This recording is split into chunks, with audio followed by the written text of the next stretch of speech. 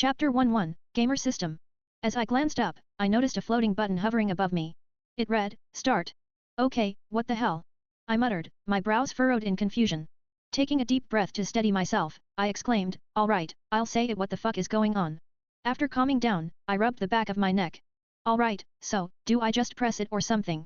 I reached out to touch the button, but no matter how hard I tried, it didn't react. My fingers passed through it like air. Great, I sighed. Do I think about it instead? The moment I focused on the button, a blinding white light enveloped me. Instinctively, I closed my eyes. When the brightness faded and I reopened them, I found myself standing in an unfamiliar room. It was cozy but unfamiliar, a bed with red covers and white sheets, a desk with a computer, a bookshelf filled with books, and walls adorned with anime posters. I frowned. Where the hell am I? Before I could process, a letter fluttered down from above. It landed in front of me. I hesitated for a moment, then picked it up and unfolded it. The letter read, To Shiro, you died in your previous life. When your soul came to me, I realized you were never meant to be in that world. My sincerest apologies for the error. As compensation, I've placed you in the world you were originally supposed to inhabit. Knowing your love for gaming, I've made a few adjustments to suit your tastes. You'll hear from me again soon. Best regards. I stood there, dumbfounded, holding the letter. So, I'm dead? Just like that. Before I could dwell on it, a screen appeared before my eyes, seemingly out of thin air. Quest, look around your room. Rewards, 100 EXP/random skill book $500. Accept, yes/no. Without hesitation, I said, yes. The quest notification vanished instantly. Guess that settles that, I murmured. I began inspecting the room. The bed caught my attention first. The red and white combination was oddly nostalgic. As I observed it, a new screen popped up. Skill unlocked, observe, level 1/100 I muttered.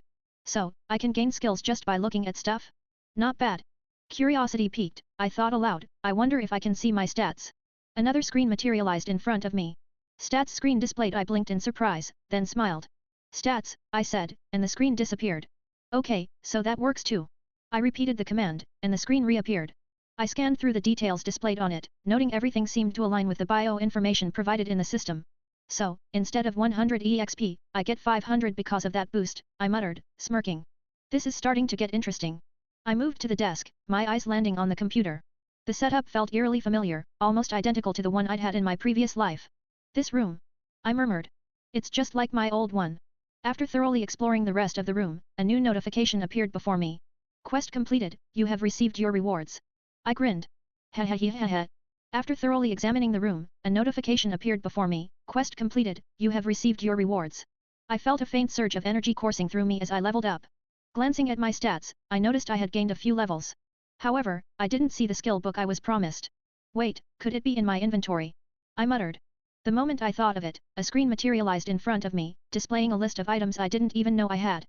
Inventory: 3 minor stamina potions, 3 minor health potions. Cookbook. Scanning through the items, I sighed in realization.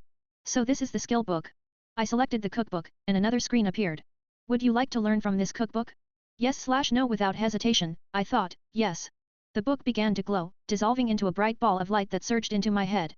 Suddenly, my mind was filled with an array of recipes, as if I'd been cooking for years. Okay, that's pretty useful, I muttered, rubbing my temples as the sensation faded. Curious, I pulled up my stats again. Stats: name, Shiro, age, 15, gender, male, race, human, fame, none, title, none, allies, none, level, 3 HP, 130/130, regen 10 per minute, MP, 350/350, regen 25 per minute, stamina, 120/120, regen 15 per minute, strength, 13, endurance, 13, agility, 13, intelligence, 13, wisdom, 13, luck, 10 points, 15, money, $500. I stared at the screen, debating how to allocate my points. I should probably boost intelligence, but maybe I should save these for later. Shrugging off the decision for now, I turned my attention to the bookshelf. After skimming through several books, one title stood out to me. Skill book, Sparks. I blinked in disbelief. You've got to be kidding me. A notification appeared as I reached for the book. Would you like to learn Sparks? Yes/no. I didn't even hesitate this time. Yes. The book glowed brightly, vanishing into my body just like the cookbook. As I felt the knowledge settle in, another letter suddenly floated down from the ceiling. Unfolding it, I read the handwritten note inside. To Shiro, to use your abilities, simply imagine how a character from an anime might use them. Also, just so you know, you're currently in the universe of one of your favorite anime. I froze, the words sinking in. Wait. I'm in a freaking anime. My heart raced as I processed the information. Following the letter's instructions, I held up my right hand and focused. I imagined electricity sparking across my arm, just like in a classic action scene. Suddenly, crackling energy began to coil up my hand, tiny sparks of electricity dancing along my arm. I grinned in awe. This is going to be fun. Noticing another skill book titled Flames, I wasted no time and learned it the same way I had with sparks. Holding up my hand, I concentrated, and a small ball of fire flickered to life in my palm, glowing faintly against the backdrop of my surroundings. Satisfied, I dismissed the flames and watched as 2 notifications appeared before me. Sparks has leveled up, 1/100 Flames has leveled up, 1/100 Alright, I muttered, grinning. This is starting to get interesting. I decided to explore the rest of the house. As I walked around, I instinctively pulled up my stats again and noticed something surprising. Intelligence has increased by 1. So my stats could improve naturally through certain actions. It seemed I didn't always have to rely on points or leveling up. Eventually, I made my way to the living room, where a sleek game console sat beneath a large TV. Curious, I looked at the pile of games next to it and picked a few up to inspect them. As I did, another notification appeared. Would you like to learn skill books, instant dungeon create an instant dungeon escape? Yes/no instant dungeon. I muttered, intrigued. I immediately chose yes. A new set of screens popped up, explaining the skills I had just acquired. Instant dungeon create allows you to create a random dungeon to gain EXP, money, and loot. Instant dungeon escape enables you to safely exit an instant dungeon. Now this is what I'm talking about, I said, excitement growing as I considered the possibilities. Continuing my exploration, I stepped out into the backyard. It was decently sized, with enough open space to experiment. Chapter 22, First Day. Taking a deep breath, I decided to test out my newly acquired skill. Let's see what this can do, I murmured. Focusing, I activated Instant Dungeon Create. The moment I did, an ominous voice echoed in my head. Dungeon created, difficulty level, easy. As the dungeon materialized around me, I saw a figure shambling toward me, a zombie. Let's test this out, I muttered, raising my hand. Sparks crackled across my palm, and with a flick of my wrist, I unleashed the skill. The electricity surged forward, striking the zombie. It collapsed instantly, smoke rising from its lifeless body. As it hit the ground, several items appeared briefly before disappearing. Opening my inventory, I noticed the loot, a well-crafted katana. Curious, I used Observe on it, and a screen appeared. Observe Class B Katana, a katana capable of channeling magic. It can manipulate elements such as sparks and flames. Now that's useful, I said, gripping the blade tightly. Suddenly, I noticed something else spawning nearby. A figure cloaked in dark robes appeared. I quickly used Observe again. Observe name? Race, which HP, 100/100 MP, 500/500. Before I could finish reading the details, she hurled a fireball at me. I dodged to the side, but the edge of the flame grazed my arm. New skill acquired, Flame Resistance, level 1/100. Alright, I muttered, rolling to my feet. Let's do this. The witch relentlessly launched fireball after fireball, but I kept dodging, circling around her. Finally, I leapt into the air and swung my katana with all my strength. The blade cut cleanly through her neck, and her body collapsed. Her staff glowed briefly before disappearing into my inventory. But before I could catch my breath, more zombies and witches began spawning around me. Pant. Damn it, Pant, I gasped, leaning on my katana for support. Those zombies are easy enough, but those damn witches are on another level. Exhausted, I exited the dungeon. Back in the safety of my home, I collapsed onto the couch and opened my stats screen. Stats name, Shiro H, 15 gender, male race, human fame, none title, none sacred gear, none level, 12 HP, 97/230, regen 10 per minute, MP, 30/900, regen 50 per minute, stamina, 13/300, regen 20 per minute, strength, 22 endurance, 22 agility, 22 intelligence, 24 wisdom, 22 luck, 15 points, 60 money, $3,500. I opened my inventory to organize the mess of items that had accumulated. Everything was randomly scattered, so I sorted it alphabetically to make things easier. Suddenly, a new notification appeared. Quest, find out where you are.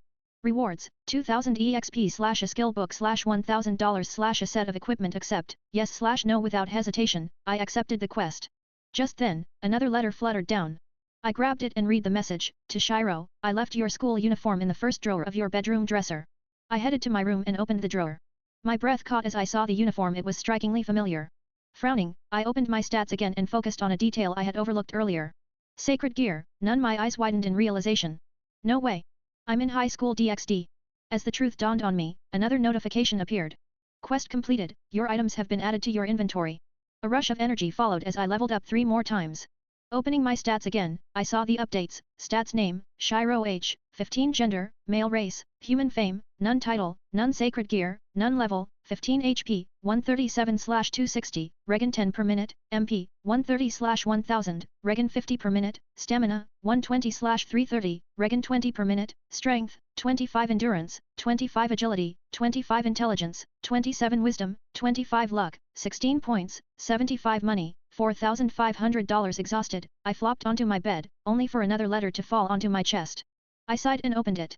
The letter in my hands carried another message. To Shiro, I've enrolled you in QA Academy. Trust me, you'll love it there. Also, there are going to be a lot of differences from the anime you're familiar with. I sighed, placing the letter aside. Well, this just keeps getting better. With no energy to process more surprises, I let myself drift off to sleep. The next morning, I awoke to the familiar ping of a quest notification. Quest, get to school on time. Rewards, 100 EXP/1 random skill book $500 stretching. I quickly got out of bed, changed into my uniform, and made my way out the door toward QA Academy. When I arrived at the academy, I froze for a moment. The school was massive, far larger than it had seemed in the anime. Students bustled around the entrance, chatting and laughing, and the entire place exuded an air of prestige. As I walked through the gates, a girl passed me. Her sharp gaze felt like it pierced straight into my soul. That's unnerving, I muttered. My instincts kicked in, and I activated Observe.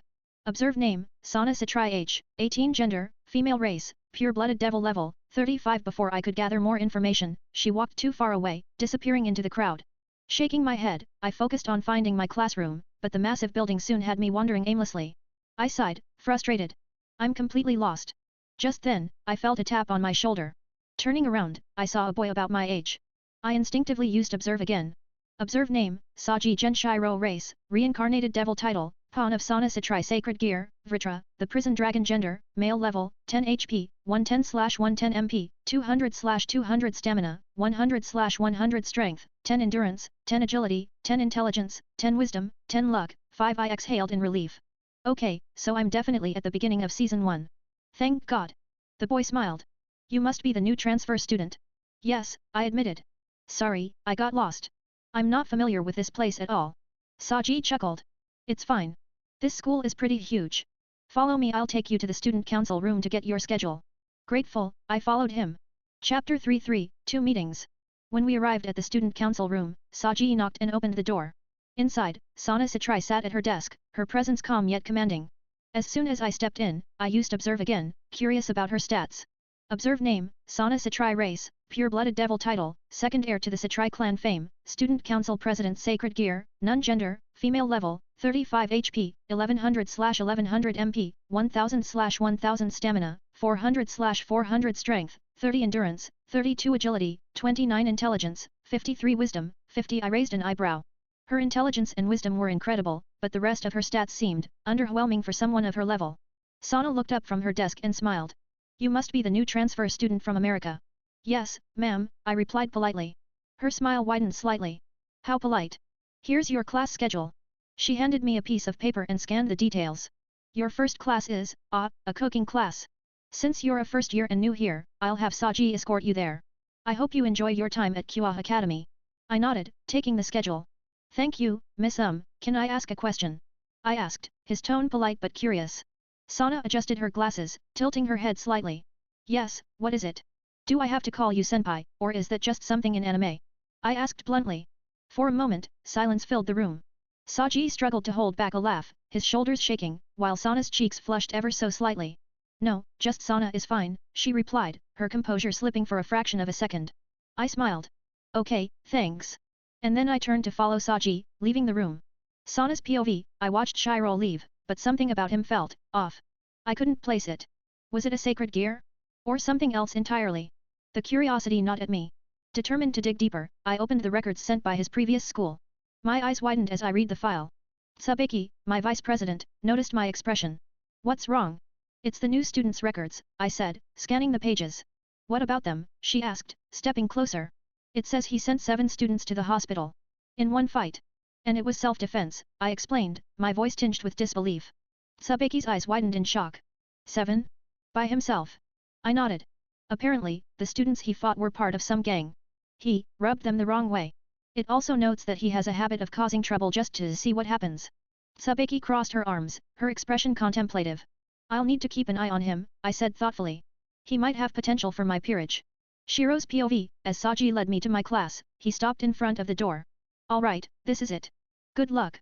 Thanks, I said, smirking. Then, with exaggerated sarcasm, I added, thanks, senpai. Saji shuddered at the word, muttering something under his breath as he walked away. I knocked on the door, and a moment later, the teacher opened it. I'm the new transfer student, I explained. The teacher nodded, stepping aside. Come in and introduce yourself. I walked to the front of the classroom, feeling dozens of eyes on me. The girls were already looking at me with sparkling eyes, while the boys glared at me with open hostility. Classic. Hi, I'm Shiro, I began, keeping my tone casual. I just transferred from America. I like fighting, making trouble, training, and sweets. Please take care of me. The teacher sighed, muttering, a troublemaker, huh? Well, at least you're honest. For now, head to Konako's station. She doesn't have a partner yet, so you'll work with her. Konako, raise your hand. I spotted a small girl with short white hair and piercing hazel eyes raising her hand. She was petite, barely coming up to my nose, but her presence was commanding. I made my way over to her as the teacher excused himself, leaving the classroom for a moment. Curious, I used observe. Observe name, Konako Tujao gender, female race, Devil/Nico title, Rook of Rias Gremory fame, mascot of Kua Academy Sacred Gear, Nun level, 27 HP, 400/400 MP, 200/200 stamina, 150/150 strength, 40 endurance, 40 agility, 19 intelligence, 22 wisdom, 22 luck, 10. Her stats were impressive, particularly her strength and endurance. Definitely befitting someone with her title. I sat down next to her, but immediately noticed her intense stare. She was practically boring a hole into my soul. Hi, I'm Shiro, I said, trying to break the tension. Konako, she replied curtly, just as she did in the anime. The silence stretched between us, her golden eyes still fixed on me. Feeling a little uncomfortable, I scratched my cheek. Is there something on my face? Realizing she had been staring, Konako quickly turned away, a faint blush coloring her cheeks. No, she said, her voice barely above a whisper.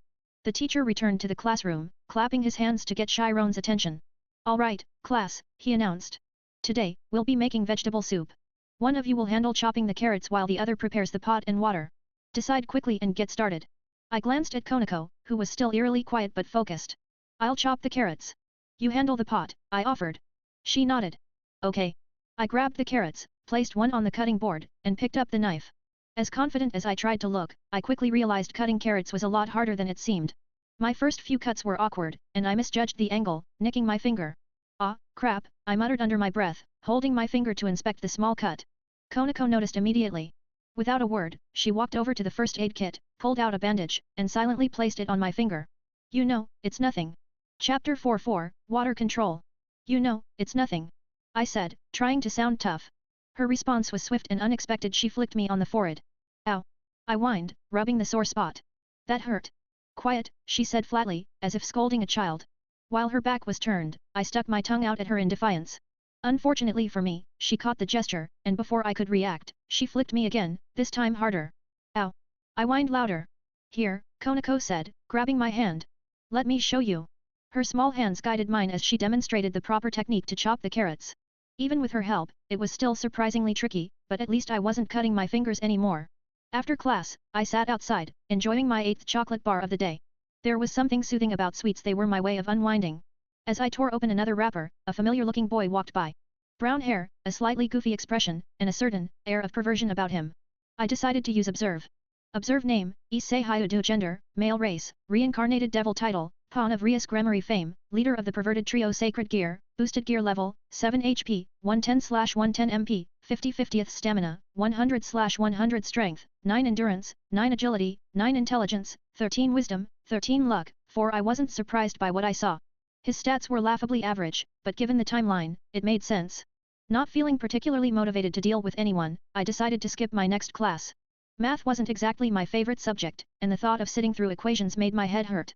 Instead, I made my way to the rooftop, hoping for some peace and quiet. I leaned against the wall of the rooftop staircase, taking care to stay out of sight in case anyone decided to come up. With the breeze gently brushing past me, I unwrapped another chocolate bar, taking a bite as I stared up at the sky. I was halfway through my chocolate bar when I heard the door to the rooftop creak open. Freezing for a moment, I peeked around the corner to see who it was. Konako. She scanned the area, her sharp eyes darting around as though she were looking for something or someone. I ducked back behind the wall, holding my breath. The last thing I wanted was for her to find me. The door eventually closed, and I let out a quiet sigh of relief. Thinking the coast was clear, I leaned back against the wall and resumed munching on my chocolate bar. A sudden tap on my shoulder made me jump. Whipping around, I found myself face to face with Konako. My heart sank. Her blank expression made it impossible to gauge what she was thinking, but I could feel the intensity of her presence. Right now, there was no question I'd lose in a fight against her. She raised her hand, and I instinctively closed my eyes, bracing for a flick or worse. Instead, her soft voice broke the silence. Why are you afraid? I opened my eyes, startled, only to find that Konako had taken half of my chocolate bar. She held it in her hand, looking at me expectantly. Go on, she said in her usual monotone, though her eyes were sharp. Answer me. I hesitated before blurting out, oh, I thought you were going to hit me. That seemed to surprise her. For the first time, I noticed a flicker of emotion cross her face, confusion, maybe even disbelief. Why would I do that, she asked, her tone softer than before. I scratched the back of my head, trying to come up with a reasonable excuse. Because I skipped class. Her expression softened, and she took a small bite of the chocolate. I took your chocolate as punishment. Oh, okay. I nodded, somewhat relieved. She tilted her head slightly, still looking at me. But why would you think I'd hit you for skipping class? Konako sat down beside me, her presence surprisingly calm and non-judgmental. I can't tell her about that. I shook my head. No reason. She stared at me for a moment, as if trying to read my thoughts, then nodded. Okay. Just know, if you ever need someone to talk to, I'm here. Thanks, I muttered, surprised by her sincerity. She glanced at me, her expression unchanging. Are you going back to class? Are you going to make me? I asked cautiously. No. Why not? I hate math too, she said simply. I couldn't help but snicker at her deadpan delivery. And, she continued, there's only a few minutes left until school ends anyway. Cool. After school, I found myself sitting in a quiet park, flipping through my stats. The serene environment helped me focus as I assessed how best to allocate my unused points.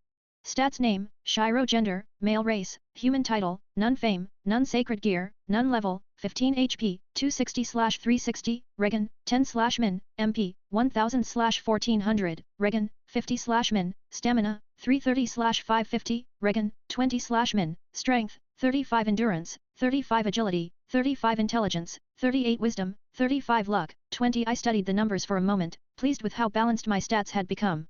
Strength, endurance, and agility were all climbing steadily, while intelligence and wisdom felt well-rounded enough to give me an edge. Alright, I muttered to myself, leaning back on the park bench. This is a good start. As I sat in the park, I suddenly remembered the quest I had completed earlier: get to school on time. It hit me that I hadn't checked my inventory since. Curious, I opened it up and scrolled through the items. My eyes landed on a book titled Water Control. A prompt immediately appeared before me: would you like to learn the skill Water Control? Yes/no. Power stones, comments, and adding this book to your library will be a very good deal in exchange for more chapters. What do you think? Chapter 5. Random mobs. Would you like to learn the skill Water Control? Yes/no. Without hesitation, I selected yes, and a new notification appeared. New skill learned, Water Control. Water Control/water manipulation. This skill allows you to control existing water by focusing your intent. It does not consume magical power, as you cannot conjure water like a spell. I muttered, reading the description. Why does this feel like water bending from Avatar? When I got home, I decided to experiment with my newfound skill. Entering my instant dungeon, I noticed something had changed. The dungeon's environment was no longer a dark, enclosed space. Instead, it was an open field with a pond nearby. There weren't any monsters in sight, so I approached the pond, eager to test my abilities. I positioned myself at the water's edge, mimicking the movements I remembered from Avatar. With both hands, I pushed and pulled the water, trying to create waves. To my amazement, the surface began to ripple and move in sync with my gestures. Emboldened, I lowered my right hand to my side and swiftly swept my left hand, pulling water from the pond onto the ground. Then, in one fluid motion, I raised my right hand, causing the water to shoot upward and form a solid ice shield. That worked, I said, marveling at the result. I continued experimenting, focusing on the water in front of me. With both hands raised, I lifted a large water ball from the pond. Splitting my arms outward, I divided it into several smaller water balls. Focusing further, I transformed them into icy spears. With a quick motion, I hurled the ice spears into the ground, testing my aim and control. The spears shattered upon impact, sending shards flying. Not bad, I muttered, impressed by my progress. But then, I heard a distinct sound: something spawning nearby. I turned to see a humanoid figure engulfed in flames. Observe: name, race, minor; fire elemental; HP, 300/300 MP, 1300/1300. The elemental didn't hesitate. It launched a fireball directly at me. I leaped to the side, narrowly dodging the attack. Alright, I said, narrowing my eyes. Let's see how you handle this. Drawing water from the pond, I shaped it into a long tentacle and whipped it at the elemental. The water struck its fiery head, extinguishing it in an instant. The creature disappeared without a sound. Okay, that wasn't so bad, I muttered, catching my breath. But my relief was short-lived. I heard the all-too-familiar sound of multiple enemies spawning. Turning around, I saw an overwhelming number of enemies. 25 zombies, 5 witches, and 10 minor fire elementals surrounded me. I stared at them in horror. Oh, fuck me. As soon as I exited the dungeon, I collapsed face first onto my bed, utterly drained. Groaning, I pulled up my stats to assess the damage from the fight. Stats name, Shiro gender, male race, human title, none fame, none sacred gear, none level, 23 HP, 37/440, regen 10 per minute, MP, 160/1600, regen 50 per minute, stamina, 13/670, regen 20 per minute, strength, 43 endurance, 43 agility, 43 intelligence, 45 wisdom, 43 luck, 23 points, 40 money, $10,000. I sighed and took out a health potion from my inventory. The moment I drank it, I felt a surge of energy flow through me, dulling the aches from my battered body. My health didn't recover completely, but it was enough to make me feel functional again. Rummaging further through my inventory, I noticed something new. It seemed that auto-inventory had been busy. Among the items, I found an intriguing amulet. Curious, I inspected it. Observe item name, Amulet of Regen class, S effect, doubles the wearer's regeneration speed for health, magic power, and stamina. I let out a whistle of appreciation. Well, damn. That's some top-tier loot. Without hesitation, I put on the amulet. Almost instantly, I felt the effects coursing through me. My body felt lighter, and the sluggishness in my limbs faded as my stamina and magic began to recover more quickly. I continued sifting through my inventory, eventually deciding to practice cutting vegetables for tomorrow's cooking class. I still needed the practice, but I wasn't going to start tonight. Instead, I let exhaustion overtake me as I drifted into the welcome embrace of sleep. The next morning, I slipped on a pair of gloves before heading out the door. It wasn't cold outside, but my hands were a mess after last night's attempts at cutting vegetables. Even though my health had recovered thanks to the amulet, the cuts hadn't healed completely. I guessed it would take another 3 days for the wounds to fully close. Arriving at school, I couldn't help but notice the stares I was getting. The girls looked at me with dreamy eyes, while the guys glared at me as if I'd stolen their last slice of cake. Ignoring the attention, I wandered to the back of the school, finding a shady tree to relax under. Unfortunately, my peace didn't last long. 4 boys approached me with expressions that could kill.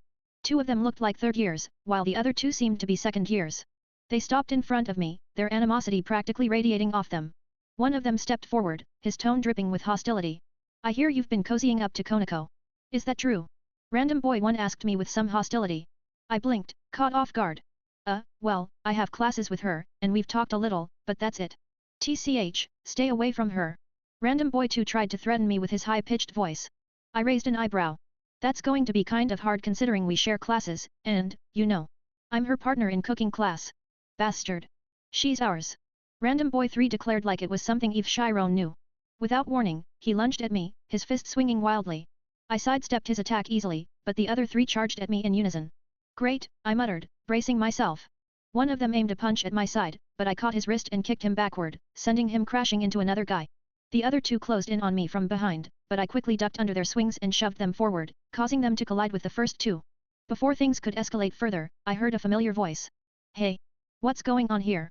Saji asked. He began to come my way. The group froze, and I turned to see Saji approaching with a stern expression. Chapter 66, Rias with Proof. As I brushed off the dust from my clothes, a voice cut through the tense atmosphere. Hey! What's going on here? I turned to see Saji approaching, his expression firm and authoritative. The group of boys froze momentarily before quickly standing and dusting themselves off. Without missing a beat, one of them pointed at me and began to spin his tail. He attacked us out of nowhere, one of them exclaimed. Yeah. We didn't even do anything to him, another chimed in, the feigned innocence dripping from his tone. We were just minding our own business, added a third. And he just started swinging, the fourth finished, as though rehearsed. Saji crossed his arms, narrowing his eyes at me. Alright, you're coming with me to the student council room. Fighting on school grounds is prohibited. Wait, I interrupted, stepping forward, don't I get a say in this? Saji shook his head. There are 4 of them, and only 1 of you. Why would I believe someone who just transferred yesterday over them? Before I could argue further, a calm but firm voice echoed across the yard. Really? Is that how the student council works? The crowd parted slightly, and I turned to see her Rias Gremory. Her crimson hair swayed lightly in the breeze, and her piercing blue eyes locked onto Saji with authority. I immediately used Observe out of instinct. Observe, name, Rias Gremory gender, female race, pure-blooded devil title, president of the Occult Research Club fame, Surtsk's little sister Sacred Gear, Nun HP, 1250/1250 MP, 1000/1000 Stamina, 400/400 Strength, 32 Endurance, 32 Agility, 30 Intelligence, 50 Wisdom, 50 Luck, 20 Saji's stern demeanor faltered slightly at her presence. Miss Gremory, he said, trying to regain his composure, I was just escorting this student to the council for starting a fight. 4 people here confirm he attacked them without reason. Rias tilted her head, her tone calm yet cutting. And in doing so, you didn't think to let him explain his side? That's not exactly fair now, is it? Saji stiffened. I'm inclined to believe the 4 over him. I've known them longer than this transfer student. Rias sighed and crossed her arms. I saw the whole thing. Those 4 attacked him first, ranting about something ridiculous involving Konako. It's not the first time these boys have caused trouble. The color drained from the boys' faces. Saji's eyes widened as he turned to look at me. Shiro, is this true? I nodded. Yes. But since they outnumber me, I assumed I'd still be in trouble. The boys visibly relaxed at my words, thinking they had escaped unscathed. But Saji frowned, clearly conflicted. Rias stepped in again. If you don't believe me, Saji, then check the security footage. It'll show exactly what happened. Saji nodded reluctantly. Alright, let's go to the student council room and review the footage. At the student council room Sana Satrai sat behind her desk, her expression one of mild annoyance as she looked at Saji. Why are we looking at the security cameras, Saji? Rias, standing to the side with her arms crossed, answered instead. Because we need proof that Shiro didn't start the fight. I witnessed it, but apparently, that's not enough. Saji flinched at her words but remained silent as the footage was pulled up. The scene played out exactly as Rias described, the 4 boys confronting me, making their accusations, and throwing the first punch. Sana's gaze shifted back to Saji. Saji, how many times do I have to tell you not to jump to conclusions? Always gather the facts before taking action. Saji bowed his head. I'm sorry, President. It won't happen again. Sana then turned to me, her tone softer. Shiro, I apologize for Saji's mistake. Please forgive him. You're free to go. I nodded. Thanks. As I walked out of the room, I couldn't help but glance back at Rias. She gave me a small, knowing smile before turning back to Sana. After that I made my way to cooking class, I couldn't help but let out a sarcastic yay in my mind. Walking into the classroom, I noticed that the teacher hadn't arrived yet. I headed to the station I shared with Konako, only to see that she was already there. Settling down on one of the stools, I greeted her casually. Morning, she said, her voice as calm as ever. Morning, I replied before adding with a smirk, I ran into your fan club earlier. Her eyes widened slightly at my words. You mean those 4 perverts who are obsessed with lolis? I glanced at her, feeling a mischievous urge bubbling up. I knew I was asking for trouble, but I couldn't resist. So, you're admitting you're a loli? I teased. A faint blush dusted her cheeks, but she didn't let me off easy. Instead, she flicked my forehead with enough force to make me wince. Ow! I whined, rubbing the spot with my hand. As I did, her gaze shifted to the gloves I was wearing. Her brow furrowed in curiosity. Why are you wearing gloves? She asked, her tone tinged with suspicion.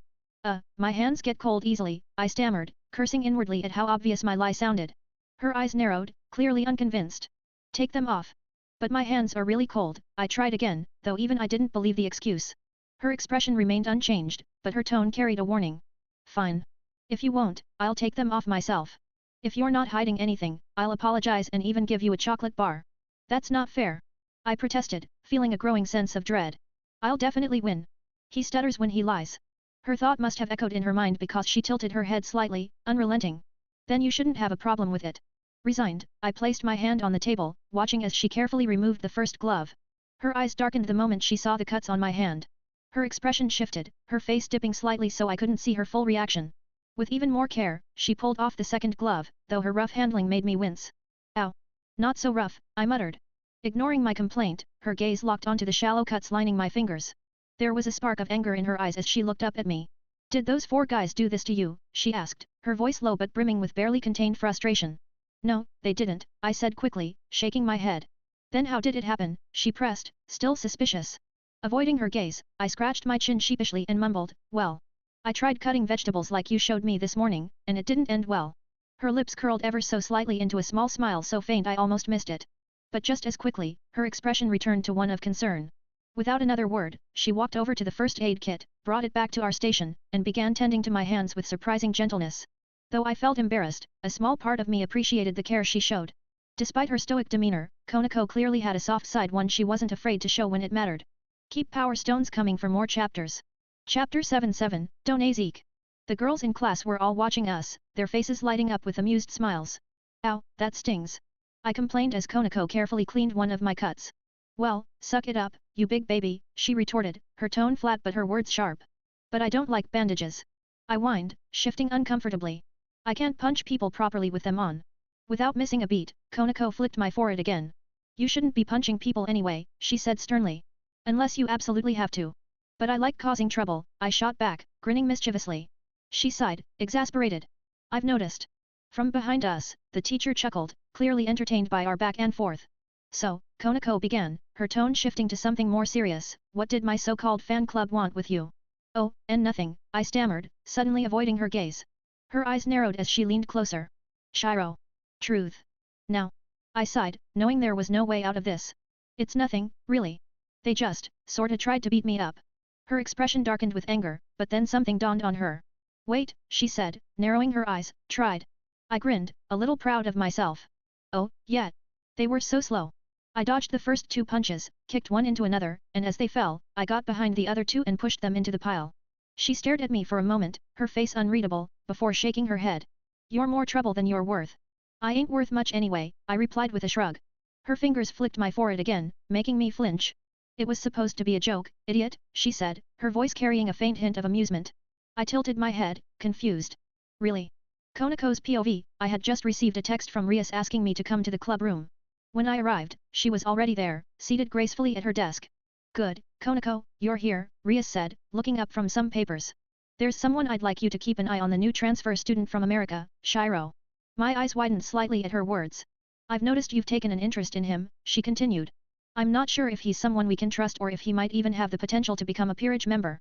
For now, my focus is on training Issei, but... She paused, her crimson eyes darkening with thought. There's something about him, something deep, something powerful. I don't know what it is, but I need you to find out. I nodded. I understand. I'll keep an eye on him and see what I can uncover.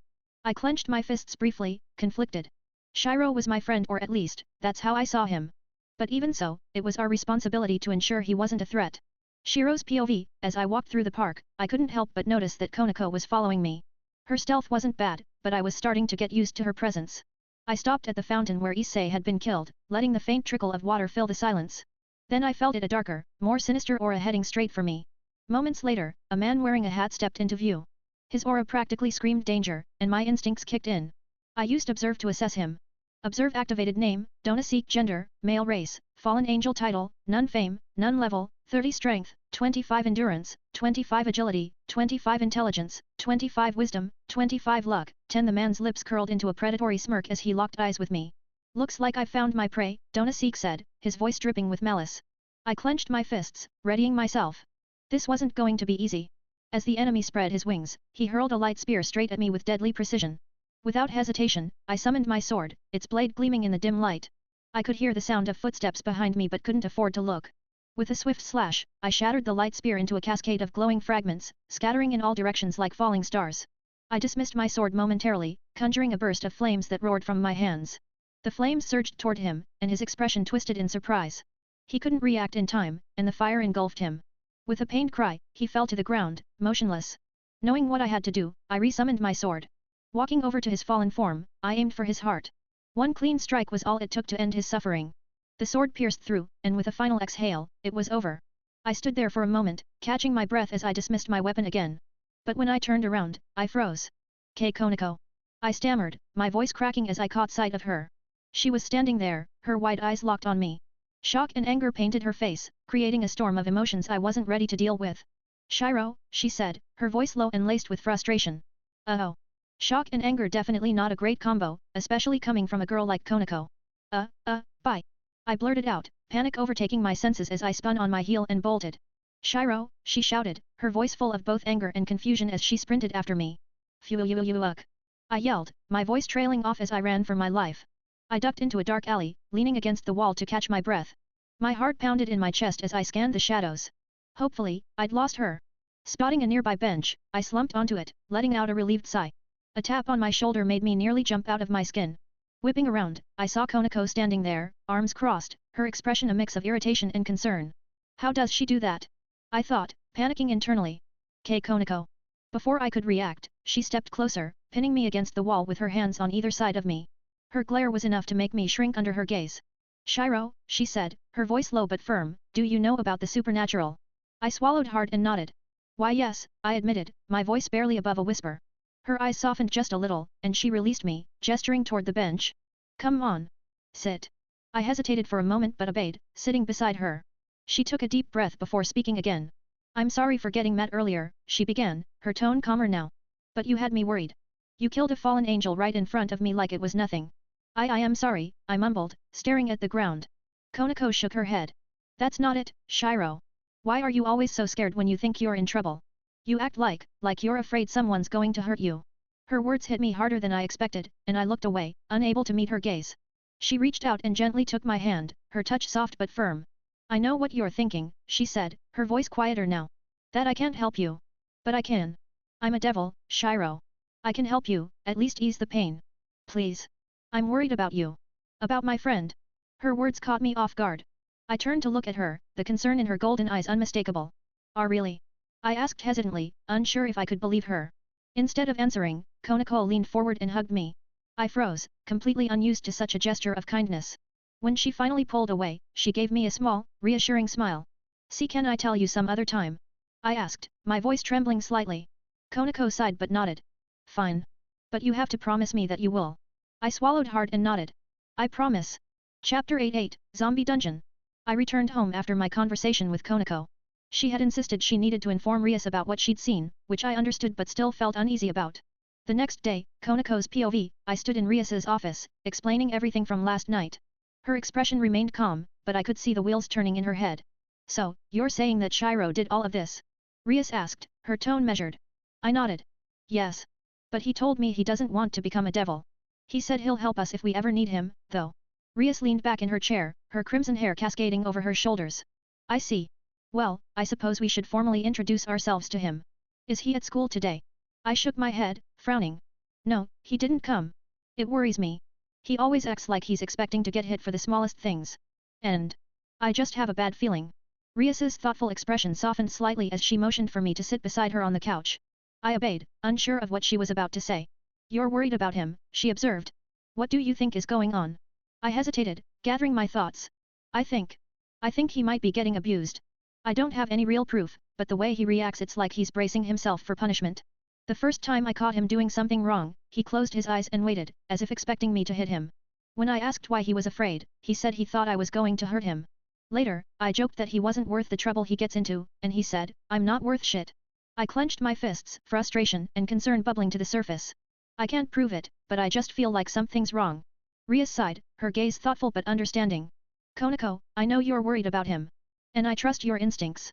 But if you don't have proof, it's best to wait for him to come to you. He said he'd tell you when he's ready, didn't he? I nodded reluctantly. Yeah. Then trust him for now, Rias said gently. But listen, the student council should have more information about him by Friday. That's 2 days from now. If you want, we can go together to look into his records. I won't force you to come, but I'll be going. Her offer reassured me somewhat. Okay, I agreed quietly. Shiro's POV, I lay under my covers, staring blankly at the ceiling. Sleep had been far from restful last night.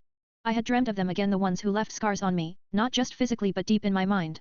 I couldn't bring myself to go to school today. No matter how strong I get, I know the truth.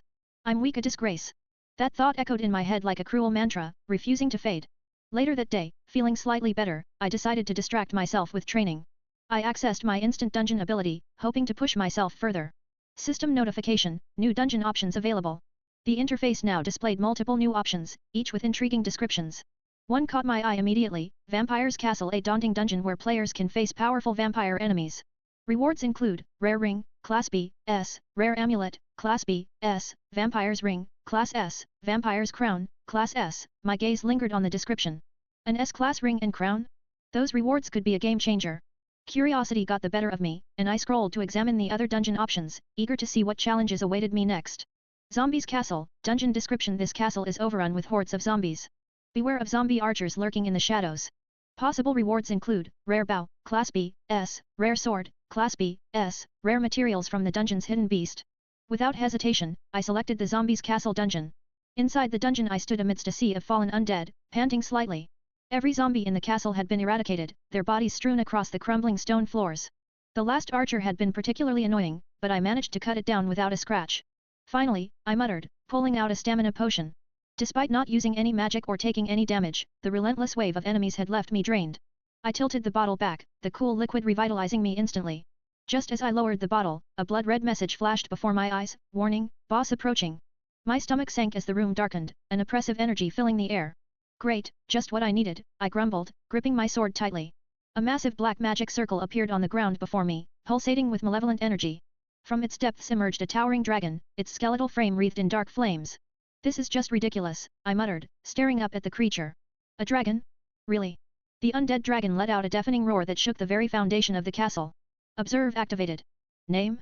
Race, Undead Dragon. Title, Dungeon Boss Level, 60 HP, 10,000/10,000 MP, 10,000/10,000 Stamina, 2,500/2,500. I barely had time to finish reading the stats before the dragon launched a massive wave of black flames in my direction. Crap! I dove to the side, narrowly avoiding the attack. Summoning my sword, I darted forward and slashed at its tail with all my strength, severing it cleanly. The dragon screeched in pain, swinging its massive claw at me. The impact sent me skidding across the room, slamming into the wall. Not fair! I shouted, struggling to my feet. I activated sparks, sending a surge of lightning coursing toward the dragon. The magic struck its skeletal frame, causing it to writhe in agony. Dragon HP, 5,317/10,000. Encouraged by the result, I alternated between sparks and flames, keeping the pressure on. The combination seemed effective, but my confidence faltered when I felt something sharp pierce my back. I turned to see a lone zombie, one I had somehow missed during my initial sweep. Damn it! I growled, driving my sword through its head. The zombie crumpled to the ground, but the brief distraction was enough for the dragon to prepare another attack. A massive fireball, far larger than any of its previous attacks, hurtled toward me. I had no time to dodge. The blast struck me directly, sending me crashing into the far wall. A crater formed behind me as I slumped to the ground, my body screaming in pain. All right, I muttered, forcing myself to my feet. Time to end this.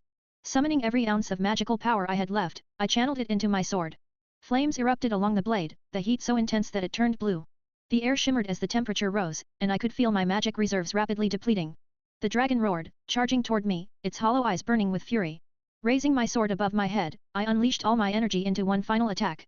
Supernova Slash! I roared, bringing the blade down in a wide arc. A wave of brilliant blue flames surged from the sword, cutting through the dragon with devastating force. The creature froze mid-step, its body split cleanly in two. For a moment, silence filled the room. Then, the dragon's remains erupted in a fiery explosion, consuming the battlefield in a brilliant blaze. Exhausted, I activated instant dungeon escape, collapsing onto my bed as soon as I returned home. For the first time in a long while, I fell into a deep, dreamless sleep. Hey guys, even though we didn't cross 100 power stones, but here is the chapter, enjoy. Chapter 99, Letter. Friday morning, Shiro's POV. I hadn't gone to school all week, but it was Friday now. I planned to return on Sunday for my next dungeon challenge, the Vampire's Castle. As I lay on my bed, a faint rustling sound drew my attention. A letter floated down onto me. Frowning, I picked it up and read the neat handwriting. I sent all your records to your new school. Your friends will see them. I know it's not my place, but you need help. Good luck. My heart froze, the letter slipping from my fingers. Student Council Room, Konako's POV. The air in the Student Council Room was heavy with tension. Sana had called Rias and me here, saying Shiro's records had finally arrived. I couldn't shake the worry that had been gnawing at me. Shiro hadn't been at school for 3 days, and something felt wrong. When Sana returned, she held a thick envelope in her hands. She took a seat at the table, setting the envelope down with a solemn expression. Are you ready? She asked quietly. Rias and I nodded. With careful hands, Sana opened the envelope, pulling out the documents. Her eyes scanned the first page, but then she froze. What is it? Rias asked. Sana hesitated, glancing at both of us. Are you sure you want to hear this? Yes, I said firmly. My chest felt tight, but I needed to know. Shiro hasn't been to school in 3 days. I'm worried. Sana nodded reluctantly. All right. She took a deep breath before reading aloud. Shiro. Age, 15. Gender, male. Has difficulty forming friendships. She stopped, her eyes wavering. What's wrong? Rias pressed, her tone more urgent. Sana looked at me before continuing. He was taken away from his family due to severe physical and emotional abuse. Her words hit me like a punch to the gut. I felt a tear slide down my cheek, but I didn't care. Sana hesitated again before adding, there's more. I have reports from the foster system as well. Should I continue? Rias and I exchanged a glance before nodding. The reports state that when Shiro was removed from his family, he had 3 broken ribs, a fractured leg, and a broken arm.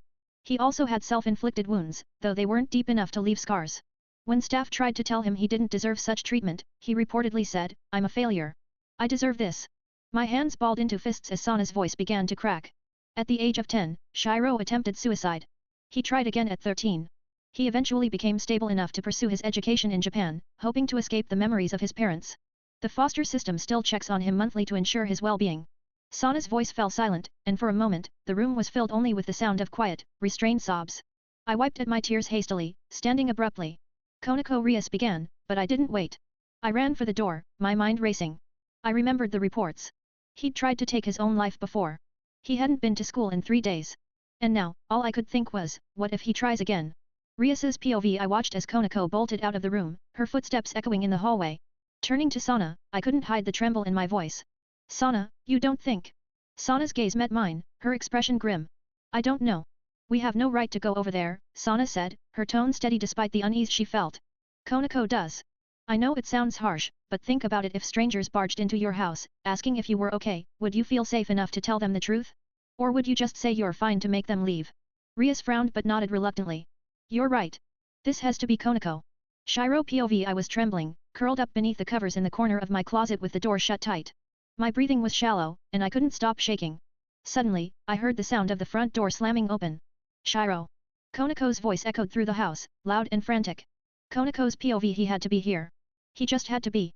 The idea of him being gone, of finding him too late, was too painful to imagine. "Shiro!" I called again as I rushed through the house, searching every room. The kitchen, the living room, the bathroom, nothing. I moved to the downstairs bedroom, hoping I'd find him there, but it was empty too. Panic clawed at me as I raced upstairs.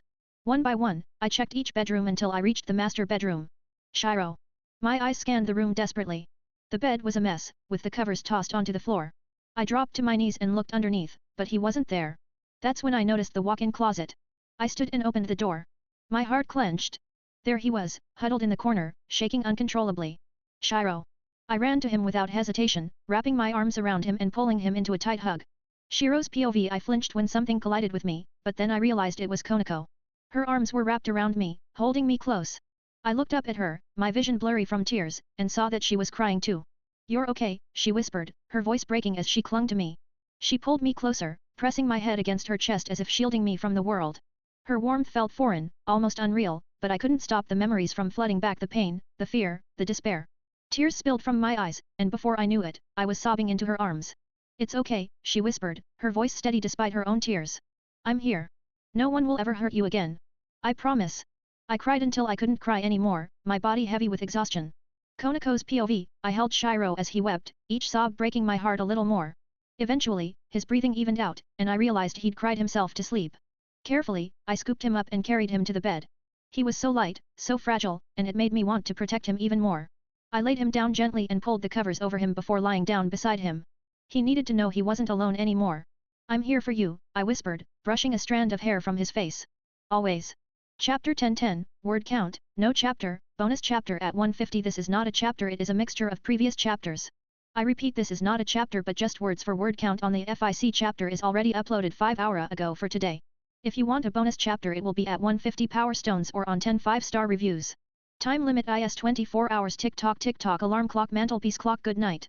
Girls in class were all watching us, their faces lighting up with amused smiles. "Ow, that stings," I complained as Konako carefully cleaned one of my cuts. "Well, suck it up, you big baby," she retorted, her tone flat but her words sharp. "But I don't like bandages," I whined, shifting uncomfortably. "I can't punch people properly with them on." Without missing a beat, Konako flicked my forehead again. "You shouldn't be punching people anyway," she said sternly. "Unless you absolutely have to." "But I like causing trouble," I shot back, grinning mischievously. She sighed, exasperated. "I've noticed." From behind us, the teacher chuckled, clearly entertained by our back and forth. "So," Konako began, her tone shifting to something more serious, "what did my so-called fan club want with you?" "Oh, and nothing," I stammered, suddenly avoiding her gaze. Her eyes narrowed as she leaned closer. "Shiro. Truth. Now." I sighed, knowing there was no way out of this. "It's nothing, really. They just, sorta tried to beat me up." Her expression darkened with anger, but then something dawned on her. "Wait," she said, narrowing her eyes, "tried." I grinned, a little proud of myself. "Oh, yeah. They were so slow. I dodged the first 2 punches, kicked one into another, and as they fell, I got behind the other 2 and pushed them into the pile." She stared at me for a moment, her face unreadable, before shaking her head. You're more trouble than you're worth. I ain't worth much anyway, I replied with a shrug. Her fingers flicked my forehead again, making me flinch. It was supposed to be a joke, idiot, she said, her voice carrying a faint hint of amusement. I tilted my head, confused. Really? Konako's POV, I had just received a text from Rias asking me to come to the club room. When I arrived, she was already there, seated gracefully at her desk. Good, Konako, you're here, Rias said, looking up from some papers. There's someone I'd like you to keep an eye on, the new transfer student from America, Shiro. My eyes widened slightly at her words. I've noticed you've taken an interest in him, she continued. I'm not sure if he's someone we can trust or if he might even have the potential to become a peerage member. For now, my focus is on training Issei, but... She paused, her crimson eyes darkening with thought. There's something about him, something deep, something powerful. I don't know what it is, but I need you to find out. I nodded. I understand. I'll keep an eye on him and see what I can uncover. I clenched my fists briefly, conflicted. Shiro was my friend, or at least, that's how I saw him. But even so, it was our responsibility to ensure he wasn't a threat. Shiro's POV, as I walked through the park, I couldn't help but notice that Konako was following me. Her stealth wasn't bad, but I was starting to get used to her presence. I stopped at the fountain where Issei had been killed, letting the faint trickle of water fill the silence. Then I felt it, a darker, more sinister aura heading straight for me. Moments later, a man wearing a hat stepped into view.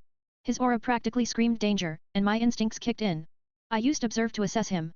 Observe activated: name, Donaseek, gender, male, race, fallen angel, title, none, fame, none, level, 30 strength, 25 endurance, 25 agility, 25 intelligence, 25 wisdom, 25 luck, 10. The man's lips curled into a predatory smirk as he locked eyes with me.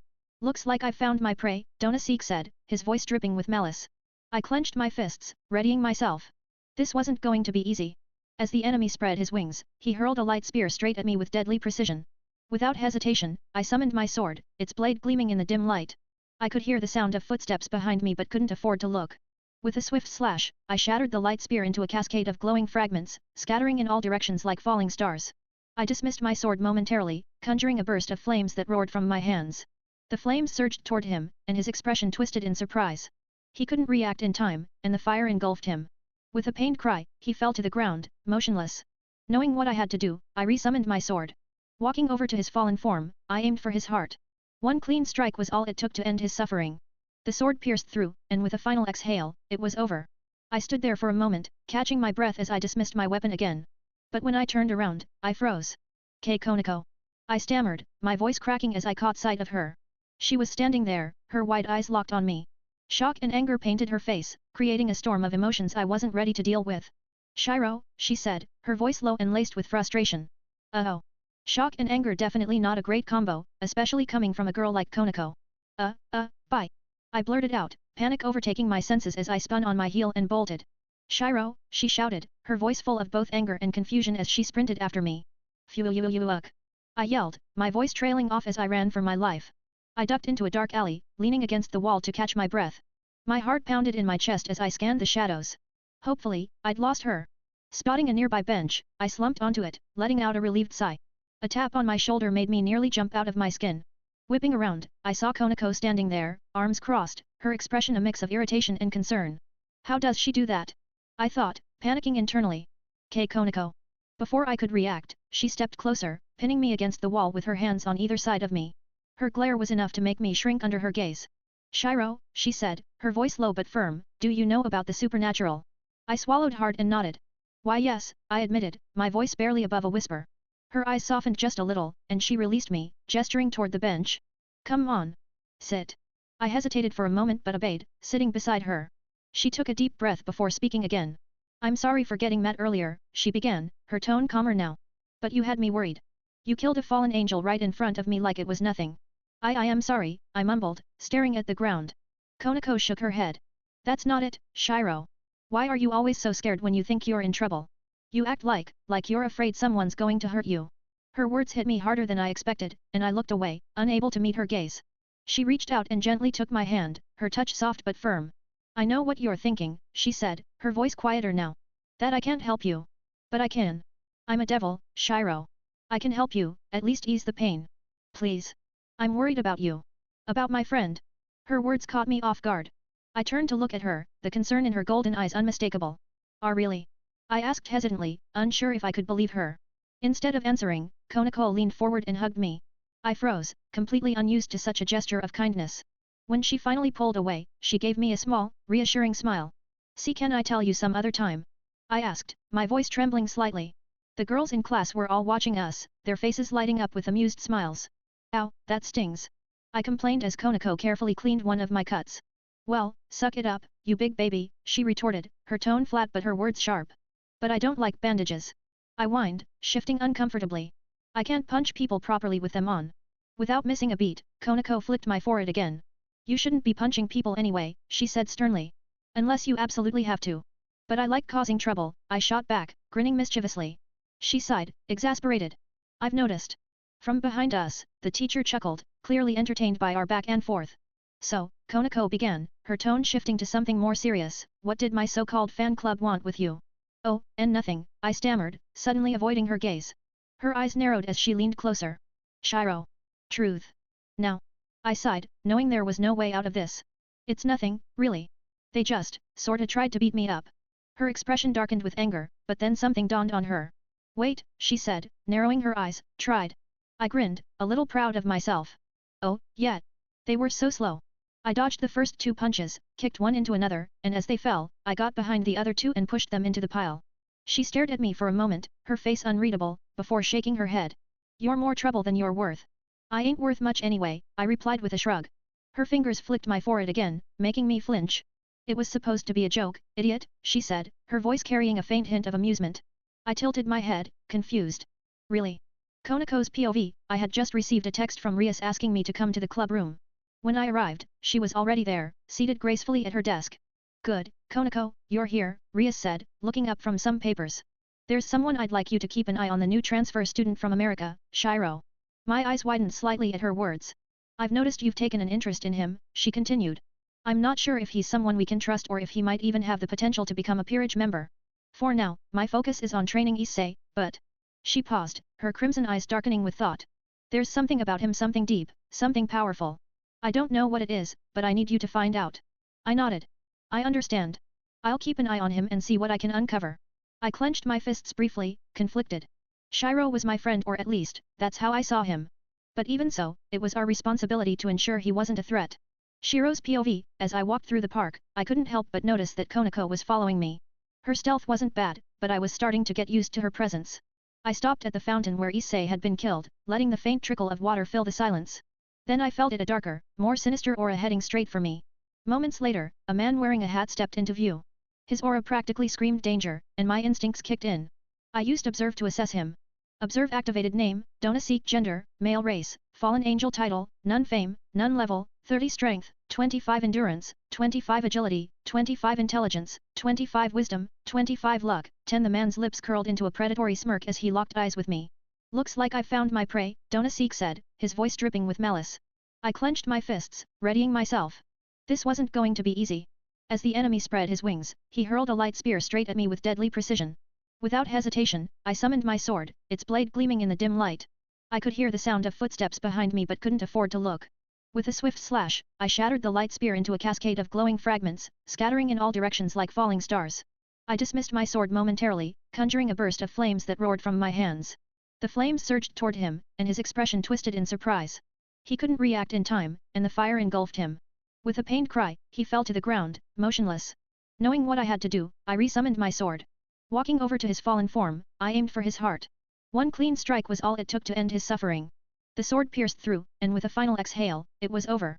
I stood there for a moment, catching my breath as I dismissed my weapon again. But when I turned around, I froze. Konako. I stammered, my voice cracking as I caught sight of her. She was standing there, her wide eyes locked on me. Shock and anger painted her face, creating a storm of emotions I wasn't ready to deal with. "Shiro," she said, her voice low and laced with frustration. "Oh. Shock and anger, definitely not a great combo, especially coming from a girl like Konako." Bye." I blurted out, panic overtaking my senses as I spun on my heel and bolted. "Shiro," she shouted, her voice full of both anger and confusion as she sprinted after me. "Fuck!" I yelled, my voice trailing off as I ran for my life. I ducked into a dark alley, leaning against the wall to catch my breath. My heart pounded in my chest as I scanned the shadows. Hopefully, I'd lost her. Spotting a nearby bench, I slumped onto it, letting out a relieved sigh. A tap on my shoulder made me nearly jump out of my skin. Whipping around, I saw Konako standing there, arms crossed, her expression a mix of irritation and concern. "How does she do that?" I thought, panicking internally. Konako.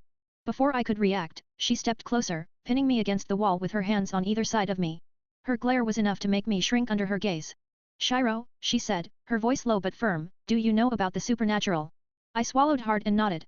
Why yes, I admitted, my voice barely above a whisper. Her eyes softened just a little, and she released me, gesturing toward the bench. Come on. Sit. I hesitated for a moment but obeyed, sitting beside her. She took a deep breath before speaking again. I'm sorry for getting mad earlier, she began, her tone calmer now. But you had me worried. You killed a fallen angel right in front of me like it was nothing. I am sorry, I mumbled, staring at the ground. Konako shook her head. That's not it, Shiro. Why are you always so scared when you think you're in trouble? You act like you're afraid someone's going to hurt you. Her words hit me harder than I expected, and I looked away, unable to meet her gaze. She reached out and gently took my hand, her touch soft but firm. I know what you're thinking, she said, her voice quieter now. That I can't help you. But I can. I'm a devil, Shiro. I can help you, at least ease the pain. Please. I'm worried about you. About my friend. Her words caught me off guard. I turned to look at her, the concern in her golden eyes unmistakable. Really? I asked hesitantly, unsure if I could believe her. Instead of answering, Konako leaned forward and hugged me. I froze, completely unused to such a gesture of kindness. When she finally pulled away, she gave me a small, reassuring smile. See, can I tell you some other time? I asked, my voice trembling slightly. Konako sighed, but the girls in class were all watching us, their faces lighting up with amused smiles. Ow, that stings. I complained as Konako carefully cleaned one of my cuts. Well, suck it up, you big baby, she retorted, her tone flat but her words sharp. But I don't like bandages. I whined, shifting uncomfortably. I can't punch people properly with them on. Without missing a beat, Konako flicked my forehead again. You shouldn't be punching people anyway, she said sternly. Unless you absolutely have to. But I like causing trouble, I shot back, grinning mischievously. She sighed, exasperated. I've noticed. From behind us, the teacher chuckled, clearly entertained by our back and forth. So, Konako began, her tone shifting to something more serious, what did my so-called fan club want with you? Oh, and nothing, I stammered, suddenly avoiding her gaze. Her eyes narrowed as she leaned closer. Shiro. Truth. Now. I sighed, knowing there was no way out of this. It's nothing, really. They just, sorta tried to beat me up. Her expression darkened with anger, but then something dawned on her. Wait, she said, narrowing her eyes, tried. I grinned, a little proud of myself. Oh, yeah. They were so slow.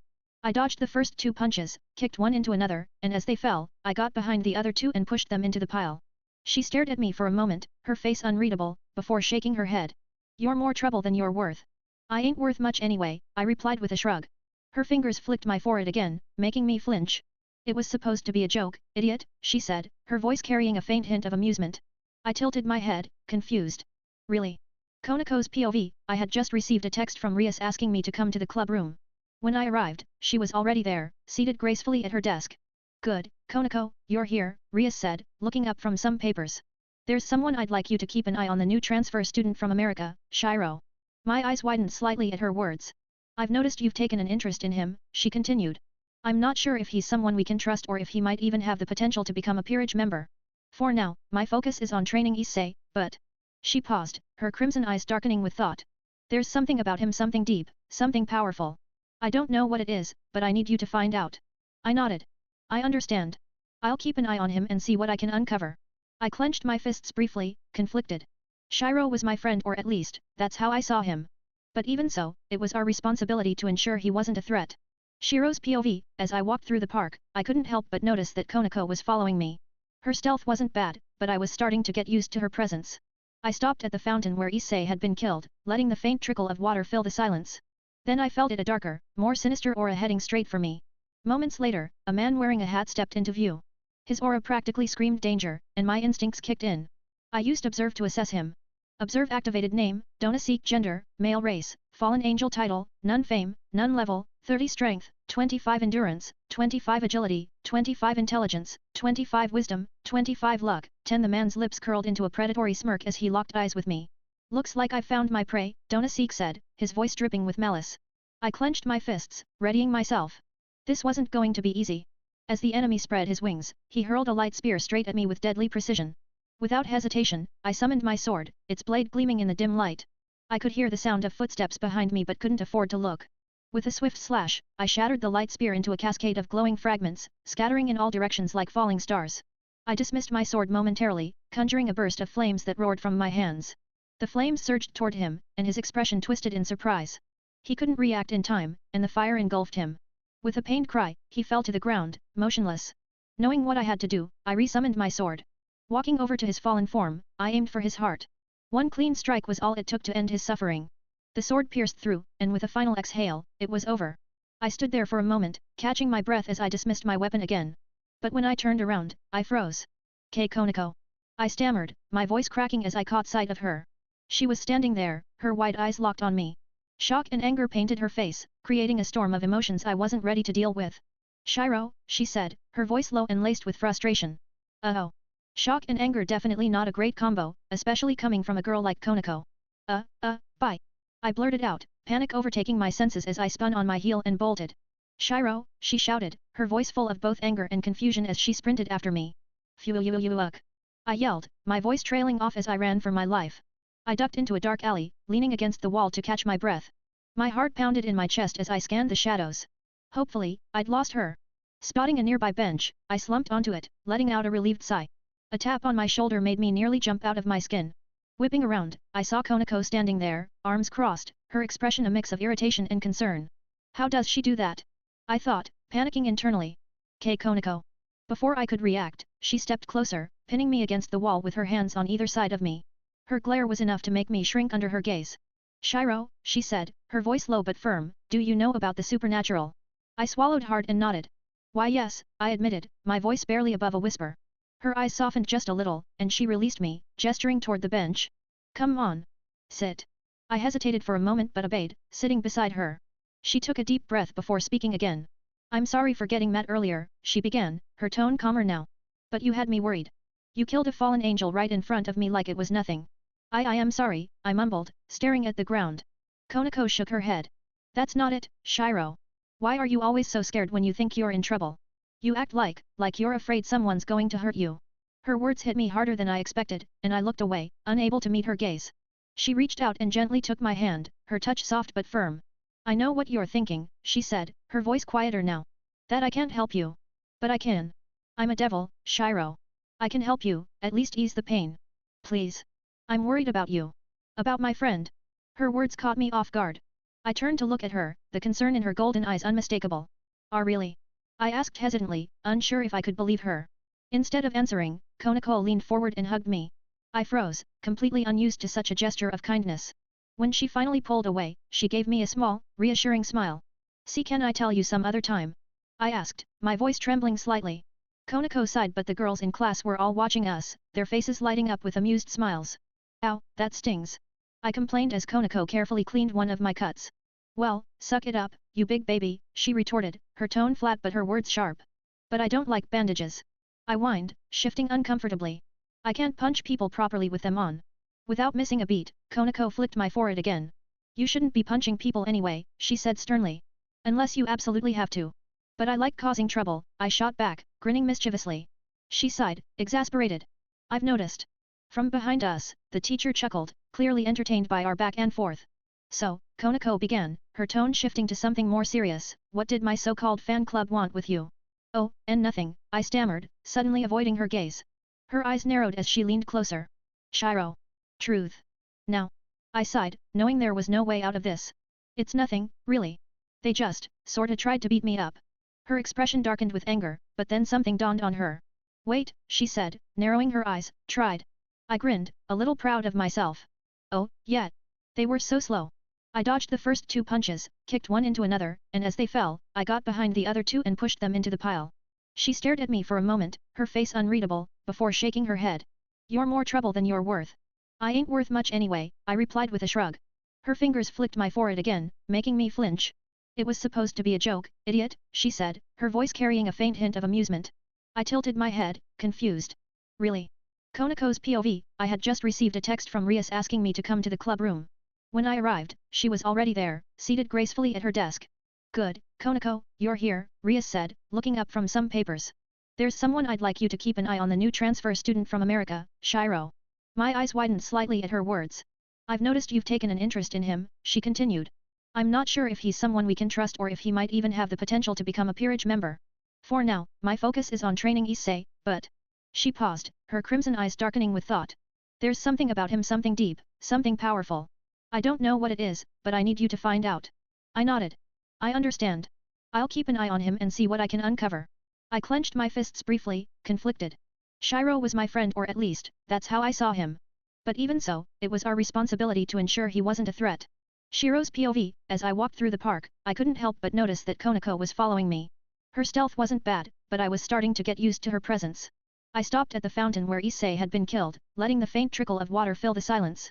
Then I felt it, a darker, more sinister aura heading straight for me. Moments later, a man wearing a hat stepped into view. His aura practically screamed danger, and my instincts kicked in. I used Observe to assess him. Observe activated: name, Donaseek, gender, male, race, fallen angel, title, none, fame, none, level, 30 strength, 25 endurance, 25 agility, 25 intelligence, 25 wisdom, 25 luck, 10. The man's lips curled into a predatory smirk as he locked eyes with me. Looks like I've found my prey, Donaseek said, his voice dripping with malice. I clenched my fists, readying myself. This wasn't going to be easy. As the enemy spread his wings, he hurled a light spear straight at me with deadly precision. Without hesitation, I summoned my sword, its blade gleaming in the dim light. I could hear the sound of footsteps behind me but couldn't afford to look. With a swift slash, I shattered the light spear into a cascade of glowing fragments, scattering in all directions like falling stars. I dismissed my sword momentarily, conjuring a burst of flames that roared from my hands. The flames surged toward him, and his expression twisted in surprise. He couldn't react in time, and the fire engulfed him. With a pained cry, he fell to the ground, motionless. Knowing what I had to do, I resummoned my sword. Walking over to his fallen form, I aimed for his heart. One clean strike was all it took to end his suffering. The sword pierced through, and with a final exhale, it was over. I stood there for a moment, catching my breath as I dismissed my weapon again. But when I turned around, I froze. Konako. I stammered, my voice cracking as I caught sight of her. She was standing there, her wide eyes locked on me. Shock and anger painted her face, creating a storm of emotions I wasn't ready to deal with. Shiro, she said, her voice low and laced with frustration. Oh. Shock and anger, definitely not a great combo, especially coming from a girl like Konako. Bye. I blurted out, panic overtaking my senses as I spun on my heel and bolted. Shiro, she shouted, her voice full of both anger and confusion as she sprinted after me. Fuck. I yelled, my voice trailing off as I ran for my life. I ducked into a dark alley, leaning against the wall to catch my breath. My heart pounded in my chest as I scanned the shadows. Hopefully, I'd lost her. Spotting a nearby bench, I slumped onto it, letting out a relieved sigh. A tap on my shoulder made me nearly jump out of my skin. Whipping around, I saw Konako standing there, arms crossed, her expression a mix of irritation and concern. How does she do that? I thought, panicking internally. Konako. Before I could react, she stepped closer, pinning me against the wall with her hands on either side of me. Her glare was enough to make me shrink under her gaze. Shiro, she said, her voice low but firm, do you know about the supernatural?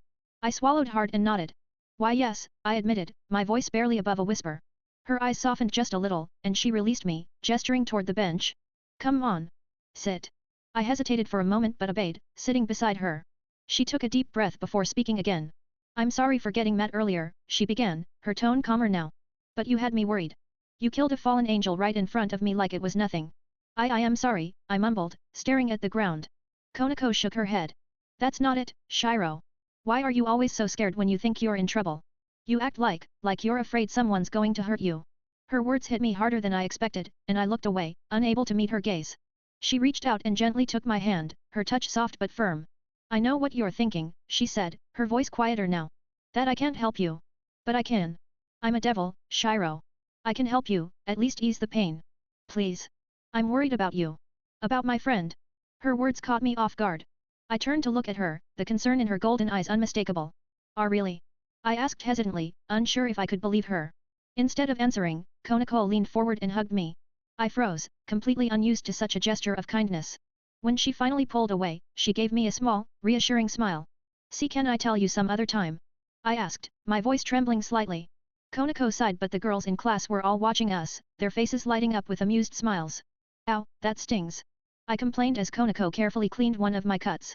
Well, suck it up, you big baby, she retorted, her tone flat but her words sharp. But I don't like bandages. I whined, shifting uncomfortably.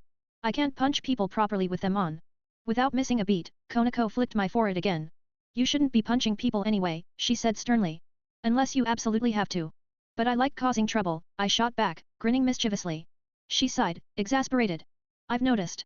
From behind us, the teacher chuckled, clearly entertained by our back and forth. So, Konako began, her tone shifting to something more serious, what did my so-called fan club want with you? Oh, and nothing, I stammered, suddenly avoiding her gaze. Her eyes narrowed as she leaned closer. Shiro. Truth. Now. I sighed, knowing there was no way out of this. It's nothing, really. They just, sorta tried to beat me up. Her expression darkened with anger, but then something dawned on her. Wait, she said, narrowing her eyes, tried. I grinned, a little proud of myself. Oh, yeah. They were so slow. I dodged the first 2 punches, kicked one into another, and as they fell, I got behind the other 2 and pushed them into the pile. She stared at me for a moment, her face unreadable, before shaking her head. You're more trouble than you're worth. I ain't worth much anyway, I replied with a shrug. Her fingers flicked my forehead again, making me flinch. It was supposed to be a joke, idiot, she said, her voice carrying a faint hint of amusement. I tilted my head, confused. Really? Konako's POV, I had just received a text from Rias asking me to come to the club room. When I arrived, she was already there, seated gracefully at her desk. Good, Konako, you're here, Rias said, looking up from some papers. There's someone I'd like you to keep an eye on, the new transfer student from America, Shiro. My eyes widened slightly at her words. I've noticed you've taken an interest in him, she continued. I'm not sure if he's someone we can trust or if he might even have the potential to become a peerage member. For now, my focus is on training Issei, but... She paused, her crimson eyes darkening with thought. There's something about him, something deep, something powerful. I don't know what it is, but I need you to find out. I nodded. I understand. I'll keep an eye on him and see what I can uncover. I clenched my fists briefly, conflicted. Shiro was my friend, or at least, that's how I saw him. But even so, it was our responsibility to ensure he wasn't a threat. Shiro's POV, as I walked through the park, I couldn't help but notice that Konako was following me. Her stealth wasn't bad, but I was starting to get used to her presence. I stopped at the fountain where Issei had been killed, letting the faint trickle of water fill the silence. Then I felt it, a darker, more sinister aura heading straight for me. Moments later, a man wearing a hat stepped into view. His aura practically screamed danger, and my instincts kicked in. I used Observe to assess him. Observe activated: name, Donaseek, gender, male, race, fallen angel, title, none, fame, none, level, 30 strength, 25 endurance, 25 agility, 25 intelligence, 25 wisdom, 25 luck, 10. The man's lips curled into a predatory smirk as he locked eyes with me. Looks like I've found my prey, Donaseek said, his voice dripping with malice. I clenched my fists, readying myself. This wasn't going to be easy. As the enemy spread his wings, he hurled a light spear straight at me with deadly precision. Without hesitation, I summoned my sword, its blade gleaming in the dim light. I could hear the sound of footsteps behind me but couldn't afford to look. With a swift slash, I shattered the light spear into a cascade of glowing fragments, scattering in all directions like falling stars. I dismissed my sword momentarily, conjuring a burst of flames that roared from my hands. The flames surged toward him, and his expression twisted in surprise. He couldn't react in time, and the fire engulfed him. With a pained cry, he fell to the ground, motionless. Knowing what I had to do, I resummoned my sword. Walking over to his fallen form, I aimed for his heart. One clean strike was all it took to end his suffering. The sword pierced through, and with a final exhale, it was over. I stood there for a moment, catching my breath as I dismissed my weapon again. But when I turned around, I froze. Konako. I stammered, my voice cracking as I caught sight of her. She was standing there, her wide eyes locked on me. Shock and anger painted her face, creating a storm of emotions I wasn't ready to deal with. Shiro, she said, her voice low and laced with frustration. Oh. Shock and anger, definitely not a great combo, especially coming from a girl like Konako. Bye. I blurted out, panic overtaking my senses as I spun on my heel and bolted. Shiro, she shouted, her voice full of both anger and confusion as she sprinted after me. Fuck. I yelled, my voice trailing off as I ran for my life. I ducked into a dark alley, leaning against the wall to catch my breath. My heart pounded in my chest as I scanned the shadows. Hopefully, I'd lost her. Spotting a nearby bench, I slumped onto it, letting out a relieved sigh. A tap on my shoulder made me nearly jump out of my skin. Whipping around, I saw Konako standing there, arms crossed, her expression a mix of irritation and concern. How does she do that? I thought, panicking internally. Konako. Before I could react, she stepped closer, pinning me against the wall with her hands on either side of me. Her glare was enough to make me shrink under her gaze. Shiro, she said, her voice low but firm, do you know about the supernatural? I swallowed hard and nodded. Why yes, I admitted, my voice barely above a whisper. Her eyes softened just a little, and she released me, gesturing toward the bench. Come on. Sit. I hesitated for a moment but obeyed, sitting beside her. She took a deep breath before speaking again. I'm sorry for getting mad earlier, she began, her tone calmer now. But you had me worried. You killed a fallen angel right in front of me like it was nothing. I am sorry, I mumbled, staring at the ground. Konako shook her head. That's not it, Shiro. Why are you always so scared when you think you're in trouble? You act like you're afraid someone's going to hurt you. Her words hit me harder than I expected, and I looked away, unable to meet her gaze. She reached out and gently took my hand, her touch soft but firm. I know what you're thinking, she said, her voice quieter now. That I can't help you. But I can. I'm a devil, Shiro. I can help you, at least ease the pain. Please. I'm worried about you. About my friend. Her words caught me off guard. I turned to look at her, the concern in her golden eyes unmistakable. Ah really? I asked hesitantly, unsure if I could believe her. Instead of answering, Konako leaned forward and hugged me. I froze, completely unused to such a gesture of kindness. When she finally pulled away, she gave me a small, reassuring smile. See, can I tell you some other time? I asked, my voice trembling slightly. Konako sighed, but the girls in class were all watching us, their faces lighting up with amused smiles. Ow, that stings. I complained as Konako carefully cleaned one of my cuts. Well, suck it up, you big baby, she retorted, her tone flat but her words sharp. But I don't like bandages. I whined, shifting uncomfortably. I can't punch people properly with them on. Without missing a beat, Konako flicked my forehead again. You shouldn't be punching people anyway, she said sternly. Unless you absolutely have to. But I like causing trouble, I shot back, grinning mischievously. She sighed, exasperated. I've noticed. From behind us, the teacher chuckled, clearly entertained by our back and forth. So, Konako began, her tone shifting to something more serious, what did my so-called fan club want with you? Oh, and nothing, I stammered, suddenly avoiding her gaze. Her eyes narrowed as she leaned closer. Shiro. Truth. Now. I sighed, knowing there was no way out of this. It's nothing, really. They just, sorta tried to beat me up. Her expression darkened with anger, but then something dawned on her. Wait, she said, narrowing her eyes, tried. I grinned, a little proud of myself. Oh, yeah. They were so slow. I dodged the first two punches, kicked one into another, and as they fell, I got behind the other two and pushed them into the pile. She stared at me for a moment, her face unreadable, before shaking her head. You're more trouble than you're worth. I ain't worth much anyway, I replied with a shrug. Her fingers flicked my forehead again, making me flinch. It was supposed to be a joke, idiot, she said, her voice carrying a faint hint of amusement. I tilted my head, confused. Really? Konako's POV, I had just received a text from Rias asking me to come to the club room. When I arrived, she was already there, seated gracefully at her desk. Good, Konako, you're here, Rias said, looking up from some papers. There's someone I'd like you to keep an eye on, the new transfer student from America, Shiro. My eyes widened slightly at her words. I've noticed you've taken an interest in him, she continued. I'm not sure if he's someone we can trust or if he might even have the potential to become a peerage member. For now, my focus is on training Issei, but... She paused, her crimson eyes darkening with thought. There's something about him, something deep, something powerful. I don't know what it is, but I need you to find out. I nodded. I understand. I'll keep an eye on him and see what I can uncover. I clenched my fists briefly, conflicted. Shiro was my friend, or at least, that's how I saw him. But even so, it was our responsibility to ensure he wasn't a threat. Shiro's POV, as I walked through the park, I couldn't help but notice that Konako was following me. Her stealth wasn't bad, but I was starting to get used to her presence. I stopped at the fountain where Issei had been killed, letting the faint trickle of water fill the silence. Then I felt it, a darker, more sinister aura heading straight for me. Moments later, a man wearing a hat stepped into view. His aura practically screamed danger, and my instincts kicked in. I used Observe to assess him. Observe activated: name, Donaseek, gender, male, race, fallen angel, title, none, fame, none, level, 30 strength, 25 endurance, 25 agility, 25 intelligence, 25 wisdom, 25 luck, 10. The man's lips curled into a predatory smirk as he locked eyes with me. Looks like I've found my prey, Donaseek said, his voice dripping with malice. I clenched my fists, readying myself. This wasn't going to be easy. As the enemy spread his wings, he hurled a light spear straight at me with deadly precision. Without hesitation, I summoned my sword, its blade gleaming in the dim light. I could hear the sound of footsteps behind me but couldn't afford to look. With a swift slash, I shattered the light spear into a cascade of glowing fragments, scattering in all directions like falling stars. I dismissed my sword momentarily, conjuring a burst of flames that roared from my hands. The flames surged toward him, and his expression twisted in surprise. He couldn't react in time, and the fire engulfed him. With a pained cry, he fell to the ground, motionless. Knowing what I had to do, I resummoned my sword. Walking over to his fallen form, I aimed for his heart. One clean strike was all it took to end his suffering. The sword pierced through, and with a final exhale, it was over. I stood there for a moment, catching my breath as I dismissed my weapon again.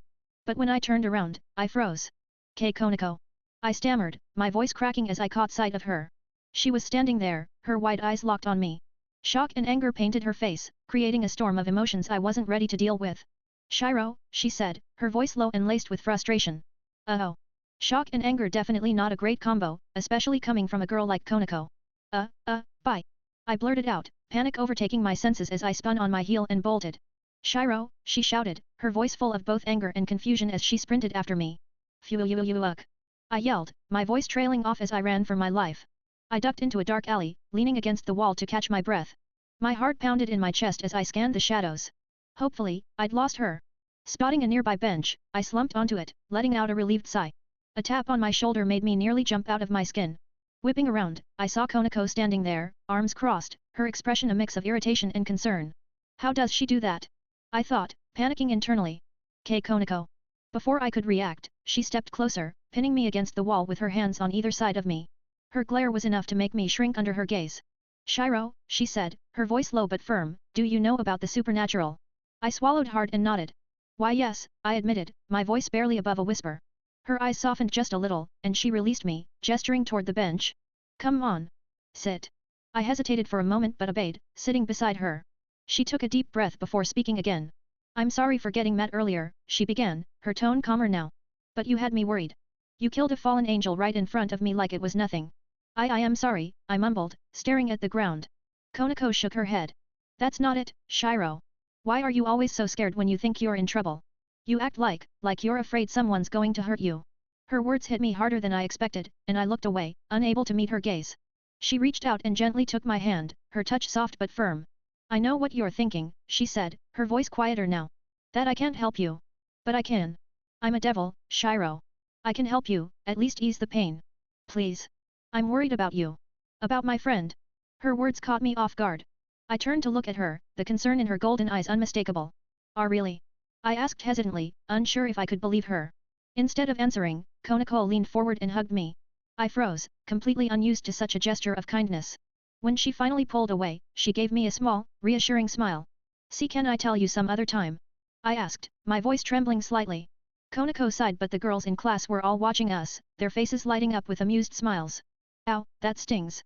I complained as Konako carefully cleaned one of my cuts. Well, suck it up, you big baby, she retorted, her tone flat but her words sharp. But I don't like bandages. I whined, shifting uncomfortably. I can't punch people properly with them on. Without missing a beat, Konako flicked my forehead again. You shouldn't be punching people anyway, she said sternly. Unless you absolutely have to. But I like causing trouble, I shot back, grinning mischievously. She sighed, exasperated. I've noticed. From behind us, the teacher chuckled, clearly entertained by our back and forth.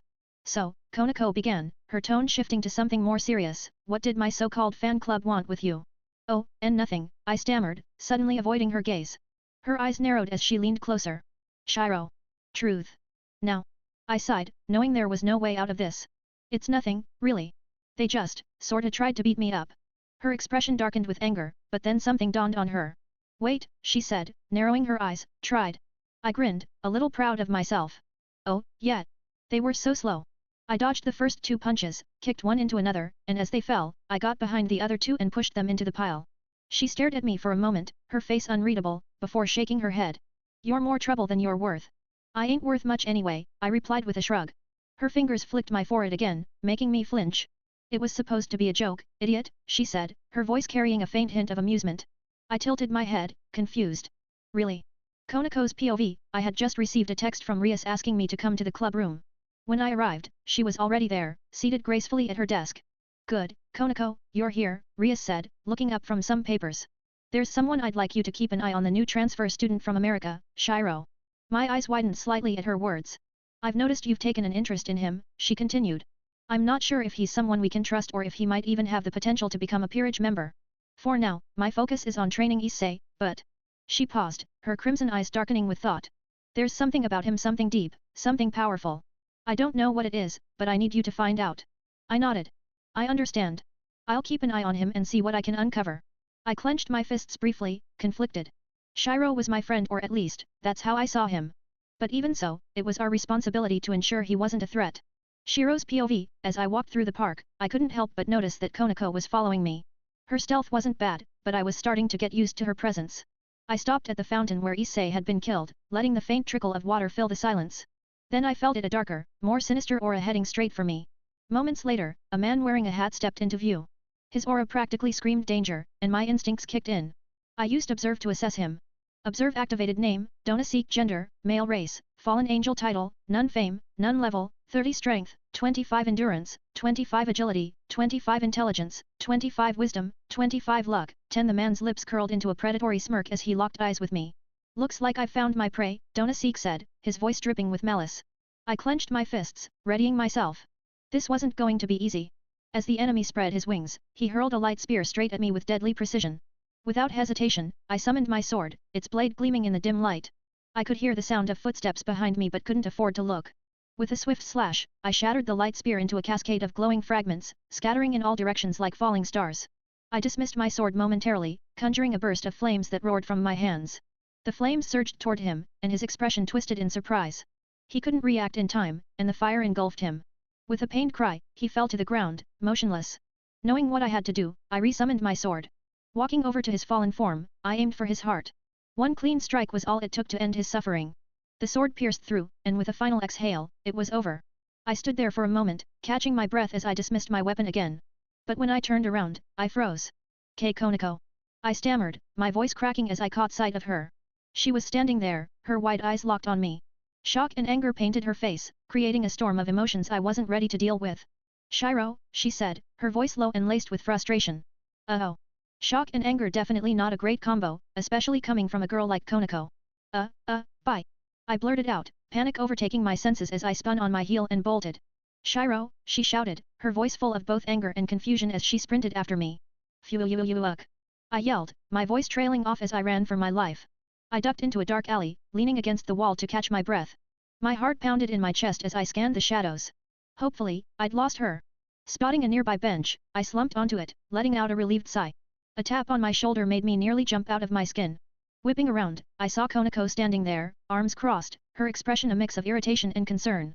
How does she do that? I thought, panicking internally. Konako. Before I could react, she stepped closer, pinning me against the wall with her hands on either side of me. Her glare was enough to make me shrink under her gaze. Shiro, she said, her voice low but firm, do you know about the supernatural? I swallowed hard and nodded. Why yes, I admitted, my voice barely above a whisper. Her eyes softened just a little, and she released me, gesturing toward the bench. Come on. Sit. I hesitated for a moment but obeyed, sitting beside her. She took a deep breath before speaking again. I'm sorry for getting mad earlier, she began, her tone calmer now. But you had me worried. You killed a fallen angel right in front of me like it was nothing. I am sorry, I mumbled, staring at the ground. Konako shook her head. That's not it, Shiro. Why are you always so scared when you think you're in trouble? You act like you're afraid someone's going to hurt you. Her words hit me harder than I expected, and I looked away, unable to meet her gaze. She reached out and gently took my hand, her touch soft but firm. I know what you're thinking, she said, her voice quieter now. That I can't help you. But I can. I'm a devil, Shiro. I can help you, at least ease the pain. Please. I'm worried about you. About my friend. Her words caught me off guard. I turned to look at her, the concern in her golden eyes unmistakable. Really? I asked hesitantly, unsure if I could believe her. Instead of answering, Konako leaned forward and hugged me. I froze, completely unused to such a gesture of kindness. When she finally pulled away, she gave me a small, reassuring smile. See, can I tell you some other time? I asked, my voice trembling slightly. Konako sighed, but the girls in class were all watching us, their faces lighting up with amused smiles. Ow, that stings. I complained as Konako carefully cleaned one of my cuts. Well, suck it up, you big baby, she retorted, her tone flat but her words sharp. But I don't like bandages. I whined, shifting uncomfortably. I can't punch people properly with them on. Without missing a beat, Konako flicked my forehead again. You shouldn't be punching people anyway, she said sternly. Unless you absolutely have to. But I like causing trouble, I shot back, grinning mischievously. She sighed, exasperated. I've noticed. From behind us, the teacher chuckled, clearly entertained by our back and forth. So, Konako began, her tone shifting to something more serious, what did my so-called fan club want with you? Oh, and nothing, I stammered, suddenly avoiding her gaze. Her eyes narrowed as she leaned closer. Shiro. Truth. Now. I sighed, knowing there was no way out of this. It's nothing, really. They just, sorta tried to beat me up. Her expression darkened with anger, but then something dawned on her. Wait, she said, narrowing her eyes, tried. I grinned, a little proud of myself. Oh, yeah. They were so slow. I dodged the first 2 punches, kicked one into another, and as they fell, I got behind the other 2 and pushed them into the pile. She stared at me for a moment, her face unreadable, before shaking her head. You're more trouble than you're worth. I ain't worth much anyway, I replied with a shrug. Her fingers flicked my forehead again, making me flinch. It was supposed to be a joke, idiot, she said, her voice carrying a faint hint of amusement. I tilted my head, confused. Really? Konako's POV, I had just received a text from Rias asking me to come to the club room. When I arrived, she was already there, seated gracefully at her desk. Good, Konako, you're here, Rias said, looking up from some papers. There's someone I'd like you to keep an eye on, the new transfer student from America, Shiro. My eyes widened slightly at her words. I've noticed you've taken an interest in him, she continued. I'm not sure if he's someone we can trust or if he might even have the potential to become a peerage member. For now, my focus is on training Issei, but... She paused, her crimson eyes darkening with thought. There's something about him, something deep, something powerful. I don't know what it is, but I need you to find out. I nodded. I understand. I'll keep an eye on him and see what I can uncover. I clenched my fists briefly, conflicted. Shiro was my friend, or at least, that's how I saw him. But even so, it was our responsibility to ensure he wasn't a threat. Shiro's POV, as I walked through the park, I couldn't help but notice that Konako was following me. Her stealth wasn't bad, but I was starting to get used to her presence. I stopped at the fountain where Issei had been killed, letting the faint trickle of water fill the silence. Then I felt it, a darker, more sinister aura heading straight for me. Moments later, a man wearing a hat stepped into view. His aura practically screamed danger, and my instincts kicked in. I used Observe to assess him. Observe activated: name, Donna Seek, gender, male, race, fallen angel, title, none, fame, none, level, 30 strength, 25 endurance, 25 agility, 25 intelligence, 25 wisdom, 25 luck, 10. The man's lips curled into a predatory smirk as he locked eyes with me. Looks like I've found my prey, Donna Seek said, his voice dripping with malice. I clenched my fists, readying myself. This wasn't going to be easy. As the enemy spread his wings, he hurled a light spear straight at me with deadly precision. Without hesitation, I summoned my sword, its blade gleaming in the dim light. I could hear the sound of footsteps behind me but couldn't afford to look. With a swift slash, I shattered the light spear into a cascade of glowing fragments, scattering in all directions like falling stars. I dismissed my sword momentarily, conjuring a burst of flames that roared from my hands. The flames surged toward him, and his expression twisted in surprise. He couldn't react in time, and the fire engulfed him. With a pained cry, he fell to the ground, motionless. Knowing what I had to do, I resummoned my sword. Walking over to his fallen form, I aimed for his heart. One clean strike was all it took to end his suffering. The sword pierced through, and with a final exhale, it was over. I stood there for a moment, catching my breath as I dismissed my weapon again. But when I turned around, I froze. Konako. I stammered, my voice cracking as I caught sight of her. She was standing there, her wide eyes locked on me. Shock and anger painted her face, creating a storm of emotions I wasn't ready to deal with. Shiro, she said, her voice low and laced with frustration. Oh. Shock and anger, definitely not a great combo, especially coming from a girl like Konako. Bye. I blurted out, panic overtaking my senses as I spun on my heel and bolted. Shiro, she shouted, her voice full of both anger and confusion as she sprinted after me. Fuck. I yelled, my voice trailing off as I ran for my life. I ducked into a dark alley, leaning against the wall to catch my breath. My heart pounded in my chest as I scanned the shadows. Hopefully, I'd lost her. Spotting a nearby bench, I slumped onto it, letting out a relieved sigh. A tap on my shoulder made me nearly jump out of my skin. Whipping around, I saw Konako standing there, arms crossed, her expression a mix of irritation and concern. How does she do that? I thought, panicking internally. Konako. Before I could react, she stepped closer, pinning me against the wall with her hands on either side of me. Her glare was enough to make me shrink under her gaze. Shiro, she said, her voice low but firm, do you know about the supernatural? I swallowed hard and nodded. Why yes, I admitted, my voice barely above a whisper. Her eyes softened just a little, and she released me, gesturing toward the bench. Come on. Sit. I hesitated for a moment but obeyed, sitting beside her. She took a deep breath before speaking again. I'm sorry for getting mad earlier, she began, her tone calmer now. But you had me worried. You killed a fallen angel right in front of me like it was nothing. I am sorry, I mumbled, staring at the ground. Konako shook her head. That's not it, Shiro. Why are you always so scared when you think you're in trouble? You act like you're afraid someone's going to hurt you. Her words hit me harder than I expected, and I looked away, unable to meet her gaze. She reached out and gently took my hand, her touch soft but firm. I know what you're thinking, she said, her voice quieter now. That I can't help you. But I can. I'm a devil, Shiro. I can help you, at least ease the pain. Please. I'm worried about you. About my friend. Her words caught me off guard. I turned to look at her, the concern in her golden eyes unmistakable. "Ah really?" I asked hesitantly, unsure if I could believe her. Instead of answering, Konako leaned forward and hugged me. I froze, completely unused to such a gesture of kindness. When she finally pulled away, she gave me a small, reassuring smile. "See, can I tell you some other time?" I asked, my voice trembling slightly. Konako sighed, but the girls in class were all watching us, their faces lighting up with amused smiles. "Ow, that stings," I complained as Konako carefully cleaned one of my cuts. "Well, suck it up, you big baby," she retorted, her tone flat but her words sharp. "But I don't like bandages," I whined, shifting uncomfortably. "I can't punch people properly with them on." Without missing a beat, Konako flicked my forehead again. "You shouldn't be punching people anyway," she said sternly.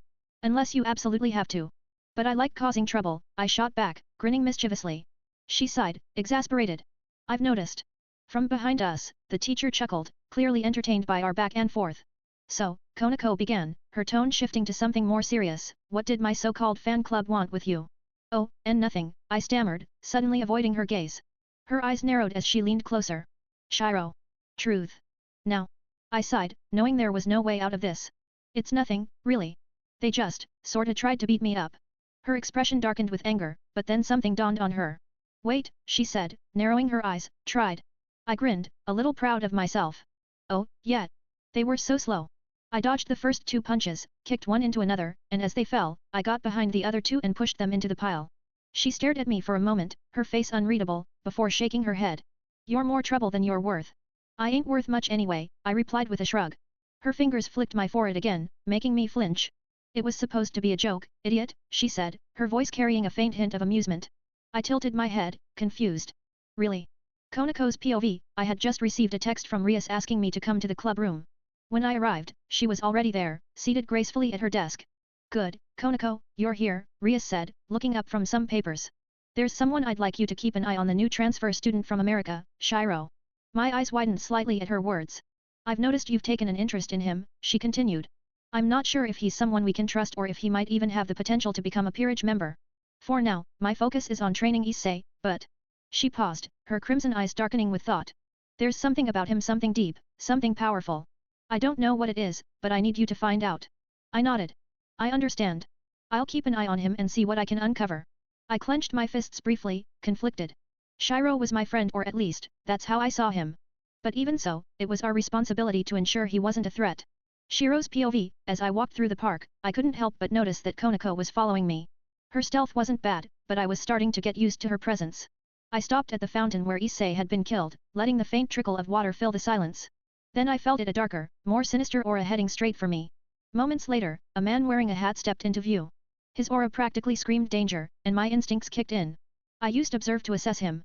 Observe activated: name, Donaseek, gender, male, race, fallen angel, title, none, fame, none, level, 30 strength, 25 endurance, 25 agility, 25 intelligence, 25 wisdom, 25 luck, 10. The man's lips curled into a predatory smirk as he locked eyes with me.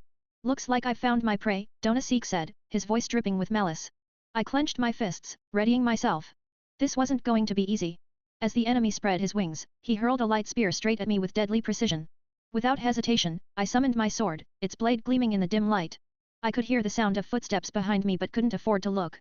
With a swift slash, I shattered the light spear into a cascade of glowing fragments, scattering in all directions like falling stars. I dismissed my sword momentarily, conjuring a burst of flames that roared from my hands. The flames surged toward him, and his expression twisted in surprise. He couldn't react in time, and the fire engulfed him. With a pained cry, he fell to the ground, motionless. Knowing what I had to do, I resummoned my sword. Walking over to his fallen form, I aimed for his heart. One clean strike was all it took to end his suffering. The sword pierced through, and with a final exhale, it was over. I stood there for a moment, catching my breath as I dismissed my weapon again. But when I turned around, I froze. Konako. I stammered, my voice cracking as I caught sight of her. She was standing there, her wide eyes locked on me. Shock and anger painted her face, creating a storm of emotions I wasn't ready to deal with. "Shiro," she said, her voice low and laced with frustration. "Oh. Shock and anger, definitely not a great combo, especially coming from a girl like Konako." Bye." I blurted out, panic overtaking my senses as I spun on my heel and bolted. "Shiro," she shouted, her voice full of both anger and confusion as she sprinted after me. "Fuck!" I yelled, my voice trailing off as I ran for my life.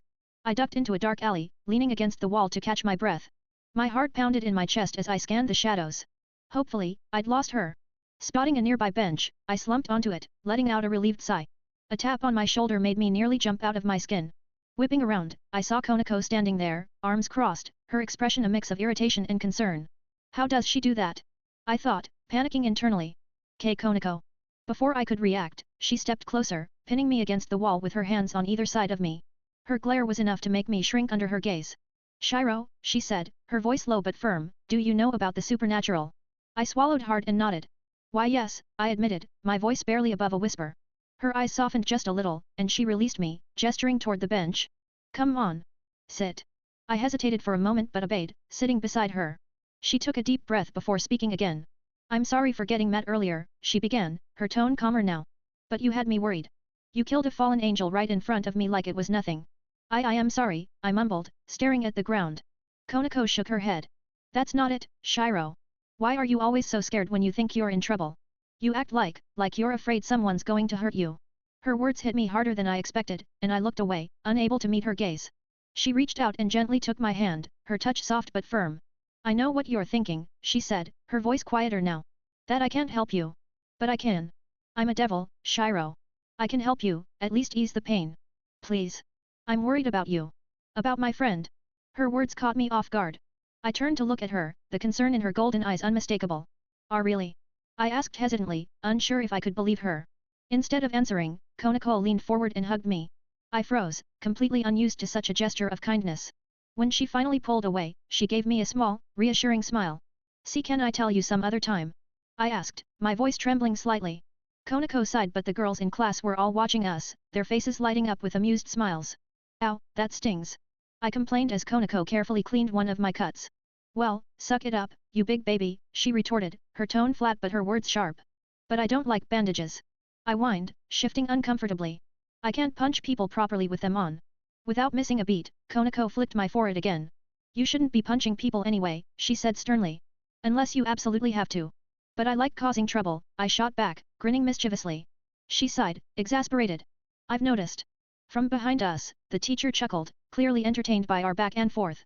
So, Konako began, her tone shifting to something more serious, what did my so-called fan club want with you? Oh, and nothing, I stammered, suddenly avoiding her gaze. Her eyes narrowed as she leaned closer. Shiro. Truth. Now. I sighed, knowing there was no way out of this. It's nothing, really. They just, sorta tried to beat me up. Her expression darkened with anger, but then something dawned on her. Wait, she said, narrowing her eyes, tried. I grinned, a little proud of myself. Oh, yeah. They were so slow. I dodged the first two punches, kicked one into another, and as they fell, I got behind the other two and pushed them into the pile. She stared at me for a moment, her face unreadable, before shaking her head. You're more trouble than you're worth. I ain't worth much anyway, I replied with a shrug. Her fingers flicked my forehead again, making me flinch. It was supposed to be a joke, idiot, she said, her voice carrying a faint hint of amusement. I tilted my head, confused. Really? Konako's POV, I had just received a text from Rias asking me to come to the club room. When I arrived, she was already there, seated gracefully at her desk. Good, Konako, you're here, Rias said, looking up from some papers.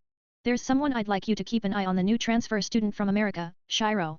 My eyes widened slightly at her words. I've noticed you've taken an interest in him, she continued. I'm not sure if he's someone we can trust or if he might even have the potential to become a peerage member. For now, my focus is on training Issei, but... She paused, her crimson eyes darkening with thought. There's something about him, something deep, something powerful. I don't know what it is, but I need you to find out. I nodded. I understand. I'll keep an eye on him and see what I can uncover. I clenched my fists briefly, conflicted.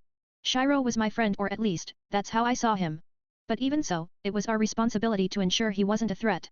Shiro's POV, as I walked through the park, I couldn't help but notice that Konako was following me. Her stealth wasn't bad, but I was starting to get used to her presence. I stopped at the fountain where Issei had been killed, letting the faint trickle of water fill the silence. Then I felt it, a darker, more sinister aura heading straight for me. Moments later, a man wearing a hat stepped into view. His aura practically screamed danger, and my instincts kicked in. I used Observe to assess him. Observe activated: name, Dona Seek, gender, male, race, fallen angel, title, none, fame, none, level, 30 strength, 25 endurance, 25 agility, 25 intelligence, 25 wisdom, 25 luck, 10. The man's lips curled into a predatory smirk as he locked eyes with me. Looks like I've found my prey, Dona Seek said, his voice dripping with malice. I clenched my fists, readying myself. This wasn't going to be easy. As the enemy spread his wings, he hurled a light spear straight at me with deadly precision. Without hesitation, I summoned my sword, its blade gleaming in the dim light. I could hear the sound of footsteps behind me but couldn't afford to look. With a swift slash, I shattered the light spear into a cascade of glowing fragments, scattering in all directions like falling stars. I dismissed my sword momentarily, conjuring a burst of flames that roared from my hands. The flames surged toward him, and his expression twisted in surprise. He couldn't react in time, and the fire engulfed him. With a pained cry, he fell to the ground, motionless. Knowing what I had to do, I resummoned my sword. Walking over to his fallen form, I aimed for his heart. One clean strike was all it took to end his suffering. The sword pierced through, and with a final exhale, it was over. I stood there for a moment, catching my breath as I dismissed my weapon again. But when I turned around, I froze. Konako. I stammered, my voice cracking as I caught sight of her. She was standing there, her wide eyes locked on me. Shock and anger painted her face, creating a storm of emotions I wasn't ready to deal with. Shiro, she said, her voice low and laced with frustration. Oh. Shock and anger definitely not a great combo, especially coming from a girl like Konako. Bye. I blurted out, panic overtaking my senses as I spun on my heel and bolted. Shiro, she shouted, her voice full of both anger and confusion as she sprinted after me. Fuck. I yelled, my voice trailing off as I ran for my life. I ducked into a dark alley, leaning against the wall to catch my breath. My heart pounded in my chest as I scanned the shadows. Hopefully, I'd lost her. Spotting a nearby bench, I slumped onto it, letting out a relieved sigh. A tap on my shoulder made me nearly jump out of my skin. Whipping around, I saw Konako standing there, arms crossed, her expression a mix of irritation and concern. How does she do that? I thought, panicking internally. Konako. Before I could react, she stepped closer, pinning me against the wall with her hands on either side of me. Her glare was enough to make me shrink under her gaze. Shiro, she said, her voice low but firm, do you know about the supernatural? I swallowed hard and nodded. Why yes, I admitted, my voice barely above a whisper. Her eyes softened just a little, and she released me, gesturing toward the bench. Come on. Sit. I hesitated for a moment but obeyed, sitting beside her. She took a deep breath before speaking again. I'm sorry for getting mad earlier, she began, her tone calmer now. But you had me worried. You killed a fallen angel right in front of me like it was nothing. I am sorry, I mumbled, staring at the ground. Konako shook her head. That's not it, Shiro. Why are you always so scared when you think you're in trouble? You act like you're afraid someone's going to hurt you. Her words hit me harder than I expected, and I looked away, unable to meet her gaze. She reached out and gently took my hand, her touch soft but firm. I know what you're thinking, she said, her voice quieter now. That I can't help you. But I can. I'm a devil, Shiro. I can help you, at least ease the pain. Please. I'm worried about you. About my friend. Her words caught me off guard. I turned to look at her, the concern in her golden eyes unmistakable. Really? I asked hesitantly, unsure if I could believe her. Instead of answering, Konako leaned forward and hugged me.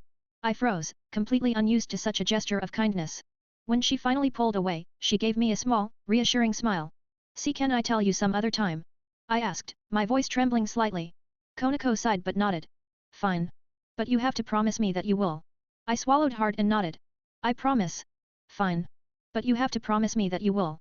I swallowed hard and nodded. I promise. Fine. But you have to promise me that you will. I swallowed hard and nodded. I promise. Fine. But you have to promise me that you will. I swallowed hard and nodded. I promise. Fine. But you have to promise me that you will. I swallowed hard and nodded. I promise. Fine. But you have to promise me that you will. I swallowed hard and nodded. I promise. Fine. But you have to promise me that you will. I swallowed hard and nodded. I promise. Fine. But you have to promise me that you will. I swallowed hard and nodded. I promise. Fine. But you have to promise me that you will. I swallowed hard and nodded. I promise. Konako sighed but nodded. Fine. But you have to promise me that you will. I swallowed hard and nodded. I promise. Chapter 11:10, Vampire Quest. When I woke up, I noticed Konako lying beside me in my bed. My face turned red as the memory of what had happened the day before came rushing back. Quietly, I pulled the blanket over her to keep her warm and slipped out of bed, careful not to wake her.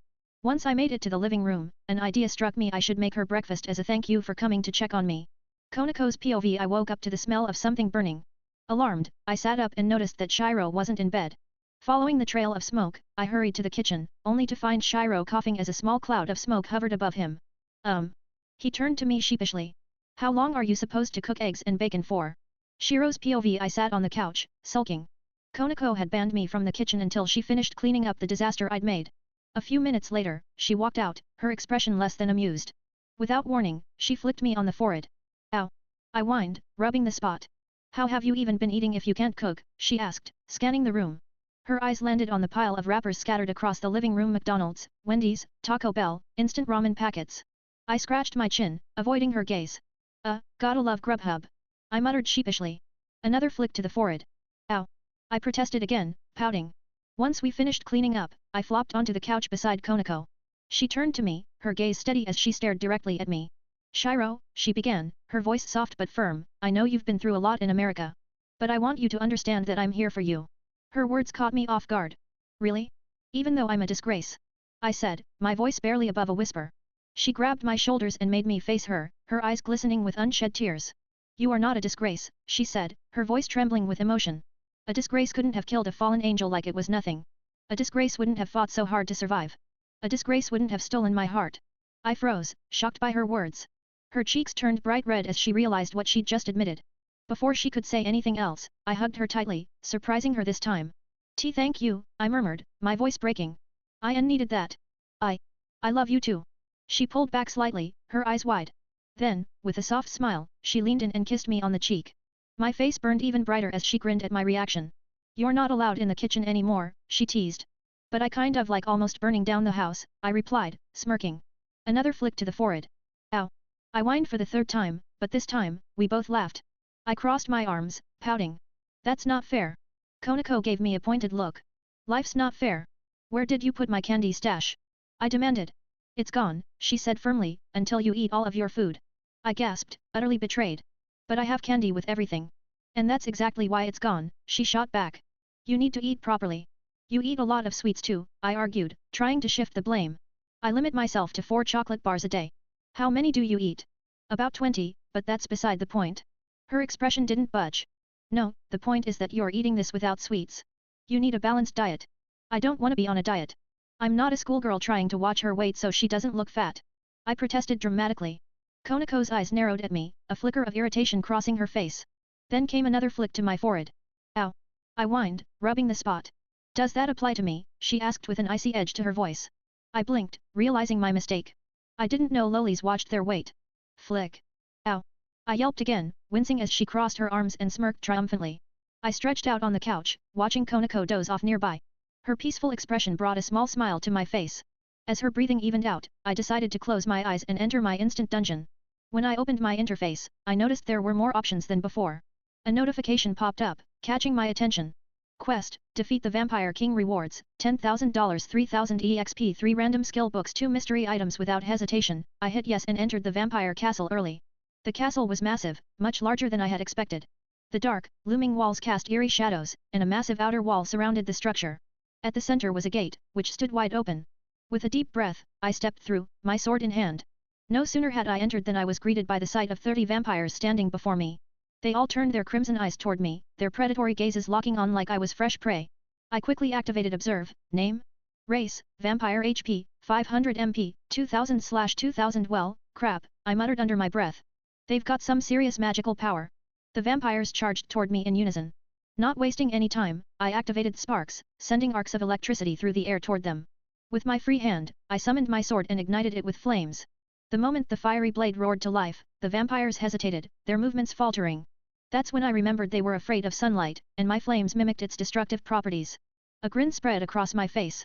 Perfect. I lunged forward, sword blazing, cutting through their ranks. After clearing the area, I collapsed onto one knee, panting heavily. I reached into my inventory and pulled out 3 stamina potions and 2 mana potions, quickly downing them to recover. Before I could fully catch my breath, loud footsteps echoed from deeper within the castle. The ground seemed to tremble with each step. I gripped my sword tightly, the flames reigniting as I prepared myself. From the shadows, something emerged. My eyes widened as I saw it. Chapter 1211, Alucard. Hey guys, if you like the fanfic and want to read ahead by 10 plus chapters or just want to support, take a visit on my Patreon. p.a.t.r.e.o.n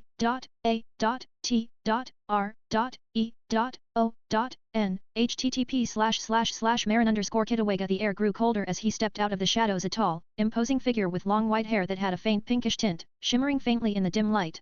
His sharp features and piercing gaze gave him an ethereal yet menacing presence. Dressed in a regal robe of dark green and black, adorned with gold accents and a fur-lined collar, he radiated authority and cruelty. The intricate designs of his outfit, coupled with shoulder armor and a decorative belt, hinted at both nobility and readiness for battle. He exuded power, sophistication, and a sense of otherworldly dominance. Who dares enter my castle uninvited? His deep, commanding voice reverberated through the grand hall. His crimson eyes locked onto me, narrowing as he assessed me. So, you're the one who managed to take down all my minions. I stood tall, gripping my sword tightly. Yes. That would be me.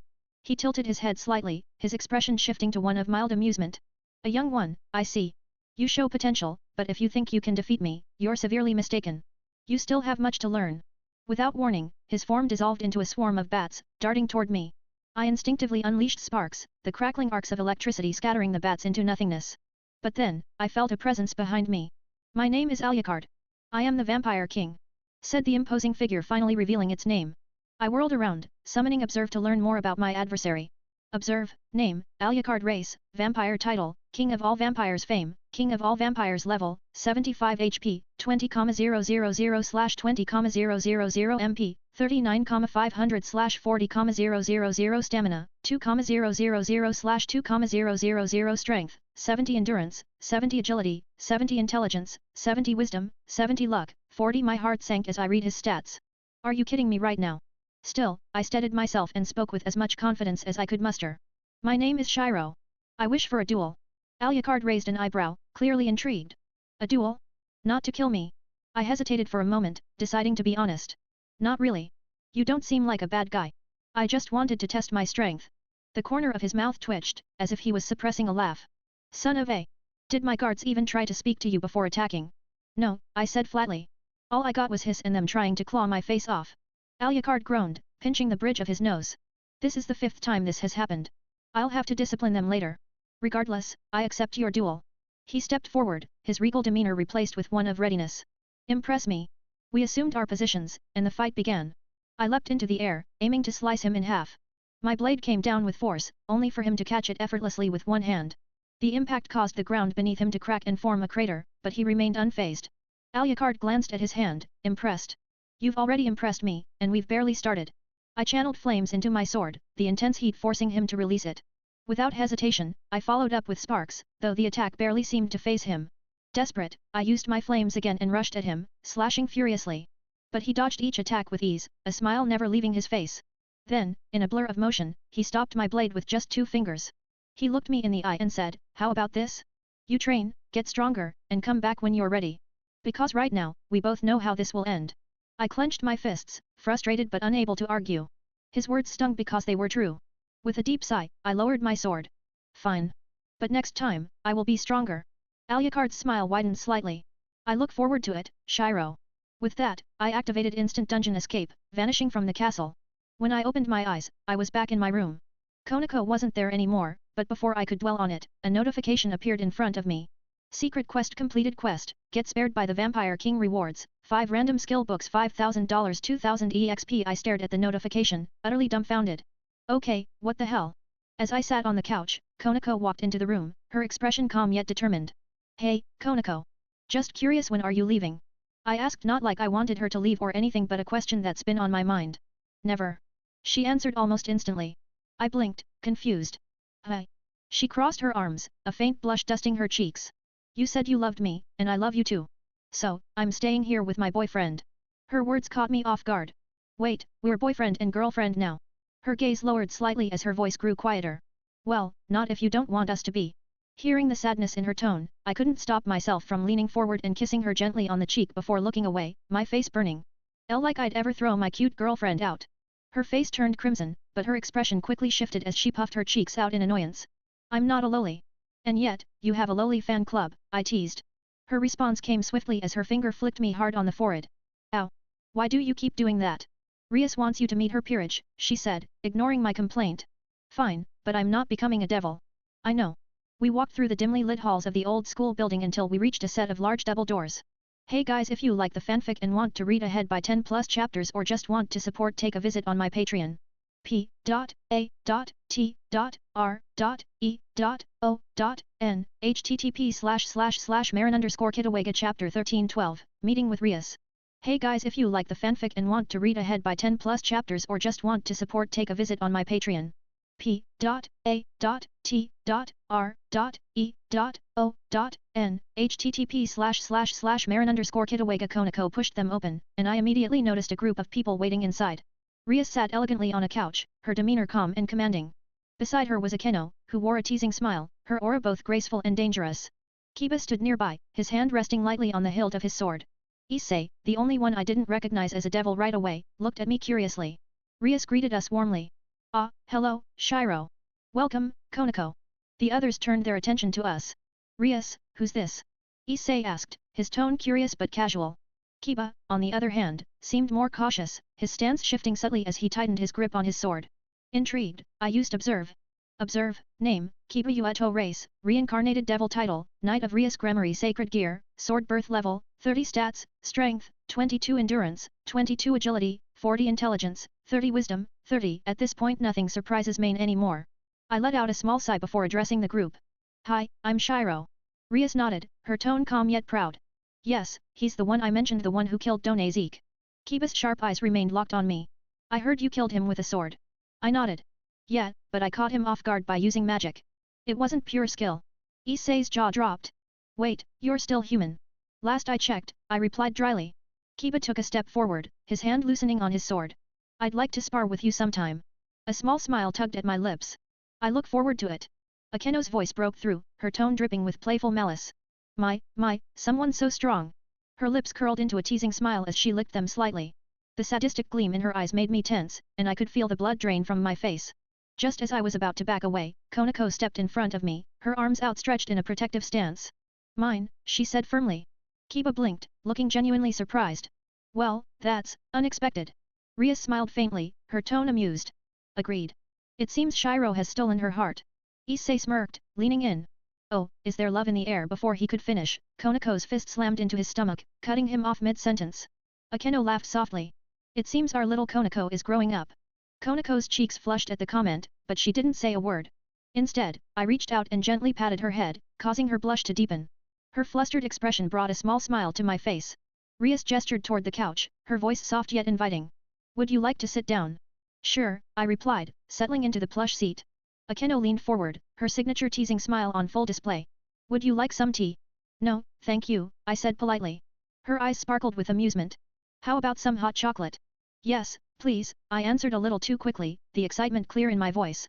The room fell silent for a beat before everyone broke into smiles, making my face heat up in embarrassment. Akeno's voice turned even more playful. Would you like a candy bar too? Stars practically lit up in my eyes. Yes. Konako's tone was quick and firm. Only one. I slumped slightly, pouting. Konako, you're no fun. A short while later, I was sitting with Rias, engaged in conversation. Her demeanor remained calm yet perceptive, her crimson eyes watching me closely. I understand that you don't wish to become a devil, she said, her tone respectful. I'll honor your decision. However, if you ever encounter anyone from the supernatural world, please inform me immediately. It could be dangerous. I nodded. I will. Thank you for understanding. A faint smile curved her lips, and I could swear there was a teasing undertone in her voice as she added, feel free to stay here anytime with your girlfriend. Later, I was sitting alone, sorting through my inventory.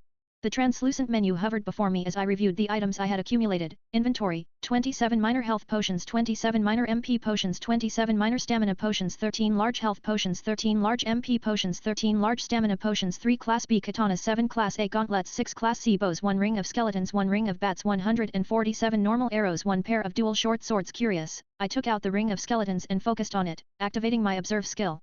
Observe, ring of skeletons effect, summons up to 20 skeletons. Recharge time, 5 minutes. Additional effect, does not drain the wearer's magic power. Summoned skeletons are a quarter as strong as the wearer. Bonus, increases the wearer's health by 100. Class, Legendary. The ring was crafted from polished silver, with a striking skeleton head as its centerpiece. 2 yellow gems served as the skeleton's eyes, and an orange gem rested in its mouth. I slipped it onto the index finger of my left hand, noting how perfectly it fit. Next, I retrieved the ring of bats and used observe on it. Observe, ring of bats effect, summons a swarm of bats. Recharge time, 5 minutes. Additional effect, the summoned bats are a quarter as strong as the wearer. Bonus, increases the wearer's health by 100. This ring was similarly crafted from silver but bore a blood-red gem in its center, surrounded by intricate, unreadable inscriptions. It exuded an aura of mystery and power. I slid it onto the index finger of my right hand, where it settled comfortably. Admiring the craftsmanship of both rings, I flexed my fingers. These weren't just accessories, they were tools of power. And with them, I felt one step closer to the strength to live in this world. Hey guys, if you like the fanfic and want to read ahead by 10 plus chapters or just want to support, take a visit on my Patreon. p.a.t.r.e.o.n http://Marin_Kitawega Chapter 1413, Holy Maiden. Hey guys, if you like the fanfic and want to read ahead by 10 plus chapters or just want to support, take a visit on my Patreon. p.a.t.r.e.o.n http://Marin_Kitawega. I turned to Rias, curiosity sparking a question. Hey, Rias senpai. Rias, mid-sip of water, choked in surprise. Akeno immediately broke into giggles, Kiba fought to stifle his laughter, and Issei bit his lip to hold back a snicker. Konako, as always, remained completely unbothered. Rias cleared her throat, giving me an exasperated look. What is it, Shiro? Also, please don't call me that. That's just an anime thing. Oh, I know, I replied with a smirk. I just wanted to see your reaction. Rias sighed and shook her head. You're unbelievable. So, what did you need? I was wondering if you had any magic books lying around that you don't need. If so, could I buy them off you? Rias raised an eyebrow but smiled. I do have a few, but there's no need for payment. Are you sure? I don't mind paying, I offered. She waved the idea off. I'm sure. Rising from her seat, Rias walked to the bookshelf behind her, scanning its contents. After a moment, she pulled down 3 books and handed them to me. Thank you, Rias, I said sincerely. It's no problem, she replied, taking her seat again. I looked at the titles, excitement bubbling up as I read them: Icicle Lance, Chain Lightning, and Metal Control. These weren't just basic spells, they were advanced magic. Akeno leaned in close to Rias and whispered something I couldn't quite catch. Whatever she said made Rias's eyes widen slightly, and my curiosity was piqued. I used Observe on Akeno.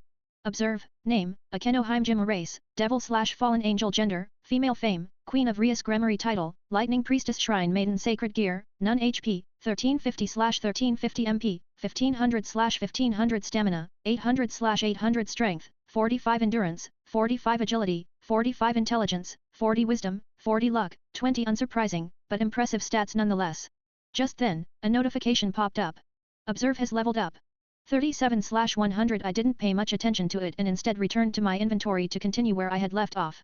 Inventory, 147 arrows, 89 vampire fangs, 237 black dragon scales, 367 dragon bones, 110 dragon teeth. Before I could dive deeper into my inventory, Rias interrupted. I've just received information about a stray devil hiding out in a warehouse, she announced, her tone calm but serious. Shiro, would you like to join us? Sure, I replied without hesitation. We arrived at the warehouse, the air heavy with an ominous presence. Rias led the group inside, her commanding aura keeping everyone focused. Issei, stay behind me, she instructed. Watch carefully and learn. You're not ready to fight yet. Issei nodded, falling in line behind her. Meanwhile, I wandered off a little, my curiosity getting the better of me. The dimly lit warehouse echoed with faint shuffling sounds, putting me on edge. I returned to the group just as the stray devil appeared, strutting forward with an unsettling smirk. She was tall, with twisted features that barely resembled her former human self. Despite her grotesque appearance, she rubbed her chest seductively as she addressed Rias. I glanced away, thoroughly uncomfortable, but the stray's eyes landed on me, and her grin widened. Oh, what's this? A shy one? Her voice was sickly sweet, laced with mockery. Don't worry, little boy. I'll make you into a real man. My face heated up instantly as I turned away, blushing furiously. Akeno giggled softly behind me. My, Shiro. You're too innocent for this. I gritted my teeth, trying to focus. This is going to be a long mission. I heard the unmistakable sound of a brutal beatdown. Turning around, I saw Konako absolutely pummeling the stray devil with relentless fury. Her small fists struck with a force that belied her petite frame, each punch emphasizing her anger. Don't punch, mess, punch with punch, my punch boyfriend. With one final uppercut, the stray devil was sent sprawling, only for Akeno to step in, her signature sadistic smile in place. A crackle of lightning danced around her fingers before she unleashed a bolt of electricity, leaving the stray battered and twitching. Rias stepped forward, her gaze cold and commanding.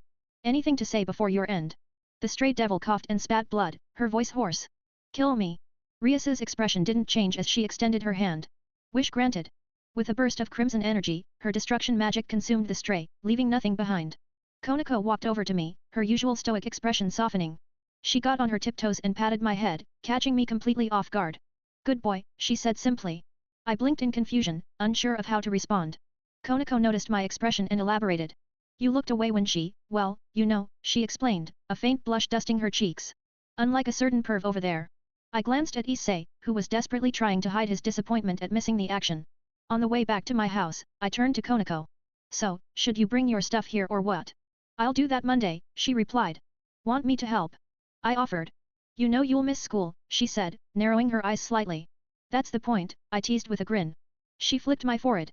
No skipping. Ow, I whined, rubbing the spot as she smirked. It was Sunday, and I was walking through the park, enjoying the calm atmosphere. Suddenly, I heard a startled cry. AHH. I turned in time to catch sight of a girl tumbling to the ground, her skirt flipping up slightly. I averted my gaze immediately, catching a glimpse of blue and white striped panties before I focused on the ground instead. The girl scrambled to her feet, covering herself with an embarrassed flush. She had long blonde hair, bright green eyes, and a childlike innocence to her expression. Curious, I used observe on her. Observe, name, Asia Argento gender, female age, 16 title, Holy Maiden fame, ex-Holy Maiden sacred gear, Twilight healing level, 15 HP, 350/350 MP, 2000/2000 stamina, 400/400 strength, 10 endurance, 10 agility, 10 intelligence, 20 wisdom, 20 luck, 15. Hey guys, if you like the fanfic and want to read ahead by 10 plus chapters or just want to support, take a visit on my Patreon. p.a.t.r.e.o.n http://marin_kitawega chapter 1514 Asia Argento. Hey guys, if you like the fanfic and want to read ahead by 10 plus chapters or just want to support, take a visit on my Patreon. p.a.t.r.e.o.n http://marin_kitawega. Observe, name, Asia Argento gender, female age, 16 title, Holy Maiden fame, ex-Holy Maiden sacred gear, Twilight healing level, 15 HP, 350/350 MP, 2000/2000 stamina, 400/400 strength, 10 endurance, 10 agility, 10 intelligence, 20 wisdom, 20 luck, 15. I extended a hand to help her up. She hesitated for a moment before taking it, her grip soft yet warm. Thank you very much, she said, her voice gentle and sincere. It's no problem, I replied with a small smile. I'm Asia Argento, she introduced herself, bowing slightly. I'm Shiro. Nice to meet you, I said in return. As I looked at her, I realized who she was and what awaited her if she reached the church. I felt a pang of guilt knowing I was about to lie, but if it meant sparing her from what I knew was coming, it was worth it. You're from the church, right? I asked cautiously. Her expression faltered, sadness flickering in her eyes. Well, no, not exactly. I've been thrown out of the church I was staying at. I'm heading to a new one now. I leaned in slightly and whispered, my tone serious. Asia, I know this might be hard to believe, but the church you're going to, it's a trap. The fallen angels are planning to use you. I know we just met, but you have to trust me. I overheard everything when I passed by the church. Her eyes widened, confusion and fear mingling in her expression. A trap? But why would they want your sacred gear? I interrupted gently. It's too valuable. Please, Asia, don't go to them. She hesitated, uncertainty written all over her face. But I placed a reassuring hand on her shoulder. Stay with me for now. I'll explain everything and keep you safe. I smiled at her kindly, fully reassuring her. Asia's eyes widened like dinner plates, the shock clear on her face. Are you sure? She stammered. Yes, I said firmly. Her voice trembled with hesitation. I'm sorry that I have to ask, but are you a devil? I shook my head. No, I'm not a devil. If you want proof, let me hold your cross necklace. If I were a devil, it would burn me, right? She hesitated but eventually took off her necklace and handed it to me. I held it in my hand without issue. See? Nothing, I said, showing her my unscorched palm. I'm not lying to you. Asia looked at the necklace in my hand, her eyes widening even further. The color, it changed. I glanced at the necklace, noticing its color had shifted to blue. This necklace changes color to reveal lies, she explained, her voice trembling. Blue means the person is telling the truth. Red means they're lying. I can't believe it. I can't believe they would do this to me. Her voice cracked, and tears began to stream down her face. Without thinking, I pulled her into a comforting hug. After Asia had calmed down and stopped crying, I handed her necklace back. As we made our way to my house, a thought nagged at the back of my mind. Konako's going to kill me. We arrived at my home to find Konako lounging on the couch. Her sharp gaze shifted to us as we entered. She looked at Asia, then at me. Her eyes narrowed slightly as she took in my nervous expression. Shiro, Konako said flatly, explain who this is. How about we let her explain instead? I suggested, hoping to deflect some of the tension. Asia stepped forward, her voice soft but steady. Hi, I'm Asia Argento. Shiro saved me from being sent into the hands of fallen angels. Konako's expression didn't waver. You're from the church? Asia nodded, her tone tinged with sadness. I was thrown out of the church because I healed a devil. Oh, before I forget, I interjected, Asia, Konako here is my girlfriend. And a devil, Konako added bluntly. Asia's eyes widened at the revelation. You're a devil. Asia, are you okay? I asked, noticing her startled expression. Asia smiled faintly, her green eyes softening. I'm fine. You seem like a good person, Konako. She really is, I said with a warm smile. I love her very much. Konako's cheeks turned a faint shade of pink, and she looked away slightly. I continued, you see, I was walking by an old, run-down church when I overheard a group of fallen angels talking about their plan to take twilight healing from Asia. Taking someone's sacred gear would kill them. I couldn't let that happen, so I brought her here. Konako nodded thoughtfully. Okay. I'll inform Rias about what you saw. Oh, by the way, your candy stash is on the table. Wait, what? I blinked, momentarily distracted. Asia tilted her head curiously. Who is Rias? Rias is Konako's boss, I explained. Anything supernatural that happens in this town falls under her jurisdiction. Even angels have to get her permission to walk around here. She's very kind but can be a bit commanding at times. Still, she has a good heart. I understand, Asia said softly, nodding. So where do I stay? I hesitated for a moment, glancing at Konako, who raised an eyebrow. This was going to be tricky. After showing Asia to her room, I returned to mine and put on some music to relax. The familiar rhythm filled the air, helping me focus as I entered my instant dungeon. The dark, ominous vampire castle was still there in the distance, but my attention shifted to something more pressing: the skill books I hadn't yet used.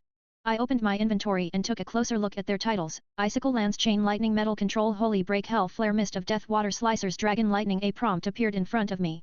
Would you like to learn these skills? Yes/no. Hey guys, if you like the fanfic and want to read ahead by 10 plus chapters or just want to support, take a visit on my Patreon. p.a.t.r.e.o.n http://Marin_Kitawega Chapter 1615, Dragon Boss.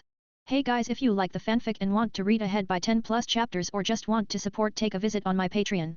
p.a.t.r.e.o.n http://Marin_Kitawega. A prompt appeared in front of me. Would you like to learn these skills? Yes/no. Without hesitation, I selected yes. As knowledge of each spell flooded into my mind, I felt a small surge of excitement. With my new skills ready to test, I decided to head into a different dungeon, choosing one at random. The dungeon materialized as a vast grassland stretching endlessly under a bright blue sky. A refreshing change from the oppressive atmosphere of the vampire castle. I figured this was the perfect setting to test my abilities. I started with metal control, but as I concentrated on bending and manipulating the elements, I realized it was far from easy. Sweat dripped down my forehead as I focused harder, my muscles tensed in frustration. This better be worth it, I thought, finally taking a break. Wiping my brow, I decided to switch tactics and test my magic instead. I extended my hand, focusing on the icy energy I could feel pulsing within me. Icicle Lance. A brilliant, ice-blue magic circle appeared before me, and from it, a lance of pure ice shot forward, piercing the ground with precision. Checking my MP, I noted that it only consumed 20 points. Not bad, I muttered, a small smile forming. Next, I tried water slicers. Water slicers. 10 sharp blades of water erupted from a deep blue magic circle, slicing through the air with incredible speed. Encouraged by my progress, I moved on to something more powerful. Dragon Lightning. This time, a pale blue magic circle materialized, crackling with energy.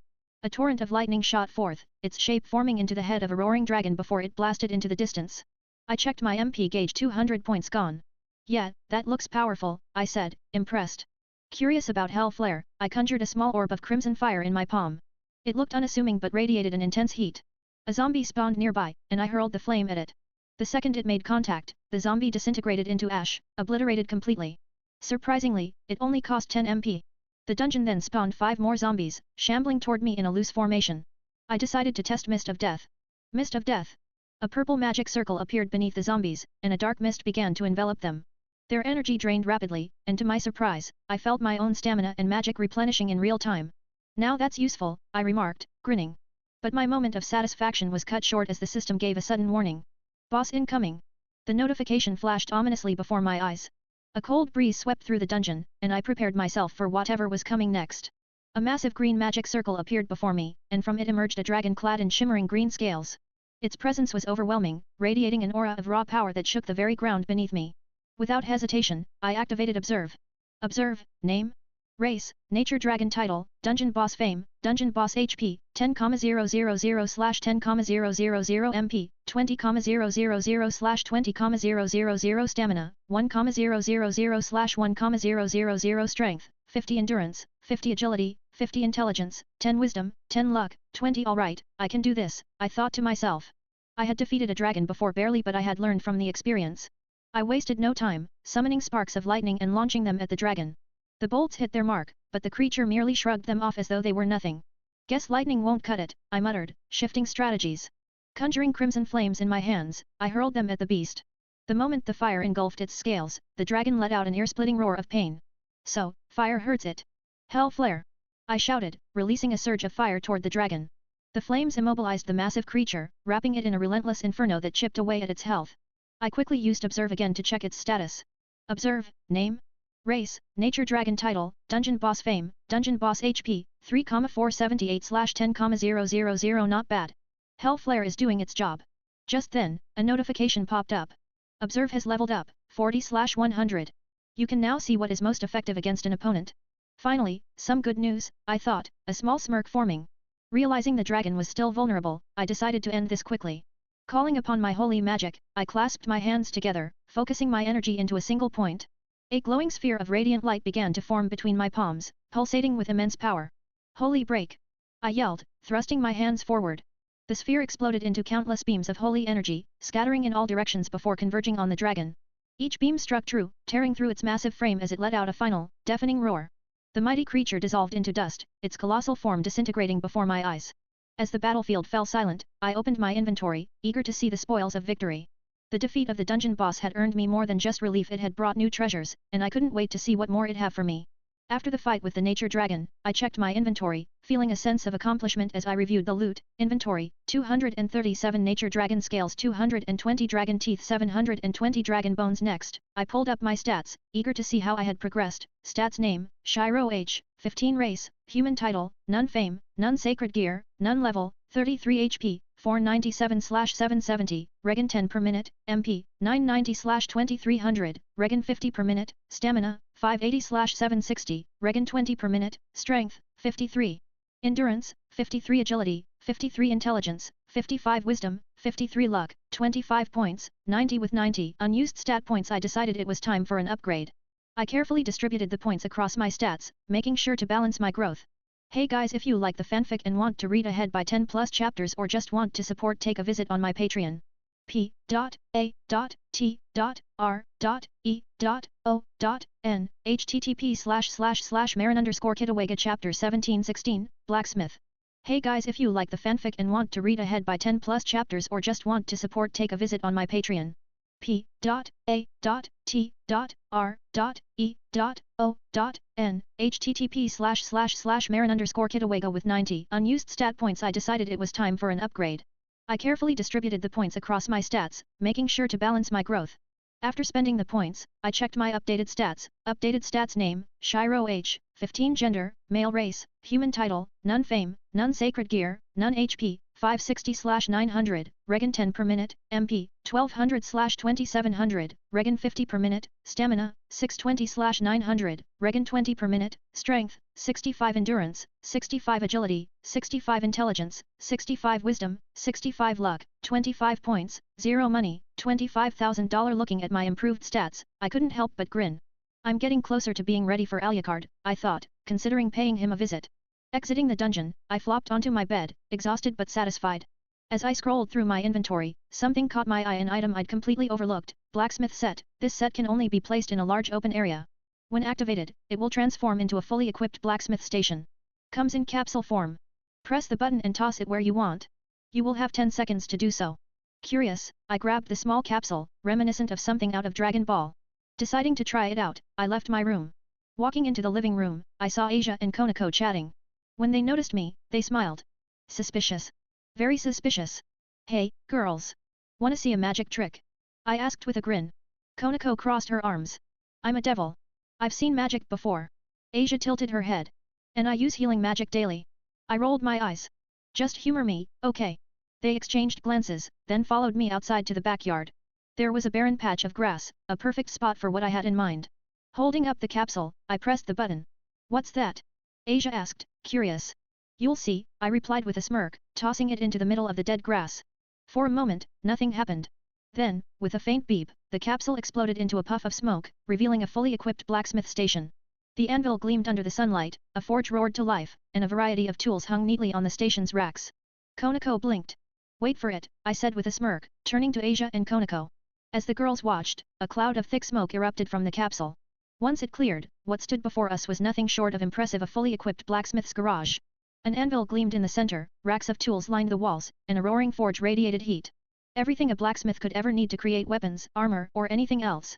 I turned to look at Asia and Konako. Their eyes were as wide as plates, their expressions a mix of awe and disbelief. I couldn't help but laugh, especially at Konako's reaction. It was rare to see her show emotion, and the sight of her genuinely surprised face was priceless. Of course, she quickly noticed me laughing and blushed furiously before flicking me on the forehead hard. Ow! I whined, rubbing the spot. How did you even do that? Konako asked, crossing her arms. Magic, I said with a grin. But how? Asia chimed in, her curiosity shining through. Science and magic, I replied cryptically, enjoying the mix of intrigue and exasperation on their faces. Konako sighed. Of course. Just then, a notification popped up in my vision, new skill acquired. Blacksmithing, level 1/100. I smiled at the notification, eager to try my hand at the craft. Alright, girls, I'm going to start working in here. Let me know if you need me. Knowing the forge would get hot, I pulled off my shirt, revealing a black tank top underneath. As I moved to set up my workspace, I noticed my muscles had become more defined, an unintentional benefit of my training and leveling up. I glanced back to see Asia and Konako staring at me, their faces bright red. I couldn't resist teasing them. What's wrong? I said, smirking. Like what you see. To push it further, I struck a flexing pose just to mess with them. Their blushes deepened, and I knew I'd crossed a line when flick. Ow! I whined again, rubbing my forehead. Konako glared at me, cheeks still tinted pink. Serves you right. Hours later, I'd made some solid progress in my craft. My blacksmithing skill had leveled up significantly, blacksmithing, level 17/100. Using the materials in my inventory, I forged a pair of gauntlets for myself and another pair for Konako. I reinforced them with dragon bones, and when I finished, I decided to inspect them using Observe. Dragon Gauntlets class, S effect, enhances strength, endurance, and agility by +10 each. I grinned, impressed with my handiwork. These would definitely come in handy. Satisfied, I headed into the kitchen to find Konako. She was focused on cooking, her movements precise and deliberate. A mischievous idea popped into my head. Quietly, I crept up behind her and boo! I shouted. AHH! Konako yelped in surprise, spinning around and instinctively punching me square in the face. I stumbled back, quickly glancing at my health bar. She'd done 60 damage with that punch, not bad for her size. I rubbed my jaw and gave her a sheepish grin. Oh no, Shiro. Are you okay? She asked, rushing over to me with genuine concern. I waved her off, trying to downplay it. I'm fine. A weak punch like that won't hurt me. Her expression shifted, and I immediately knew I'd messed up. Flick. Ow. I whined for what felt like the 100th time that day. Konako huffed, crossing her arms. So, what did you want? Still grinning, I reached behind me and revealed the gauntlets I'd made. To give you these. Her eyes widened as she stared at the gloves, then back at me. For a moment, she seemed at a loss for words. Hey guys, if you like the fanfic and want to read ahead by 10+ chapters or just want to support, take a visit on my Patreon. p.a.t.r.e.o.n http://marin_kitawega chapter 1817 Dungeon Training. Hey guys, if you like the fanfic and want to read ahead by 10+ chapters or just want to support, take a visit on my Patreon. p.a.t.r.e.o.n http://marin_kitawega. Her eyes widened as she stared at the gloves, then back at me. For a moment, she seemed at a loss for words. They're for you, I said softly, holding them out. Wait, did you make these? Konako asked, her tone laced with genuine surprise as she held up the gauntlets. I grinned, pleased with her reaction. Yep. These are dragon gauntlets. They'll boost your strength, endurance, and agility a bit. I figured you'd appreciate something custom made. They're lightweight too, about a pound each, so they shouldn't slow you down. I handed the gauntlets to her, and her eyes widened as she examined them more closely. Wait, are these really made of dragon bones? I gave her a look that clearly said duh. Well, yeah. Of course, they are, I replied casually. Her shock quickly morphed into disbelief as she sputtered, where in the 9 hells did you even get dragon bones? From the dead dragon I killed, I said nonchalantly, turning to walk away. I'd barely taken a step before I felt her hand grab my shoulder and spin me around. Her amber eyes locked onto mine, filled with confusion and just a hint of disbelief. Did you just say you killed a dragon? She asked, her voice a mix of incredulity and curiosity. Yeah, I said, trying to play it cool but internally cursing myself. Shit, maybe I shouldn't have mentioned that. Her expression hardened as she demanded, how? I sighed, knowing there was no way out of this. Alright, fine. I'll show you. Without waiting for a reply, I stepped closer, wrapped an arm around her, and activated a dungeon. I chose an easy one this time, nothing too overwhelming but enough to prove my point. When the scenery shifted around us, Konako pulled away, her wide eyes scanning the strange, artificial landscape. How, she murmured, her voice filled with wonder. This, I began, gesturing around us, is one of my dungeons. I have the ability to create them. 1 hour in here is equal to just 1 minute in the real world. This place isn't real, but it can kill you if you're not careful, so stay alert. Konako's initial astonishment quickly melted into a determined smile. This means I can get stronger here, doesn't it? Exactly, I said, nodding. It's how I train, level up, and get materials like dragon bones. She clenched her fists, excitement flickering in her usually stoic expression. Let's do this. I couldn't help but smile at her enthusiasm. Konako was tough, but seeing her this fired up was a rare treat. All right, I said, let's get started. Time passed, and Konako dropped to her knees, panting heavily. Her exhaustion was obvious. Hell, she managed to say between breaths. Yeah, that's why I said to be careful. These dungeons can throw a handful of enemies at you or flood you with an entire army, I said, watching her closely. Noticing her stamina was nearly depleted, I reached into my inventory and pulled out a stamina potion. Handing it to her, I gestured for her to drink it. She eyed the green liquid suspiciously. What's this? It'll help replenish your stamina. Trust me. Without hesitation, she uncorked it and drank. Almost immediately, her breathing steadied, and her energy seemed to return. I gave her a reassuring nod before moving closer and placing a hand on her shoulder. With a quick activation of Escape Dungeon, the landscape around us shifted. Moments later, we were back in the living room. Konako blinked, looking around as if she couldn't believe it. Whoa. Check the time, I said with a sly smile, leaning against the couch as she scrambled for her phone. Her eyes widened. We were only gone for 5 minutes. Yup. 5 hours of training crammed into 5 minutes. Not bad, right? She stared at me, astonished. How many times do you use this ability? I shrugged. Quite a few. I only discovered I could do it when I got to Japan. So, you know, I've been making the most of it. She nodded, the wheels in her head clearly turning. All right. I'll finish dinner. You should rest for now. I nodded, heading toward the couch. But as I sat down, a thought crossed my mind. Maybe it was time to challenge Alucard again. Settling into the cushions, I activated Instant Dungeon. The world around me shifted, and I found myself standing in the familiar courtyard of Alucard's castle. Without hesitation, I marched up to the towering double doors and knocked loudly. It took 5 minutes, but eventually, the heavy doors creaked open, revealing Alucard's smirking face. So, you've returned for another battle, he said, stepping out to meet me. His tone was calm, but his crimson eyes gleamed with excitement. Yep, I replied simply. We walked 50 feet apart, standing opposite each other in the courtyard. As Alucard prepared himself, I activated Observe to assess his weaknesses. A notification popped up. Alucard's weakness, Holy Magic. This type of magic is highly effective against vampires and devils. Perfect. A smile crept onto my face as he called out. Ready. Ready. As he braced himself, I sprinted toward him. But when I was just 20 feet away, I skidded to a halt, raising both hands. Icicle Lance. 2 shimmering lances of ice shot out, hurtling toward him. With a swift motion, he swatted them away, shattering them into countless shards that scattered around him. Humph. Is that all? I smirked. Not even close. Hell Flare. A burst of crimson flame erupted from my hand, engulfing Alucard in an inferno. He flinched, clearly struggling to extinguish the relentless flames. Eventually, his magic dispersed the hellfire, leaving him singed but standing. He dusted himself off, his crimson cloak smoldering slightly. Impressive. But you'll have to do better than that. Oh, don't worry. I already have. Look down. His gaze shifted to the ground beneath him, his expression turning puzzled. Water?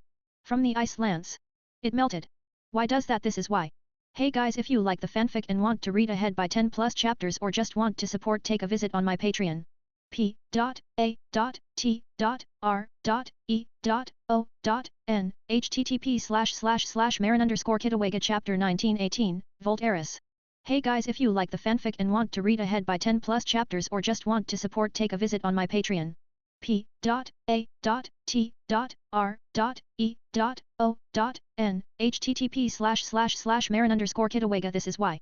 I raised my hands, commanding the water to surge upward in jagged spikes. 5 lethal points of liquid shot through his body, piercing him. He coughed up blood, his form disintegrating into a swarm of bats. The bats scattered, darting in every direction before reforming into his human shape a few feet away. Not bad, he admitted, wiping the blood from his mouth. I'm not done yet, I said, raising my hand. Chain lightning. A crackling bolt of electricity erupted, zipping through the air and striking him directly. The lightning coursed through his body, chaining in and out as he convulsed under its power. I activated Observe to check his status. HP, 12,000/20,000. I grinned, wasting no time. Charging forward, I landed several heavy strikes against him, each blow forcing his health lower. With a final uppercut, I launched him into the air. But Alucard wasn't done. As he ascended, his voice echoed across the battlefield. Blades of blood. Blood-red blades materialized around him, slicing through the air toward me. I dodged most of them, but a few grazed me, leaving shallow cuts. Before I could counter, Alucard landed on the ground, rushing forward with startling speed. He leapt high into the air, bringing his leg down in a powerful axe kick. I raised my arms to block it, but the sheer force of the attack created a crater beneath my feet. Grimacing, I retaliated with a swift kick to his chest, sending him skidding backward. Glancing at my health bar, I saw I still had over 300 HP left. Time to end this. Raising my hands, I focused all my remaining magical power. Holy break! A burst of radiant energy erupted, engulfing Alucard completely. His crimson eyes widened in shock as the holy magic overwhelmed him. When the light faded, he was on his knees, breathing heavily. Clever, he muttered between gasps. You wore me down with lesser skills, just to finish me off with that one. Panting just as hard, I smiled. Yeah. Guess it worked. He chuckled, his voice faint but amused. I used observe again. HP, 897/20,000. You're tough, Alucard, I admitted, sheathing my weapon. I'll give you that. Thank you, he replied, his tone sincere. An idea struck me then, one that I couldn't shake. Hey, I've got a proposition for you. Alucard raised a curious brow. What kind of proposition? I bring you with me, I said, standing straight. You'd make an excellent training partner. And besides, I bet you've already figured out that this place isn't real. His expression shifted slightly. I've had my suspicions. Then it's settled. What do you say? Although, we'd need to figure out how you deal with the sun in the real world. He chuckled softly. The sun won't be an issue. I carry Daywalker blood, it doesn't affect me. Perfect. So, are you in? Alucard smiled, a hint of excitement flashing in his eyes. I accept. I look forward to seeing how much stronger you can become. Grinning, I offered him my hand and helped him to his feet. From my inventory, I retrieved a few HP potions, handing 2 to him. He stared at the red liquid curiously. It's not blood, I explained, but it works just as well. He smirked and drank the potion. I did the same, feeling my energy return. Placing a hand on his shoulder, I activated Escape Dungeon. The familiar surroundings of the living room materialized around us. Alucard looked around, taking in his new environment with quiet interest. Konako, I called out. Make extra. We've got a house guest. A voice called back from the kitchen, sounding suspicious. What do you mean? Konako entered the room, her eyes locking on Alucard. Her confusion was palpable. Okay, what the hell? After explaining the situation, a sudden notification appeared in my vision. Sacred gear acquired. The moment I read it, an overwhelming wave of exhaustion washed over me. My legs gave out, and I collapsed into Konako's arms before everything went dark. I opened my eyes to find myself standing on a mountain peak, surrounded by clouds. The crisp air bit at my skin, and I turned to take in the breathtaking view. A deep, resonating voice echoed from behind me. I choose you. Spinning around, I froze as a massive dragon loomed over me. Its scales shimmered with a chaotic mix of purple and gold, and its glowing yellow eyes bore into mine. What? I managed, still trying to process what was happening. I choose you to be my wielder, the dragon declared, its voice shaking the very air around us. Who are you? I am Voltaris, the lightning god of chaos and the third heavenly dragon. My jaw dropped. A heavenly dragon? The sheer weight of the revelation hit me like a truck. After a moment, I straightened up, nodding firmly. I accept. As soon as the words left my mouth, a surge of power coursed through my body. 2 gauntlets formed on my hands, glowing with a brilliant purple hue and adorned with yellow gems. Voltaris's voice thundered once more. Use my power wisely, wielder. Chaos and lightning now belong to you. So, what's your name? The massive dragon asked, his golden eyes narrowing as he studied me. Shiro, I replied simply, still trying to wrap my head around the enormous presence before me. I hesitated before asking, I thought there were only 2 heavenly dragons. The dragon snorted, a low rumble that echoed like distant thunder. That's what history would have you believe. I was erased from all records because I am the most powerful of the 3 heavenly dragons, even though I am the youngest. That's interesting. I tried to sound casual, though the weight of his words settled on me. Well, there's also the small matter of killing a few prominent figures during the Great War, he added, his tone almost playful. Prominent figures. I raised an eyebrow. Hey guys, if you like the fanfic and want to read ahead by 10+ chapters or just want to support, take a visit on my Patreon. p.a.t.r.e.o.n http://marin_kitawega chapter 2019 absorb. Hey guys, if you like the fanfic and want to read ahead by 10+ chapters or just want to support, take a visit on my Patreon. p.a.t.r.e.o.n http://marin_kitawega prominent figures. I raised an eyebrow. Leaders, he clarified, nonchalantly. From the fallen angel and devil factions. What about heaven? He paused, his glowing eyes flickering with something akin to amusement. I'll get to that part in a moment. But let's just say I didn't know they were leaders at the time. One thing led to another, and poof, I was suddenly a very unpopular dragon. Sounds like a mess, I said, shaking my head. Indeed. To make matters worse, I ended up crossing paths with God. Yes, the one who died. You mean the god? You already knew he's dead. The dragon tilted his head, clearly surprised. Yeah, I know, I said with a shrug. Interesting. Well, back to my story. After that little mishap, I went into hiding. Eventually, I met God in person. Surprisingly, he didn't smite me on the spot. Instead, he granted me sanctuary in heaven. He let out a deep sigh, his tone softening as he continued. Heaven was beautiful, a lot like Earth, but without all the unpleasantness. There was even a mountain God gifted to me, my own personal retreat. It was a paradise. But one day, God came to me with a request. He needed my help to weaken the 666 beast so he could seal it away. I frowned. You fought the 666 beast? Not at full strength, the dragon admitted. I'd just finished recovering from a battle against Great Red and Off-Eyes, and I wasn't in top shape. But I agreed to help. Together, we managed to seal the beast. However, after the battle, it was clear God wouldn't survive. And you? I wasn't in much better condition, the dragon said, his voice tinged with amusement. But my problem wasn't entirely the battle. Let's just say, I accidentally ate poison. A lot of it. Poison. Yes, he grumbled. There were these red berries, looked like cherries. Turned out they weren't. Too sour for my liking anyway. I couldn't help but laugh. So, you're telling me the mighty third heavenly dragon nearly died from eating the wrong berries? He sighed, a mix of exasperation and resignation. Yes, laugh it up. We heavenly dragons all have our, less than glorious moments. Anyway, as I lay dying, I made a request to God. I asked him to turn me into a sacred gear. Why? I asked, curious. So my power wouldn't die with me, he said simply. God chuckled at my clumsiness but granted my wish. He gave me the ability to choose who would wield me. And you, Shiro, you're the first. His words struck me, but I pushed aside my awe for the moment. Alright, so what powers do you grant? The dragon chuckled deeply, his massive frame shaking with mirth. Eager, are we? Very well. My primary magic is lightning raw, unrelenting power. But unlike Drake or Albion, I didn't just train my body. I trained my mind as well. A strong body may falter, but a sharp mind endures. He leaned closer, his glowing gaze locking onto mine. In addition to my lightning magic, I wield all forms of magic. However, like Drake's boost and Albion's divide, I also have a unique ability: absorb. Absorb? I asked, intrigued. Indeed.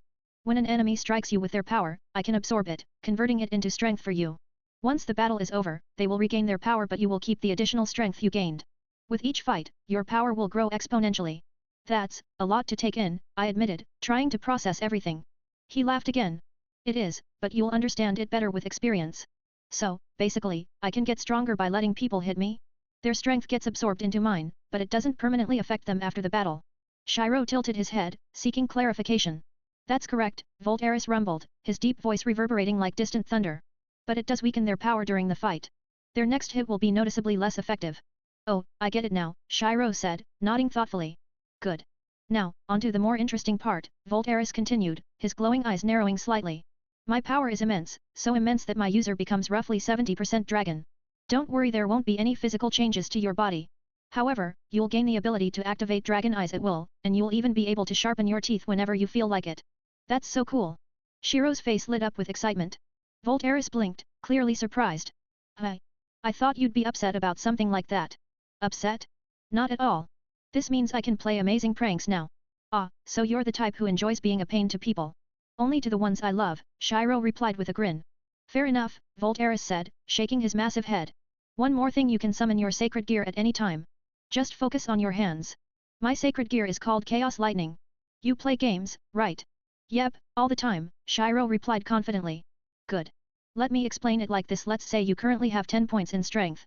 When you summon me, I'll add 30 more points to that. That number will increase as you grow stronger. So, basically, I'm a badass with a badass sacred gear, Shiro said, smirking. Correct, Voltaris chuckled, clearly amused. So, Drake is the Red Dragon Emperor, Albion is the White Dragon Emperor, and we're the Lightning Dragon Emperor, Voltaris finished, his voice swelling with pride. Thank God, Shiro sighed in relief. I would have hated being called the Purple Dragon Emperor. You and me both, Voltaris replied with a short laugh. Shiro's mind raced with questions, but one stood out. Just curious, how long do you think it'll take for me to unlock my balance breaker? Voltaris hummed thoughtfully. At the rate you're training, I'd say a month, maybe 2 if you're consistent. Shiro's excitement surged. Alright, I'll keep it. Hey guys, if you like the fanfic and want to read ahead by 10 plus chapters or just want to support, take a visit on my Patreon. p.a.t.r.e.o.n http://marin_kitawega chapter 2120, Ears and Tail. Hey guys, if you like the fanfic and want to read ahead by 10 plus chapters or just want to support, take a visit on my Patreon. p.a.t.r.e.o.n http://marin_kitawega. Alright, I'll keep it. After a moment of silence, Voltaris added, oh, and if you ever get lonely, I can manifest in a smaller form, something like sitting on your shoulder. A bit more manageable. Shiro's grin widened. That's awesome. You're surprisingly childish, Voltaris observed, his voice tinged with amusement. Hey, I'm 15, that's basically an adult. Shiro shot back, puffing his chest out. Whatever you say, Voltaris said, chuckling deeply. But keep this in mind, to truly wield my power, you'll need to push your body to its absolute limits and beyond. You'll also need the right weapons and a place to store them. Shiro waved a hand dismissively. I've got that covered. I already own a blacksmith shop. Really? Who's the blacksmith? Voltaris asked, tilting his massive head. You're looking at him, Shiro said with a smug grin. Voltaris let out a booming laugh. You're full of surprises, Shiro. We're going to need to go over everything you can do at some point. But for now, what skills have you mastered so far? Well, basically, I have this skill that lets me see my level and other people's levels. I've got another one that helps me grow stronger faster, and, I forget the rest. Voltaris sighed. Looks like you're waking up. If you ever want to talk, just imagine me there. Got it. Bye, Voltaris. Goodbye, Shiro, Voltaris said as his voice faded. As I slowly opened my eyes, I saw Konako leaning over me, her face filled with worry. Shiro, she exclaimed before pulling me into a tight hug. Air. I gasped, flailing my arms. She quickly let go, her cheeks flushing red as she turned away. Looks like someone missed me, I teased, smirking. Flick. Ow. I whined, rubbing my forehead.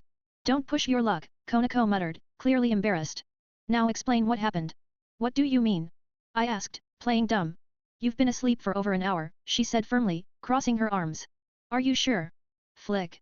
Okay. Sheesh. I raised my hands in surrender. I focused for a moment, and suddenly, Voltaris's voice echoed in my mind. You called. Before I could respond, Konako's eyes widened. Okay, what the hell is that? I felt Voltaris settle on my shoulder in his small form. I'm the third heavenly dragon, Voltaris the lightning dragon of chaos, he introduced himself with a tone of pride. Konako shot me a confused look. Alright, so here's the deal, I began, scratching the back of my head. I have a sacred gear, but I didn't know about it until recently. This is Voltaris. He wanted to talk to me, so he, made me fall asleep. Konako blinked, taking a moment to process this. Okay. Hey, Alucard, no need to get Asia, she called out. From another room, Alucard's voice echoed back, understood. Konako sighed. We were about to go get her. Where was she? I asked. Taking a shower, Konako replied flatly. Curiosity got the better of me. Alright, I have to ask, why do girls take so long in the bathroom? That's something you'll only know if you're a girl. And you're not a girl, Konako said, flicking her tail in annoyance. Voltaris chuckled. In all my travels, I've never encountered a stranger being than a female. Flick. Damn it. Voltaris yelped. Ow. I winced, holding my forehead. Forehead flicks are awful, Voltaris grumbled. Welcome to my life, I muttered. I get them daily. I'm not surprised, Voltaris said, shaking his tiny head. Just then, Asia entered the room, looking concerned. I heard what happened. Are you okay? Yeah, it was just Voltaris, I reassured her.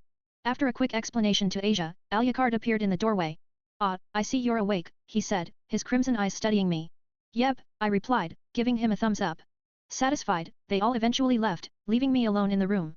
Suddenly, I remembered my rewards for defeating Alucard. Opening my inventory, I saw a list appear before me. Inventory, Skill Book, Sneak. This passive skill allows the user to sneak up on opponents. The more it is used, the better it becomes. Skill Book, Invisibility. This passive skill allows the user to turn invisible for 5 seconds, with a 3-second cooldown before it can be used again. Skill Book, Enhanced Senses. This passive skill heightens the user's hearing and vision beyond normal human capabilities. A prompt appeared in front of me. Would you like to learn these skills? Yes/no without hesitation, I thought, yes. In my inventory, a mystery item caught my eye. Real fox ears and tail. These items, if equipped permanently, enhance your magical power significantly. They will become a part of your body, allowing for better hearing and sensory perception. The tail and ears can be retracted into your body at will. Note, they are highly sensitive. I hesitated for a moment before deciding that the boost in magic was worth it. Would you like to equip these permanently? Yes/no. After thinking it over, I chose yes. The moment I made my choice, I felt a strange sensation on top of my head and above my lower back. Walking to the mirror, I saw that I now had fox ears and a tail, both matching the color of my hair. I blinked in surprise as I experimented, wiggling the ears and swishing the tail. It was surreal, like they'd always been a part of me. For the next 5 minutes, I couldn't stop playing with them. Once I finally tore myself away from my reflection, I glanced at my stats. My magic had increased by 500 points. Awesome, I muttered, grinning as I retracted the ears and tail back into my body. Just then, Konako's voice rang out. Shiro, come eat. Coming. I called back, heading to the dining room. Hey guys, if you like the fanfic and want to read ahead by 10 plus chapters or just want to support, take a visit on my Patreon. p.a.t.r.e.o.n http://Marin_Kitawega chapter 2221, blowjob.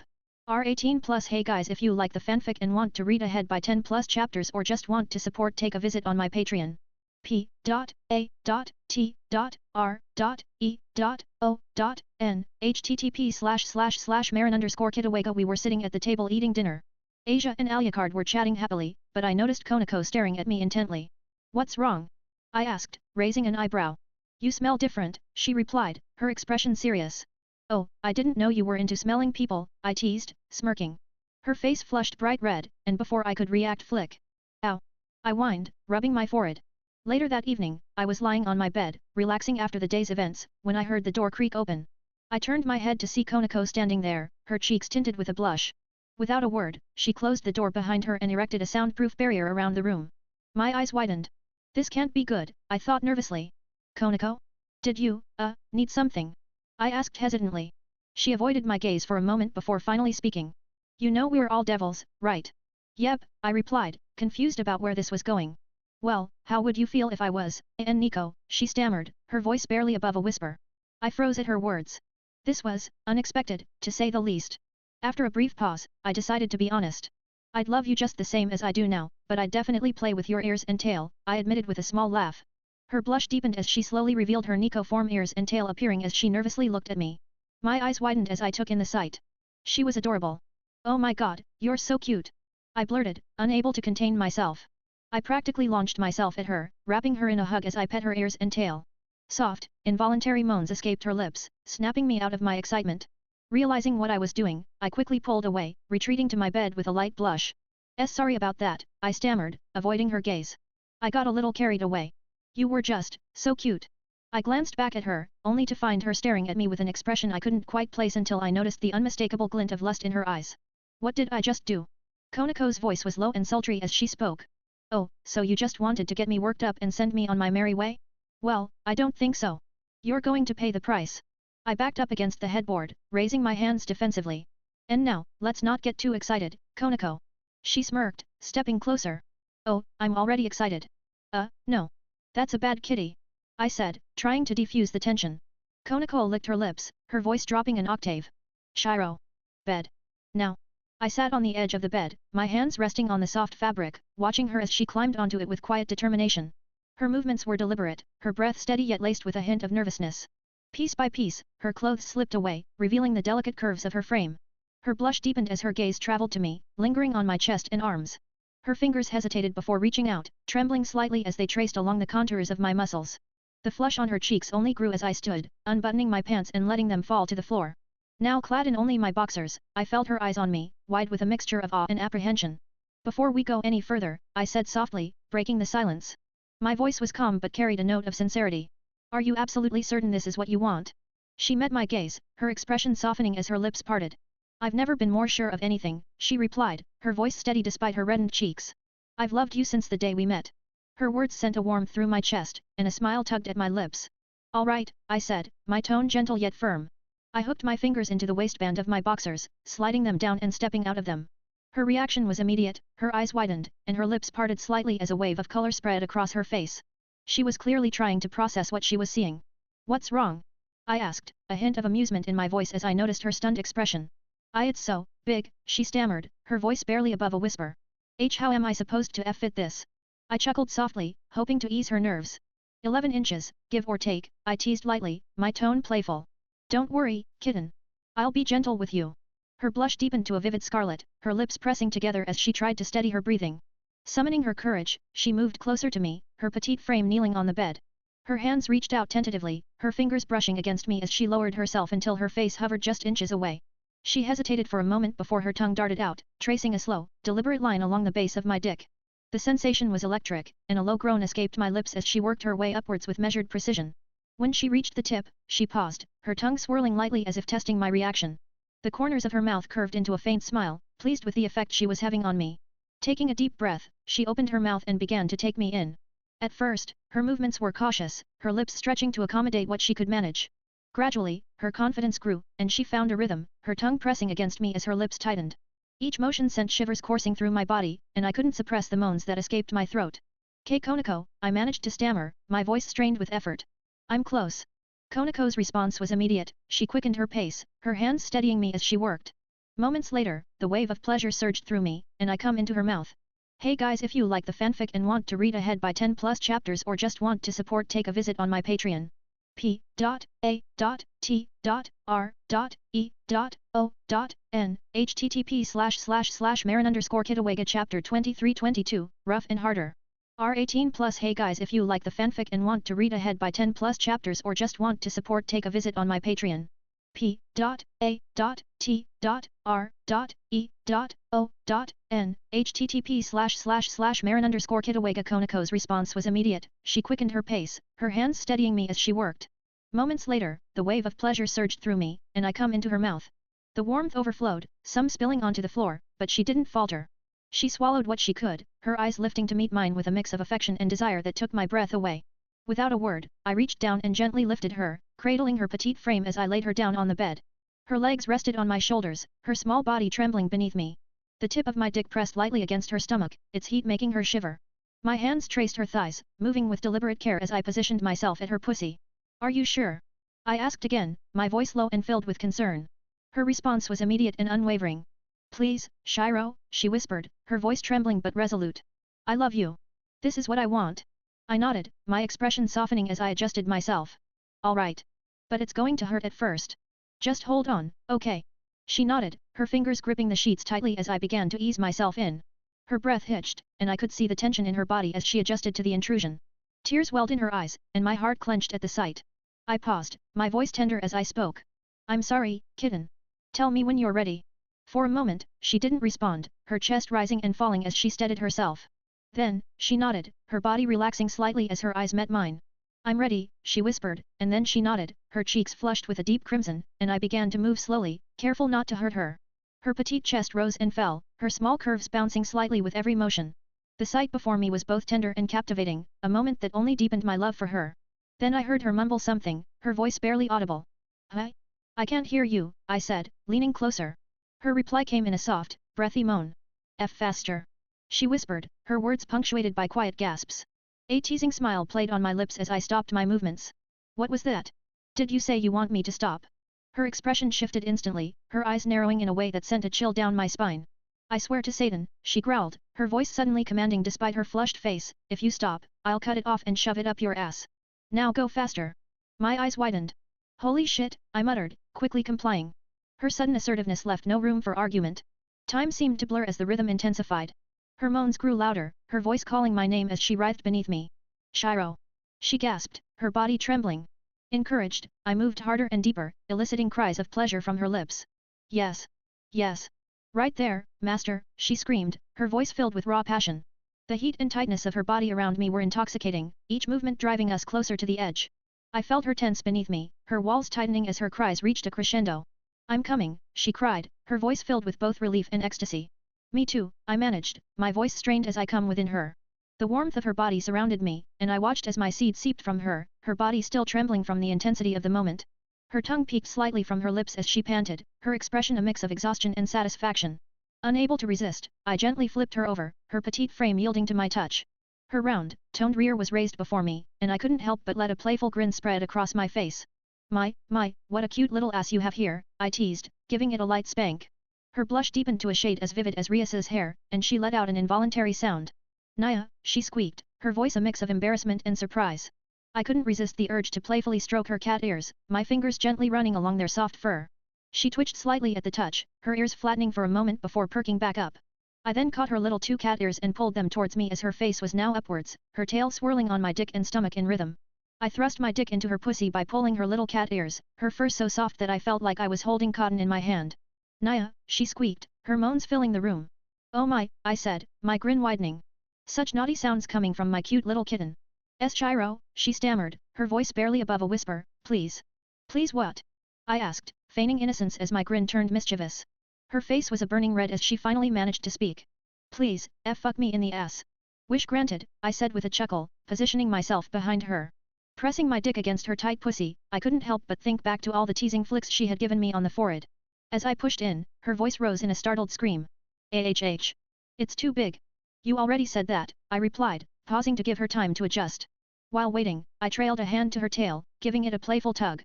Her body jolted, and she let out a startled Naya, that made me chuckle softly. Her breaths came in short gasps as she nodded after a moment, signaling for me to continue. Slowly, I began to move, her body relaxing into the rhythm. The tightness was overwhelming, and I could feel her trembling with every thrust. Yes. Yes. Pound my ass, master, she cried, her usual reserved demeanor completely gone. The sound of her voice, so unrestrained and filled with desire, only fueled me further. Her cries grew louder, her voice breaking as she pleaded breathlessly. Faster, daddy, she screamed, her words a mix of pleasure. Hey guys, if you like the fanfic and want to read ahead by 10 plus chapters or just want to support, take a visit on my Patreon. p.a.t.r.e.o.n http://Marin_Kitawega chapter 24-23, morning. Hey guys, if you like the fanfic and want to read ahead by 10 plus chapters or just want to support, take a visit on my Patreon. p.a.t.r.e.o.n http://Marin_Kitawega. I didn't go to sleep, I was so captivated by the look of Konako and her body, I just looked at her as she had her both legs spread and revealing her pussy and ass to me. And then from her ass and pussy comes my cum, her ass and pussy twitching as it unloads my cum from inside.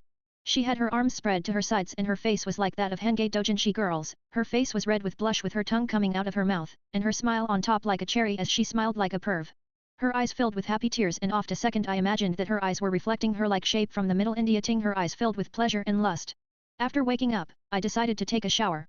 Konako was still lounging around, so I asked her if she wanted to go first. Hey, Konako, do you want to take a shower first? I asked casually. Her ears twitched, and she let out a soft, involuntary sound that made me freeze. Okay.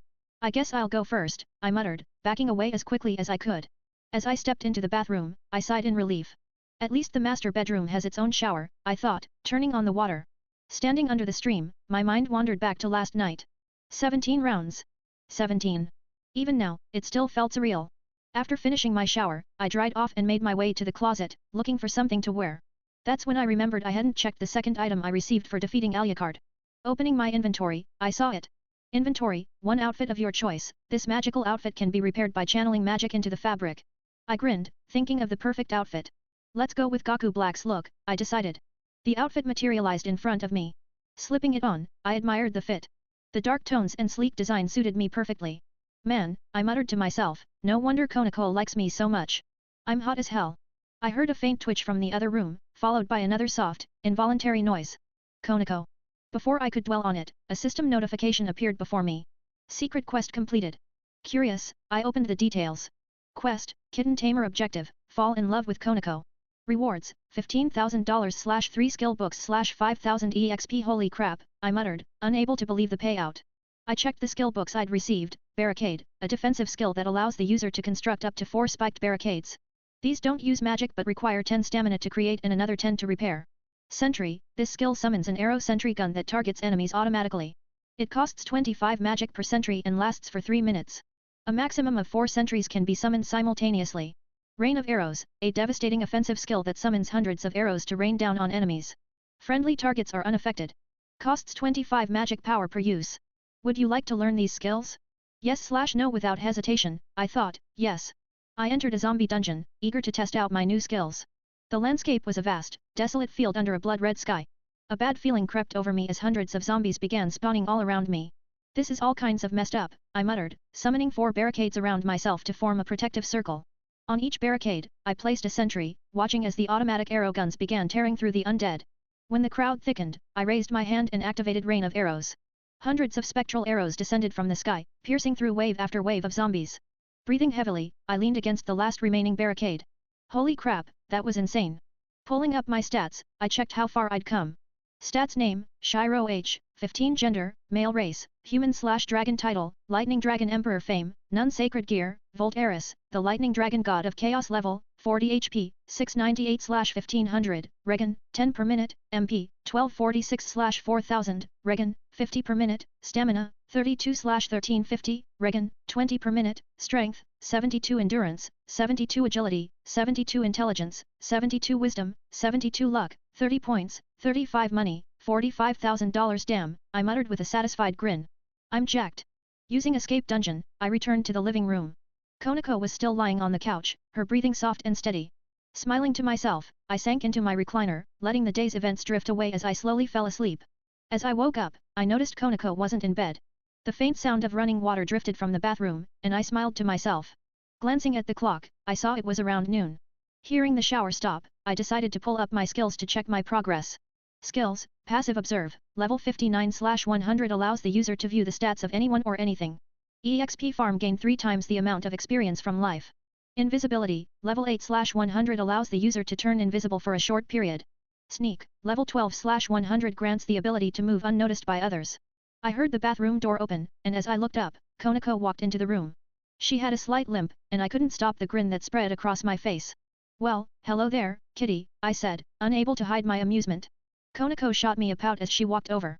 You enjoyed yourself too much, she muttered. Really? That's not what you were saying last night when I heard you screaming, Daddy, Master, more.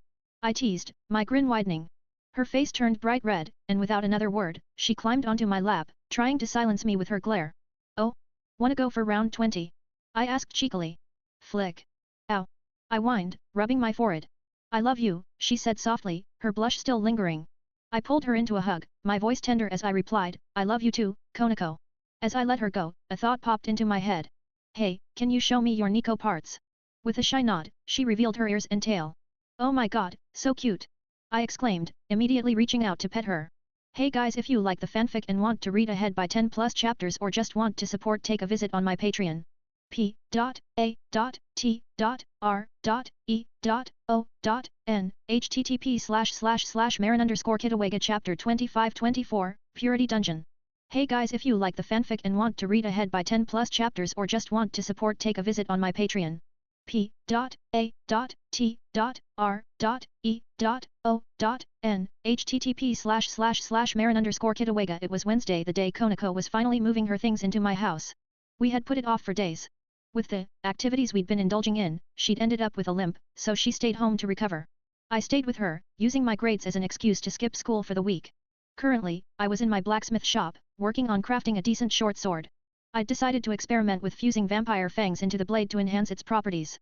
Outside, Alucard and Asia were meditating. Alucard had been teaching her how to channel and grow her magical power, something I overheard her saying was really helping. After what felt like hours, I finally finished the sword. A notification popped up in front of me.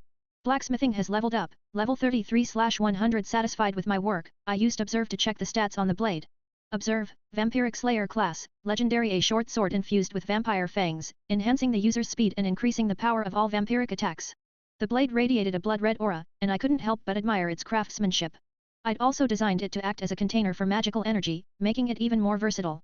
Walking outside, I found Alucard standing up from his meditation. Hey, Alucard, I called out, holding the blade toward him. I wanted to give you this.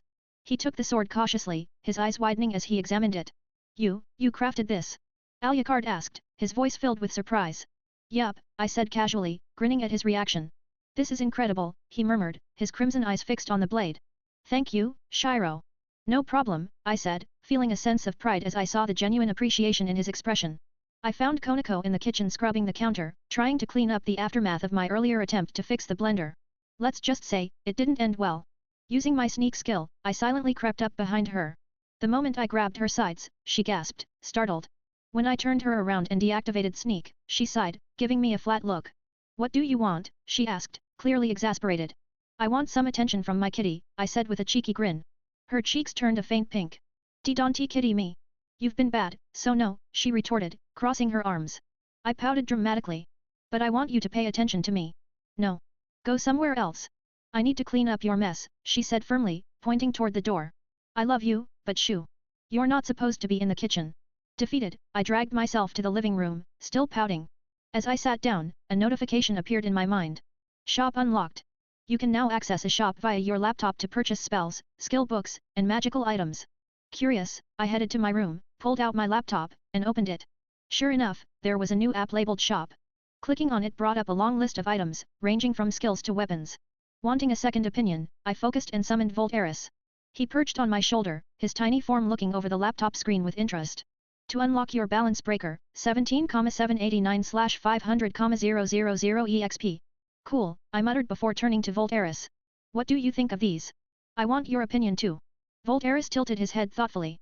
That soul one caught my eye. I'd go for that first. I scrolled down to the skill he mentioned and read the description. Skill book, Soul Stealer. This skill allows you to harvest the souls of whatever you kill. Pure angels yield pure souls, while pure devils provide corrupted souls. These are essential for crafting holy and cursed weapons. Cost, $5,000. Would you like to purchase this skill? Without hesitation, I clicked yes, and a book materialized next to me. I picked it up and learned the skill. Skill learned, Soul Stealer. You can now steal the souls of your enemies. An evil grin spread across my face as possibilities began swirling in my mind. Voltaris gave me a wary look. Should I be worried about that smile? Yep, I replied without missing a beat. What are you planning? He asked cautiously. Say, do you know how to make holy and cursed weapons? Of course I do, Voltaris said confidently. Good, I said, my grin widening. Because we're about to make some. Voltaris nodded approvingly. I suggest starting with holy weapons. You know, considering. You read my mind, I said. But I'll need a pure angel soul first. How am I going to get that? As if on cue, another notification appeared. New dungeons unlocked. I checked the details. Purity Dungeon, a dungeon inhabited by pure angels. Defeat the boss to exit. Cursed Dungeon, a dungeon filled with pure devils. Defeat the boss to exit. I couldn't help but smile at the perfect timing. Voltaris, we're about to have some fun, I said, already itching to dive in. Can't wait, he replied, his voice filled with excitement. I clicked to enter the Purity Dungeon, and in an instant, a blinding light surrounded me. As it faded, I found myself standing on what appeared to be clouds. The entire space was bathed in a radiant glow, and angels flew gracefully through the air, their golden armor gleaming. Without wasting a moment, I activated Observe on one of them to gauge their strength. Observe, name? Race, angel title, none fame, none HP, 3000/3000 MP, 12,000/12,000 stamina, 2000/2000 strength, 30 endurance, 30 agility, 30 intelligence, 30 wisdom, 30 luck, 20. I smiled, noticing that all the angels had identical stats. They weren't weak, but they weren't particularly strong compared to me either. Summoning 4 sentry guns, I positioned them strategically. The sentries wouldn't fire until the angels came within range. Standing confidently, I called out, Sup! Hey guys, if you like the fanfic and want to read ahead by 10+ chapters or just want to support, take a visit on my Patreon. p.a.t.r.e.o.n http://marin_kitawega chapter 2625, Gabriel. Hey guys, if you like the fanfic and want to read ahead by 10+ chapters or just want to support, take a visit on my Patreon. p.a.t.r.e.o.n http://marin_kitawega sup. Every angel in sight turned toward me, their eyes filled with holy fury. They began flying in my direction, their golden wings cutting through the air like blades. The sentries opened fire as soon as the angels got close, arrows whizzing through the air. I took advantage of the distraction and cast my own spell. Rain of arrows. I shouted, summoning a storm of spectral arrows. The angels scattered, their agility allowing most of them to dodge the barrage. But not all were lucky. Several fell to the ground, golden blood staining the clouds. As their bodies disintegrated, small white orbs floated out and were absorbed into me. Curious, I quickly opened my inventory. Inventory, Pure Soul Fragment 4/20. Pure Soul Fragment, a fragment of a pure soul. Collect 20 fragments to create a complete pure soul. I frowned slightly. So this is going to take a while, I muttered. Voltaris's voice echoed in my mind. Wanna try out my sacred gear? Grinning, I summoned Chaos Lightning, feeling its raw power course through my body. Sure, I replied, clenching my fists as purple lightning crackled around me. The angels charged again, their golden swords raised high. But with my sacred gear, I was far faster than them. In an instant, I zipped behind the first wave of attackers and unleashed Hell Flare, engulfing 10 of them in crimson flames. Jumping into the air, I raised my hand and shouted, Dragon Lightning. A massive bolt of purple lightning shot down, striking a cluster of angels and scattering them like leaves in a storm. The explosion lit up the sky, and more soul fragments floated toward me as the defeated angels vanished. Then, I noticed reinforcements flying in from the horizon. Dozens more angels were closing in, their weapons gleaming as they formed a massive formation.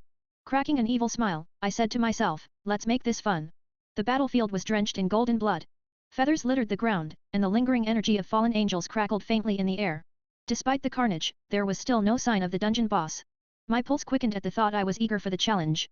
I opened my inventory to check my spoils so far. Inventory: pure soul fragments, 19/20 pure souls, 38 angel feathers, 436. Not bad, but I needed one more fragment to complete another soul. I flicked over to my stats to see where I stood. Stats: name, Shiro. Gender, male. Age, 15. Race, human/dragon. Title, Lightning Dragon. Emperor. Fame, none. Sacred gear, Volt Eris, the Lightning Dragon God of Chaos. Level, 45 HP, 1089/1850, Regen 10 per minute, MP, 1349/4500, Regen 50 per minute, Stamina, 872/1500, Regen 20 per minute, Strength, 77. Endurance, 77. Agility, 77. Intelligence, 77. Wisdom, 77. Luck, 45 points, 60 money, $52,000. Satisfied with my progress, I summoned Volt Eris for a quick chat. His crackling presence materialized beside me, perched casually on my shoulder in his miniaturized form. "Sup," he greeted, his voice tinged with amusement. "Hey," I replied, keeping my eyes on the surrounding area. "What can I do with the angel feathers I've been collecting?" Volt Eris hummed thoughtfully before answering. "You could grind them into powder and use them for potions." I raised an eyebrow. "Potions? What kind?" "Minor health, stamina, and mana potions," he explained. "If you dilute the powder properly, one feather could make around 25 potions. The same goes for stamina and mana potions." A business idea sparked in my mind. What if I start a business? Blacksmithing and potion making specifically for the supernatural. I could make weapons and supplies for devils, angels, and whoever else needs them. Volteris's eyes gleamed. "That's ambitious, but not a bad idea. You'll need allies, though.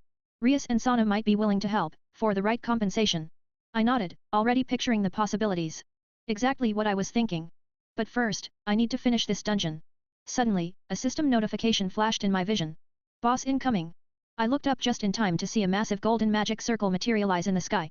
From it descended a figure adorned with 12 brilliant golden wings. His divine aura radiated authority and power, and his piercing gaze locked onto me. I immediately used Observe to get a read on him.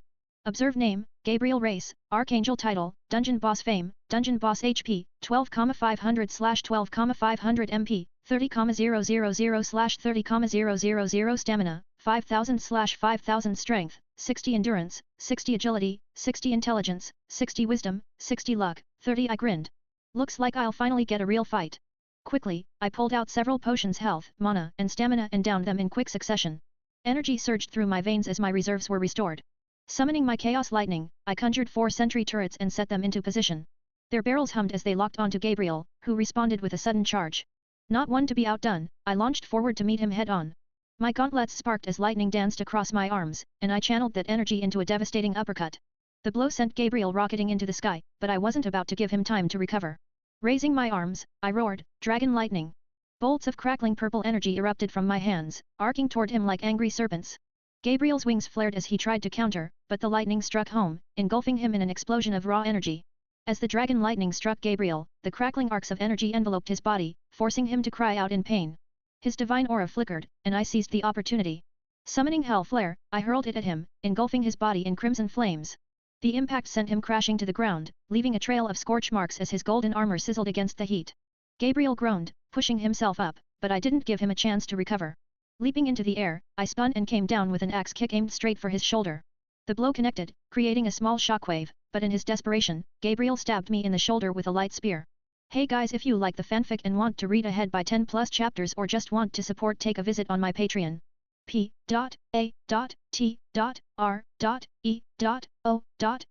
http://marin_kitawega chapter 2726 Suspicion. Hey guys, if you like the fanfic and want to read ahead by 10+ chapters or just want to support, take a visit on my Patreon. p.a.t.r.e.o.n http://marin_kitawega. Gabriel groaned, pushing himself up, but I didn't give him a chance to recover. Leaping into the air, I spun and came down with an axe kick aimed straight for his shoulder. The blow connected, creating a small shockwave, but in his desperation, Gabriel stabbed me in the shoulder with a light spear. Pain shot through me, but I gritted my teeth and snapped the spear, shattering it into glowing fragments. Blood trickled down my arm as I jumped back, immediately activating Observe to assess the situation. Observe: HP, 7890/12500. Not bad, I had him on the ropes. I gathered my energy and unleashed my next attack. Icicle Lance. I roared. 3 shimmering spears of ice materialized and shot toward him. The first pierced his left shoulder, the second lodged into his right leg, and the third impaled his chest. He staggered, struggling to stay upright. I wasn't done yet. Hell flare! The flames consumed him again, melting the icicles and leaving a pool of water beneath his feet. Smirking, I manipulated the water, causing it to snake up his legs before freezing it solid. Gabriel's movements stopped his legs now locked in ice. Summoning my katana, I infused it with flames, channeling magic until the blade ignited with a fierce glow. The fire intensified, burning brighter as it shifted to a blue hue. One last observe flashed before my eyes. Observe HP, 3459/12500. This ends now. I growled, raising the katana high above my head. Supernova slash. A wave of searing flames erupted from the blade as I brought it down, splitting the air with an ear-piercing roar. The attack struck Gabriel head-on, engulfing him in an explosion of fire and light. His form disintegrated into ash, leaving nothing behind but a glowing orb of energy that hovered momentarily before fading away. Secret quest completed. Secret quest, take out an archangel. Rewards, 10,000 EXP/$20,000/2 skill books/2 mystery items. I grinned, exhaustion hitting me as the notifications rolled in. Opening my inventory, I checked the new loot. Skill books acquired. Skill book, Jeweler, allows the user to craft and enchant jewelry. Skill book, Alchemist, grants the ability to create potions and alchemical items. Would you like to learn these skills? Yes/no. I mentally selected yes, and the knowledge flowed into me instantly. Ideas for new items and potions flooded my mind. My focus then shifted to the 2 mystery items. Inventory Alchemist set, complete tools and ingredients required for potion making. Jeweler set, equipment for crafting and enchanting magical jewelry. Perfect, I muttered, closing the inventory. With this, I was one step closer to building my shop. I activated Escape Dungeon and returned to my living room, breathing heavily as the transition completed. Elsewhere. Rias leaned back in her chair, her eyes closed as she spoke. Yes, he said he has no intention of becoming a devil, but he did promise to help us if we ever needed it. Sana adjusted her glasses, her expression thoughtful. I see. Well, I might try my luck with him, then. But why hasn't he or Konako been coming to school? Konako told me she had a fever and didn't want to make it worse, so she stayed home, Rias explained with a slight smirk. And her loverboy decided to stay home and take care of her. Sana chuckled softly. That's actually kind of sweet. I know, right? Rias replied, unable to hide her amusement. Progress toward balance breaker, 34,709/500,000 EXP. I glanced at the progress bar in my interface. Still a long way to go, but I was getting closer. Smiling to myself, I leaned back, already planning my next move. Rias sat across from Sana in the student council room, her fingers gently tapping on the table. The conversation had circled back to the same topic it always did lately. Shiro. I can't help but be intrigued by what's inside him, Rias said, her crimson locks falling over her shoulder. It feels like it's more than just a sacred gear. Sana adjusted her glasses, her expression thoughtful. I agree. Even though I've only spoken to him a few times, there's definitely something he's hiding. Whether it's another sacred gear or something else entirely, I can't say. But I do know one thing: he's strong. Akeno, who was leaning against the nearby desk, smirked as she chimed in. Not just strong, he also knows magic. Tsubaki's interest peaked at that. What kind of magic? Rias leaned back slightly as she thought it over. Fire magic, for starters. I gave him a few books on magic. One dealt with ice, another with lightning, and the last one had something to do with metal manipulation. So, he's a magician? Sana asked, her tone curious but skeptical. Rias shook her head. Not exactly. Konako told me he's very skilled with a sword. Plus, his hand-to-hand combat skills are even better. He's versatile like a warrior and a mage rolled into one. His grades are even higher than ours, Sana pointed out, flipping through a document. He's smart. Too smart for someone who just transferred here. Exactly, Rias said. Oh, by the way, I found out what Issei's sacred gear is. Sana looked up. And? The boosted gear. Sana's eyes widened for a moment before she smirked. Looks like you've landed yourself a very strong pawn. Rias allowed herself a proud smile. Yes, I have. Sana's expression shifted as she rested her chin on her hand. This might mean you finally have a way out of that arranged marriage with Riser. If it comes down to it, I know my brother will arrange a rating game, Rias said with confidence. Well, at least I don't have an arranged marriage hanging over my head, Sana said, standing up. Rias rolled her eyes but smiled as the conversation shifted topics. Hey guys, if you like the fanfic and want to read ahead by 10+ chapters or just want to support, take a visit on my Patreon. p.a.t.r.e.o.n http://Marin_Kitawega chapter 2827, Freed. Hey guys, if you like the fanfic and want to read ahead by 10+ chapters or just want to support, take a visit on my Patreon. P. A. T. R. E. O. N. http://marin_kitawega time had slipped by quickly after we finished moving all of Konako's things into the house. It felt like a normal day until something clicked in my mind. I turned toward her, curiosity sparking in my thoughts. Konako. She looked up from the couch, her ears twitching slightly. Yet. You're a Nico, right? Her expression flattened. Yet. And your name is Konako, right? Now she raised an eyebrow. Where are you going with this? I smirked, crossing my arms as I leaned slightly closer. You literally have Nico in your name. That's so cute. A faint blush crept onto her cheeks as her ears twitched again. She looked away, clearly flustered, which only made my grin widen. Before I could tease her any further, Asia entered the room, looking a little nervous but determined. Ah, Shiro, there you are. Her voice carried a hint of urgency, but it was soft as always. I turned toward her, giving her my full attention. Yeb. Did you need something? Asia clasped her hands in front of her, her expression hopeful yet hesitant. I was wondering if you could take me out to the store. I need to pick up a few things. Sure, I said without hesitation, offering a reassuring smile. To my surprise, Asia's cheeks turned pink as she lowered her gaze. I tilted my head slightly, wondering what had caused the sudden blush. Meanwhile, Konako stretched out on the couch, her golden eyes flicking toward us before casually throwing in a comment that caught both of us off guard. I don't mind sharing. My brain short-circuited for a moment as her words sank in.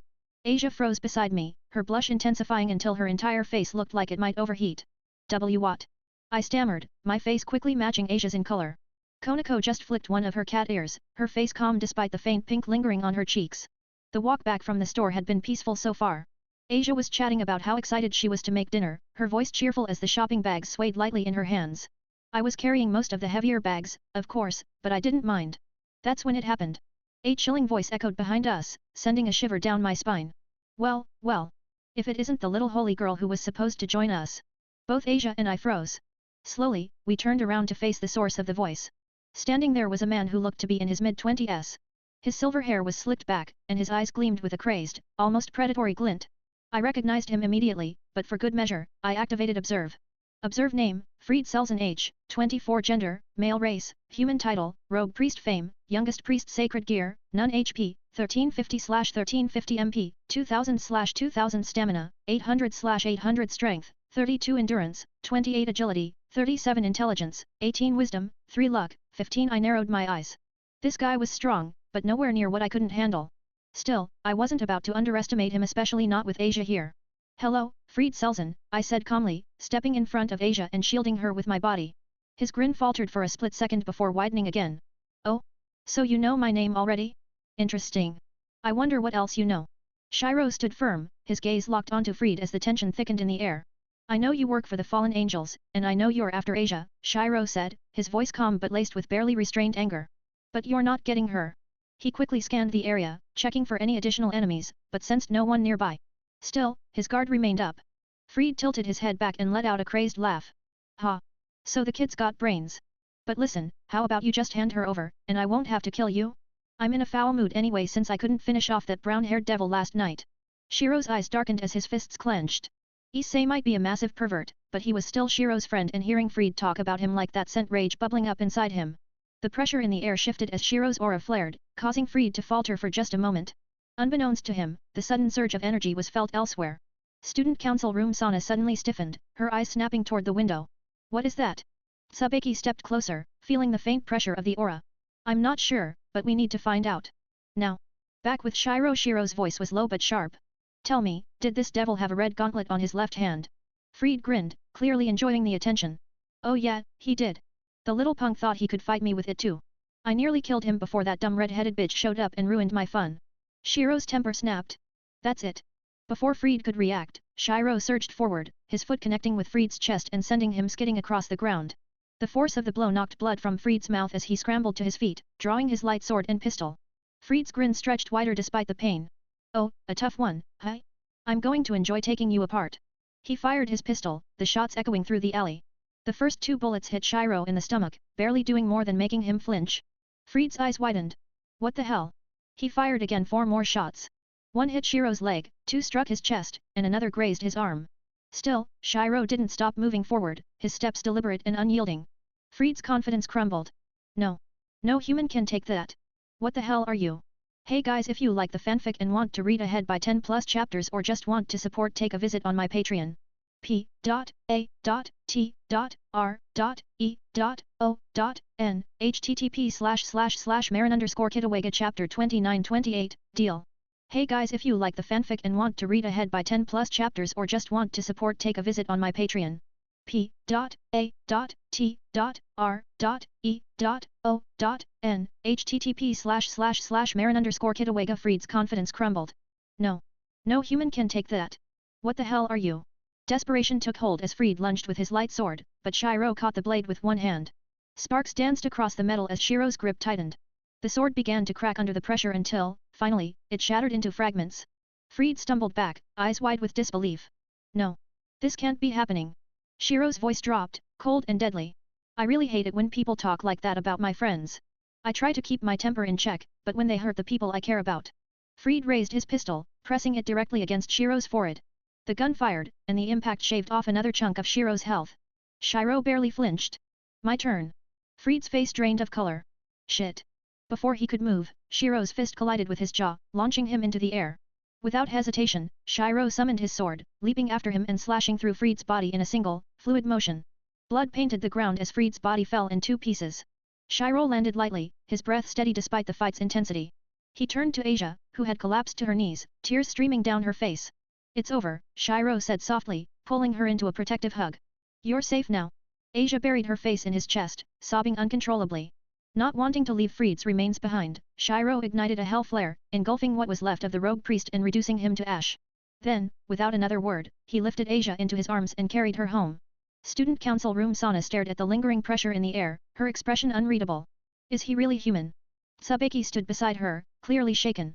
I don't think so. Shiro pushed the door open, stepping inside with Asia still in his arms. Konako was lounging on the couch, flipping through channels when she turned toward them. Konako crossed her arms, fixing me with a sharp look as she took in my blood-soaked appearance and Asia's tear-streaked face. I leave you alone for what, 2 hours? And you come back covered in blood? What did you do, kill someone? I wiped at a smear of dried blood on my cheek and met her gaze without hesitation. Yep. Konako blinked. Okay, the hell. After explaining. Konako leaned back in her chair, pinching the bridge of her nose. So let me get this straight, you killed a rogue priest, burned his body to ash, and carried Asia home like a damn knight covered in blood. That about sums it up. Konako sighed but didn't argue. We're going to school tomorrow. Asia, we still have to get you registered, so you'll stay here with Alucard. He'll protect you. Asia nodded quickly. I know. He's really nice. Where is Alucard anyway? I asked, scanning the room. Konako shrugged. Still locked in his room, captivated by the TV. A smirk tugged at my lips. I'm tempted to get him some DVDs of that Twilight series.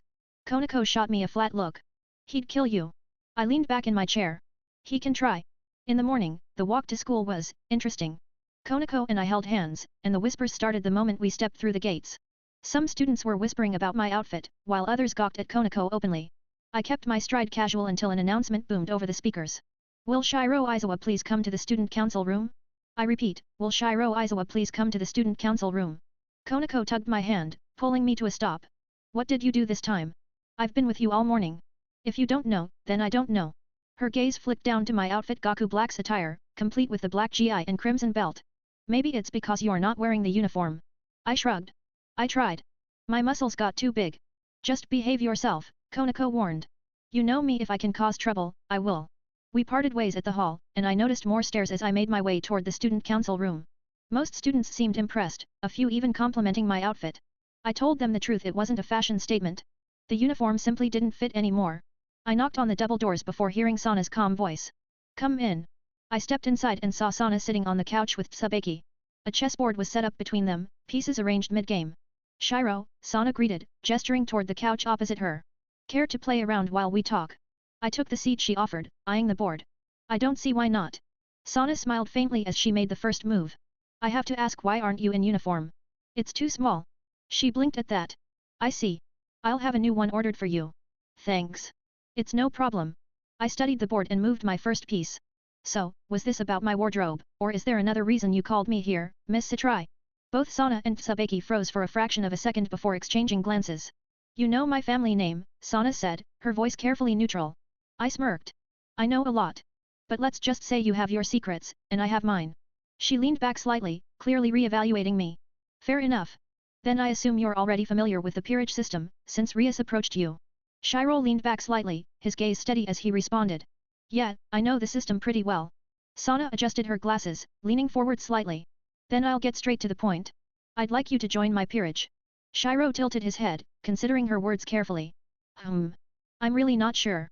Sana arched an eyebrow. What do you mean? It's not that I don't trust you. You seem like a good person, and I don't doubt your leadership, Shiro admitted, his expression serious.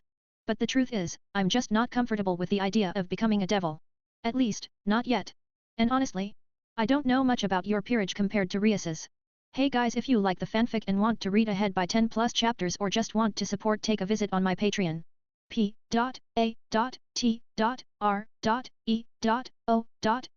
http://marin_kitawega chapter 3029, checkmate. Hey guys, if you like the fanfic and want to read ahead by 10 plus chapters or just want to support, take a visit on my Patreon. p.a.t.r.e.o.n http://marin_kitawega short chapter. It's not that I don't trust you. You seem like a good person, and I don't doubt your leadership, Shiro admitted, his expression serious.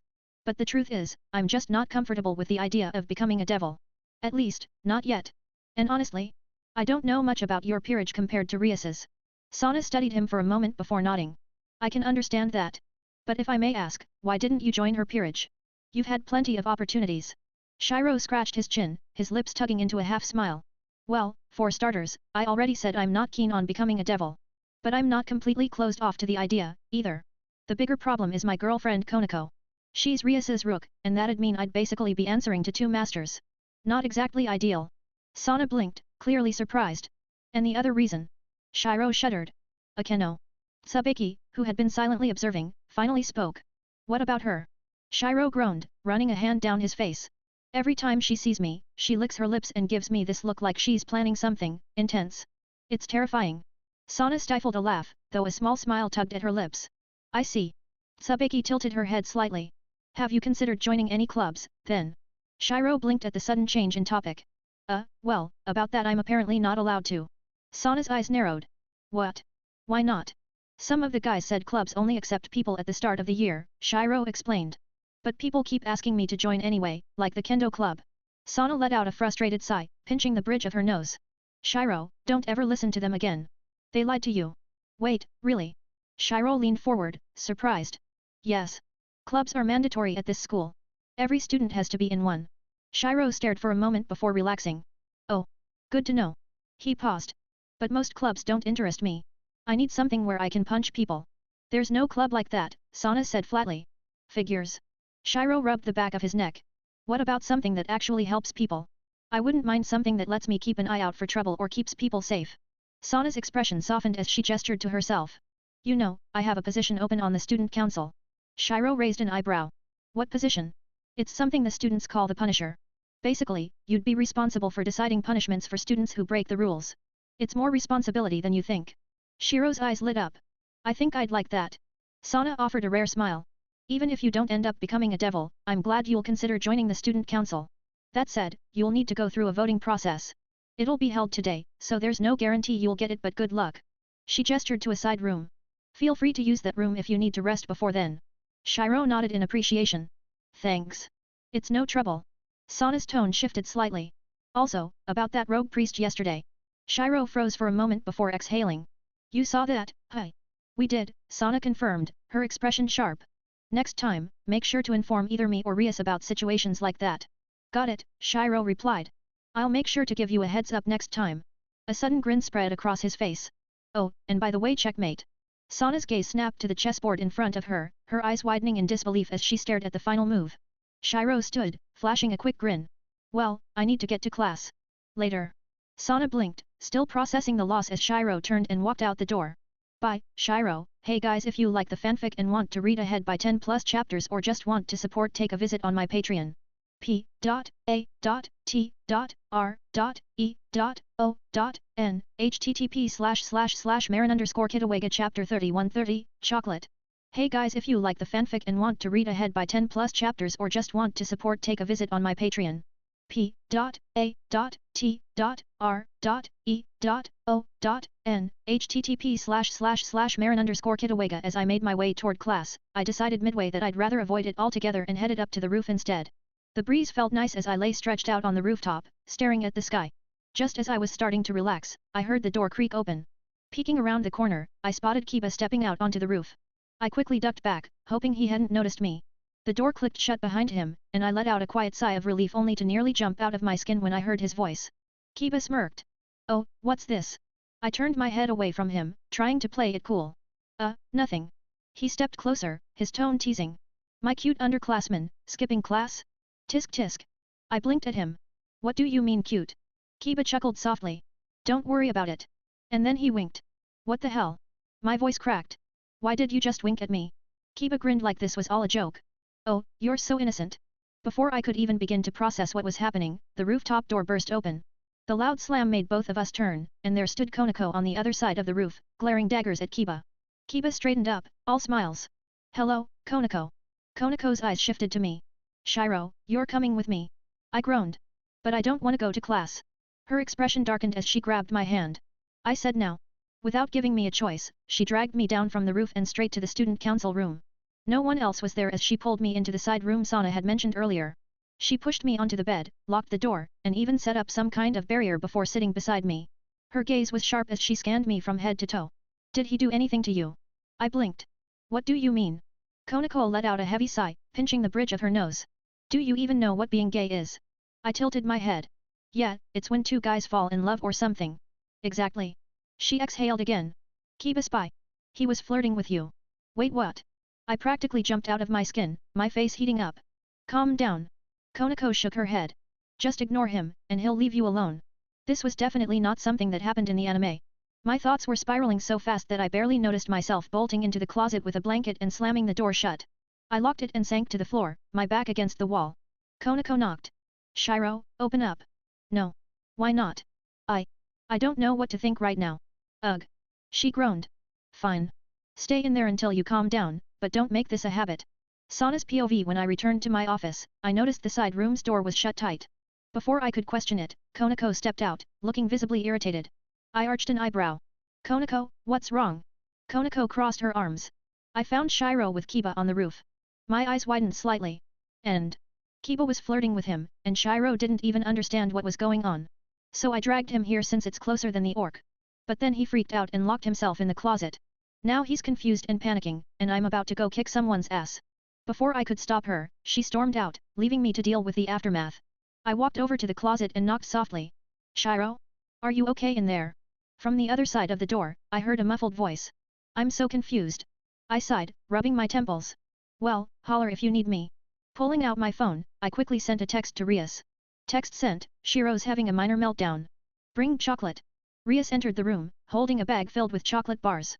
Her expression was a mix of amusement and mild confusion. "So, what's the emergency? Why did you ask for chocolate?" "Don't tell me it's that time of the month." Sana's face flushed slightly as she cut Rias off. "Rias." Rias blinked at her reaction, then frowned. "What?" Sana let out an exasperated sigh, clearly having dealt with enough already. "Look, Kiba was flirting with Shiro, and now Shiro's locked himself in the closet. He's confused about life, and Konako is out there hunting Kiba down." Rias paled at the explanation before quickly making her way to the closet. She knocked on the door. "Shiro? Are you okay in there?" From inside came a faint sound. Shiro was snoring. Rias stifled a laugh, covering her mouth. "He fell asleep." Sana frowned. "But I was just talking to him. How did he stress nap?" Rias smirked. "You got a key for this door." Sana pulled out the key and unlocked it. Rias handed her 5 chocolate bars. "I'll leave these for him, but I need to go grab a keno and try to keep the peace before Konako actually kills Kiba." Rias left in a hurry, and Sana walked into the closet to find Shiro sleeping soundly. She gently picked him up and laid him on the bed, pausing for a moment as she looked at him. "He's kind of cute when he's not causing chaos," she muttered to herself before returning to her desk. Shiro's POV. I woke up feeling a little groggy, blinking as I sat up on the bed. The last thing I remembered was panicking and hiding in the closet. But now I was back in the student council room. I saw Sana working at her desk. She looked up when she noticed I was awake and smiled softly. "Good morning. Guess what? You won the election," she said. "Congratulations, you're officially the school's Punisher." I rubbed my eyes. "Really? Already?" She nodded and handed me 5 chocolate bars. "Here. Consider these a confidence boost." You might need it. I grabbed one and immediately started eating. Thanks, Sana. After finishing 2 more chocolate bars, I decided it was time to face the music. I needed to talk to Kiba and clear the air before this whole situation got any more awkward. Hey guys, if you like the fanfic and want to read ahead by 10 plus chapters or just want to support, take a visit on my Patreon. p.a.t.r.e.o.n http://marin_kitawega chapter 3231 mhhmm. Hey guys, if you like the fanfic and want to read ahead by 10 plus chapters or just want to support, take a visit on my Patreon. p.a.t.r.e.o.n http://marin_kitawega occult research club. When I arrived at the orc, the door was cracked open. Peeking inside, I saw Akeno standing between Kiba and Konako. Konako looked like she was one wrong word away from throwing hands, and Kiba was leaning against the wall, trying to look unbothered. I hesitated for a second, then stepped inside. All eyes turned to me immediately. Without wasting any time, I walked straight behind Konako, using her as a shield before speaking. Sorry, Kiba, I said, my voice steady. I can't return those feelings. I love Konako. Konako's expression softened, and she smiled, clearly pleased with my words. Kiba exhaled through his nose, standing upright again. That's fine. I get it. I hope we can still be friends. Before I could respond, Konako spoke up, her voice sharp. Don't do it again, or I'll punch you in the balls so hard you'll never be able to use them again. Eve Chiron paled. Kiba visibly gulped. Noted. Just then, the door burst open, and Issei walked in, completely oblivious to the tension in the room. What did I miss? Eve Chiron stared at him for a moment before Akeno started laughing softly. I shook my head. You missed enough. The room was filled with casual conversation until Rias's announcement drew my attention. We should go get the two of you a familiar, Rias said, looking at me and Issei with a cheerful smile. I glanced up from my seat beside Konako. Issei practically jumped out of his chair. Yes. I raised an eyebrow at him before turning to Rias. Wait, can I even make a contract with one? Rias nodded confidently. Yes, you can. Before I could ask more, the doors to the room opened, revealing Sana and the rest of the student council stepping inside. Ah, Sana. Good to see you again, Rias greeted her with a polite smile. Sana returned the greeting with a nod. Yes, it is. It seems you've added another servant to your peerage. Rias gestured to Issei. Yes, this is Issei. He's my pawn. Wait, how does she know we're devils? Issei asked, clearly confused. I smirked at him. Dude, she's a devil too. Sana adjusted her glasses. Yes, I am. Oh, and congratulations on becoming the school's punisher, Shiro. At that, Eve Chiron turned to look at me. Thanks, I said casually, though the sudden attention was making me a little uncomfortable. Sana gestured to the boy standing beside her. This is my pawn, Saji. I looked at him. The guy was practically oozing arrogance as he gave us all a smug look. Oh, sweet. You're a pawn too. Issei said, reaching out to shake his hand. Saji scoffed and crossed his arms. Please don't think we're in the same league. I took 4 pawn pieces. I rolled my eyes at his tone. Hey, dumbass. Saji's gaze snapped to me, clearly annoyed. He took 8, I said, pointing at Issei. Get your facts straight before you go making yourself look like an idiot. Then again, maybe that's just natural for you, considering you never bother to get all the facts before acting. Sana sighed, already expecting this from me. Are you still holding a grudge? I pouted, crossing my arms. He wouldn't even listen to my side of it. The girls in the room giggled at my reaction until Saji decided to push his luck. So, what piece did you take? He asked, directing his attention to me. None, I replied without hesitation. Saji blinked. I said none, dipshit. I'm human. Saji scoffed. Then what's a lowly-ass muncher like you doing here? I didn't give him time to regret those words. In an instant, I rushed him. No one even saw me move until my foot came down on his back, pinning him to the floor. Saji struggled to breathe under my weight. I'm sorry, what was that? I couldn't hear you over the sound of you eating dirt. I smirked and leaned in. Did you seriously call me an ass muncher? Where the hell did you even come up with that? One thing's clear, though I'm not the lowly one here. That title belongs to the guy under my foot. I stepped off him and casually returned to my seat beside Konako, who gave me an approving nod. Rias cleared her throat, bringing the attention back to the matter at hand. We were just about to go get familiars for Issei and Shiro. Sana frowned slightly. That complicates things. I was hoping to get Saji one as well. Rias smirked. How about we settle this with a game of tennis? Winner gets to go first. Sana adjusted her glasses, her competitive side showing. Agreed. When we returned home, I saw Asia sitting on the couch watching TV while Alucard was meditating in the corner. They both noticed us as we stepped inside. Asia turned her attention to us first. How was your day? Fine, I said with a shrug, setting my bag down. Good, Konako added before shooting me a questioning look. Also, Ryo, why'd you join the student council? I scratched the back of my head. Well, because a club is mandatory, and, honestly, I didn't really like any of the others. Konako folded her arms, narrowing her eyes at me. Don't get tricked. I rolled my eyes. Please, I'm too smart to be tricked. Konako raised an eyebrow. I have a list of times you've been tricked. You might be smart, but you're also easily manipulated. I sighed in defeat. Fine, you win. Before she could press further, I grinned. You girls want to see another magic trick? Konako groaned, clearly remembering my last magic trick. I swear, if it's like that blacksmith thing. Asia, on the other hand, clapped her hands excitedly. Yet. I smirked and waved them outside. Follow me, ladies. We stepped out into the backyard, and I pulled out the alchemist set from my inventory. Tossing it near the blacksmith garage, I pressed the activation button. Smoke exploded around the area, and when it cleared, a new garage had appeared, seamlessly connected to the blacksmith shop. A door had been added, linking the two spaces. I turned to see Asia staring with wide eyes, completely awestruck, while Konako barely looked impressed. I grinned at her reaction and pulled out the jeweler set, repeating the process on the other side of the blacksmith shop. Another garage appeared, connected by a door, creating a full workshop area. Everything I needed was now in one place, but I made a mental note that, if I wanted to open an actual business, I'd need a proper shop in town. Konako shook her head and turned toward the house. Okay, I need to get dinner ready. Asia lingered, looking between the new rooms and me. Mind if I watch you work? I mean, if you don't mind. I smiled.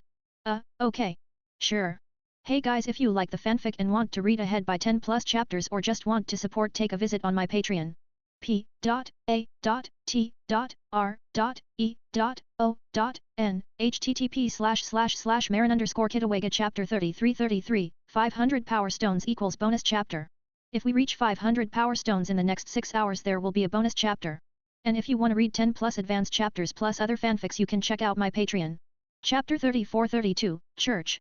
Hey guys, if you like the fanfic and want to read ahead by 10 plus chapters or just want to support, take a visit on my Patreon. p.a.t.r.e.o.n http://marin_kitawega I was in the alchemist workshop, bottles and ingredients scattered across the tables as I focused on brewing potions. By the time I looked up, I had crafted around 70 minor health potions and a few large ones.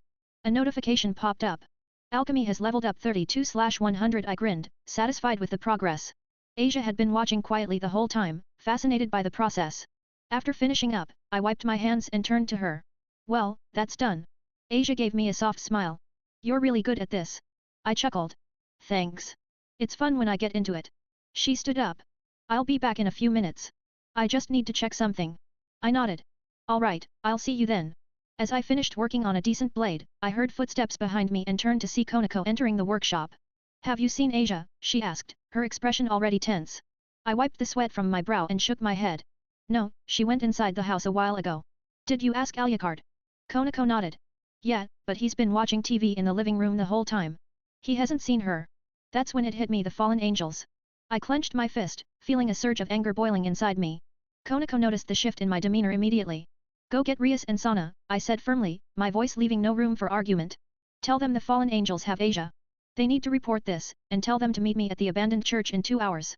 Her eyes widened at my words. Are you sure? I nodded, already walking toward the door. Just go. Without hesitation, Konako ran out the door. I stormed into the living room, where Alucard was sitting, his eyes glued to the TV. He looked up as soon as he saw my expression. What's wrong? He asked, standing immediately. The fallen angels took Asia. My voice was low, but the fury behind it was unmistakable. We're going to get her back, and we're going to make them pay for it. Alucard's expression darkened. When do we leave? Now. Follow me. We stepped outside. Alucard spread his bat-like wings, while I activated my sacred gear. Where to? He asked. I pointed toward the outskirts of town. The abandoned church. That way. We reached the church in under 5 minutes, landing silently on the roof. From above, we could hear raised voices echoing through the decrepit building. Carefully peering through a hole in the roof, we spotted 3 fallen angels inside, deep in a heated argument. The first, a blonde girl dressed in gothic Lolita fashion, seemed agitated. I just think we shouldn't take her sacred gear, it'll kill her. The second, who I recognized as Rainare, crossed her arms. If we don't, and she refuses to help us, then what? Are you willing to take that risk, Militant? The blonde Militant looked ready to snap. But it's better than just killing her. If we go through with this, we're no better than monsters. Can't you see that? Rainare turned to a blue-haired fallen angel, Kala Warner, who stood silently in the corner. Kala Warner, back me up here. Kala Warner shrugged. Honestly? I don't care either way. I leaned closer to Alucard and whispered, the blonde Militant. She gets to live. Alucard gave me a sharp nod. Understood. Only help if needed, I added. Of course, he replied before transforming into a swarm of bats and slipping through the shadows toward the basement. I scanned the area one more time, then jumped through the hole in the roof, landing with a thud that echoed through the church. Both Raineray and Kala Warner turned toward me, startled but quickly regaining their composure. Raineray's eyes narrowed. What are you doing here? The other fallen angel simply stared at me, her expression filled with unease. Shiro narrowed his eyes. You kidnapped a friend of mine. I'm here to take her back. Raineray's lips twisted into a sneer. Wait, you're that kid Donaseek was supposed to kill. A slow smirk tugged at Shiro's lips. Yeah, that's me. But he was so weak, he couldn't even land a punch. Raineray's eyes flared. You killed him. Shiro chuckled darkly. I did. And I'm about to do the same to the two of you. At that moment, he unleashed his aura, the oppressive weight of it filling the room. Both fallen angels flinched, clearly shaken by the sudden surge of power. Raineray quickly recovered and hurled several light spears at him, followed by Kala Warner. Shiro dodged every single one with ease, his movements fluid and sharp. He spoke to Voltaris in his mind. Know any sealing spells that would let me interrogate them? Voltaris's voice echoed in his thoughts. There's one. It's called Lightning Chains. It costs 100 MP, but it'll sap their stamina if they lie. Use it wisely. Perfect. Thanks. Shiro leaped into the air, raising his hand as he gathered energy. Lightning Chains. A massive purple magic circle formed beneath both fallen angels. Chains of crackling energy erupted from it, wrapping tightly around their bodies and immobilizing them completely. Raineray struggled, her voice tinged with panic. What the? Shiro landed in front of them, his expression calm but his eyes filled with menace. Now, he said, his lips curling into a wicked smile, we're going to get to know each other really well. Both fallen angels paled. Shiro leaned against the broken altar, arms crossed as he listened to their panicked explanations. So, let me get this straight. You two were planning to go rogue and join Cockabile. Raineray's voice trembled. Why yes. Kala Warner nodded reluctantly. He ordered us to take Asia's sacred gear, and kill her. Shiro's eyes darkened. And what about Millet? She seemed pretty pissed when she left. Raineray hesitated, but the chains sparked, draining more of her stamina. She winced. Millet, she's against it. She says she prefers the peace and doesn't want to be involved in this mess. Shiro narrowed his eyes. Anything else I should know? Both women quickly shook their heads. And no. Shiro was about to finish them off when something stopped him. He hadn't used Observe yet. Frowning, he activated the skill. Observe name, Raineray gender, female race, fallen angel title, rogue fame, rogue HP, 650/650 MP, 1000/1000 stamina, 100/400 strength, 24 endurance, 23 agility, 20 intelligence, 23 wisdom, 23 luck, 15 name, Kala Warner gender, female race, fallen angel title, rogue fame, rogue HP, 700/700 MP, 1200/1200 stamina, 50/600 strength, 25 endurance, 20 agility, 24 intelligence, 30 wisdom, 30 luck, 15. Hey guys, if you like the fanfic and want to read ahead by 10 plus chapters or just want to support, take a visit on my Patreon. p.a.t.r.e.o.n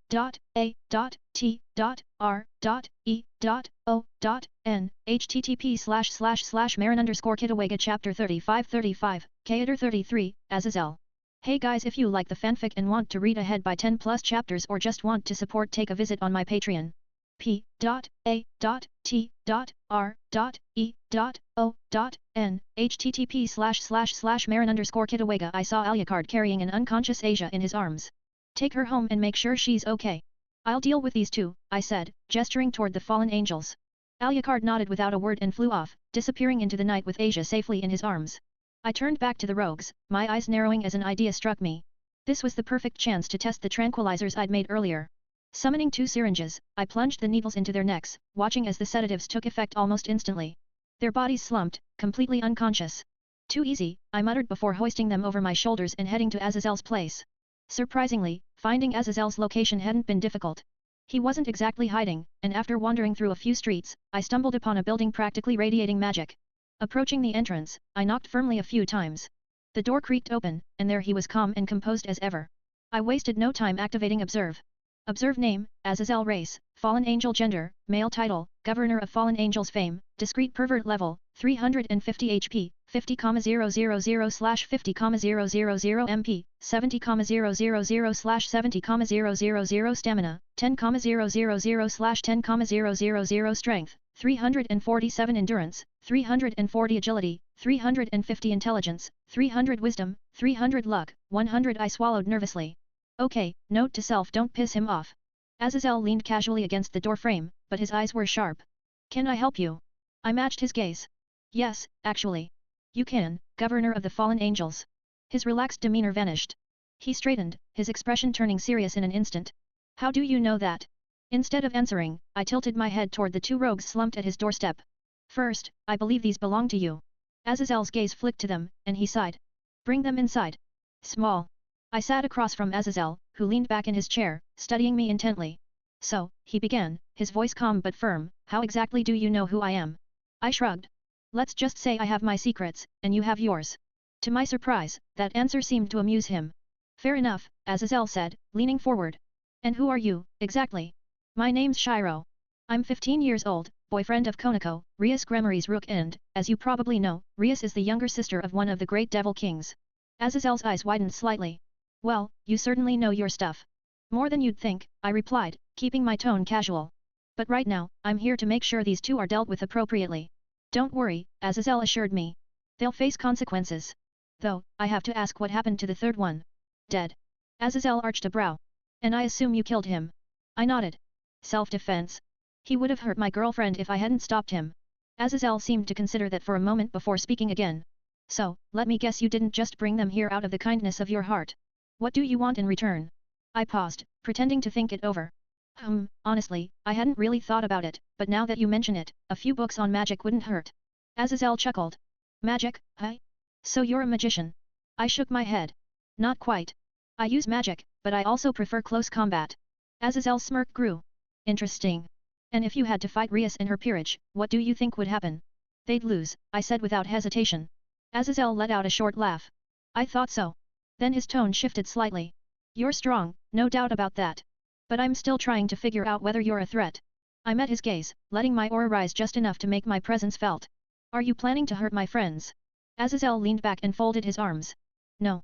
I relaxed and smirked. Then you're spared. Azazel chuckled, raising an eyebrow as he reached for a bottle of Irish whiskey. You're a funny kid. You drink. I smirked, leaning back in my seat. I'm 15. Of course, I drink. Azazel grinned and pulled out 2 glasses, pouring us both a generous amount. Now you're speaking my language, I said, watching the amber liquid swirl in the glass. Been meaning to find a drinking buddy, Azazel replied. I raised my glass. Bottoms up. Azazel mirrored my gesture. Salute. Skill acquired, alcohol resistance, level 1/100. I took the first sip, letting the burn wash down my throat before exhaling with a satisfied grin. Ah, that's the stuff, I said. Azazel nodded in agreement. You said it.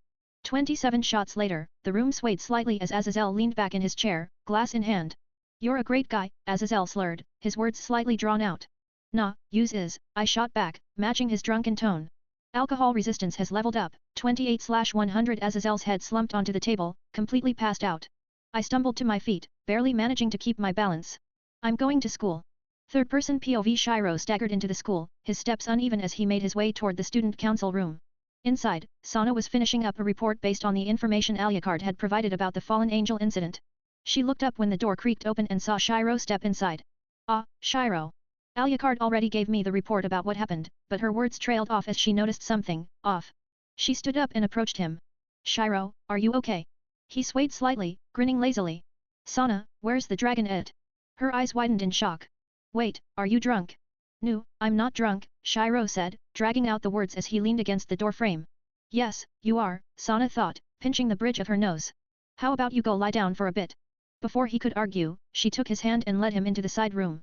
But just as she turned to leave, she felt him grab her wrist. What are you? Shiro pulled her down onto the bed and wrapped his arms around her before promptly passing out. Shiro. Sana stammered, her face burning red. All she got in response was a soft snore.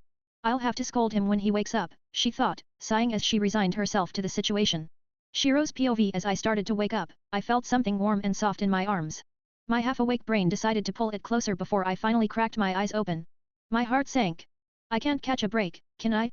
Sana. I yelped, scrambling to sit up. She gave me a sharp look, crossing her arms. Oh, did someone finally wake up after passing out drunk? Shit. I stammered, backing away.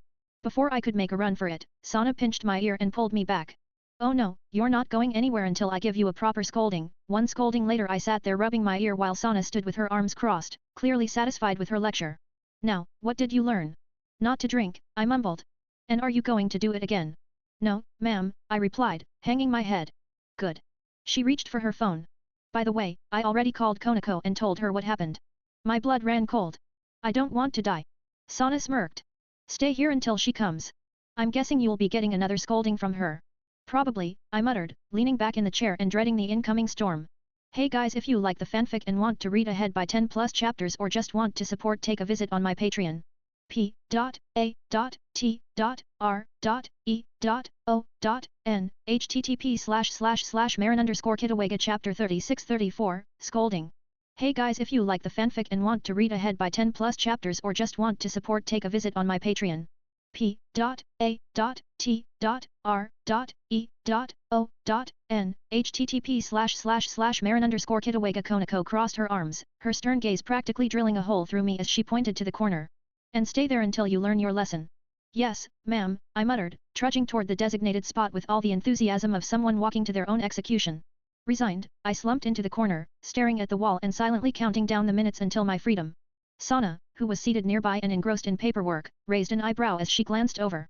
You know, I already scolded him for this. Konako didn't even bother looking at her. And the sheer finality in her voice left no room for argument. Sana let out a soft sigh and went back to her paperwork, while I slouched further against the wall, exhaling heavily. There was no escaping this. The Student Council vs Occult Research Club match was about to begin. I sat on the bleachers, resting my chin on my palm as I watched the preparations below. My gaze wandered, and out of habit, I opened my inventory. A sudden notification lit up my screen. Secret quest completed. Secret quest, spare the fallen angels details, spare the fallen angels and return them to Azazel. Rewards, 10,000 EXP/$10,000 a drinking buddy. A satisfied smirk tugged at my lips. Cool. Glancing at the field, I realized I had some time to kill before the match started. My fingers itched for action, so I activated Instant Dungeon and selected a random dungeon. In a blink, the world around me shifted, and I found myself standing in the middle of a vast, open field.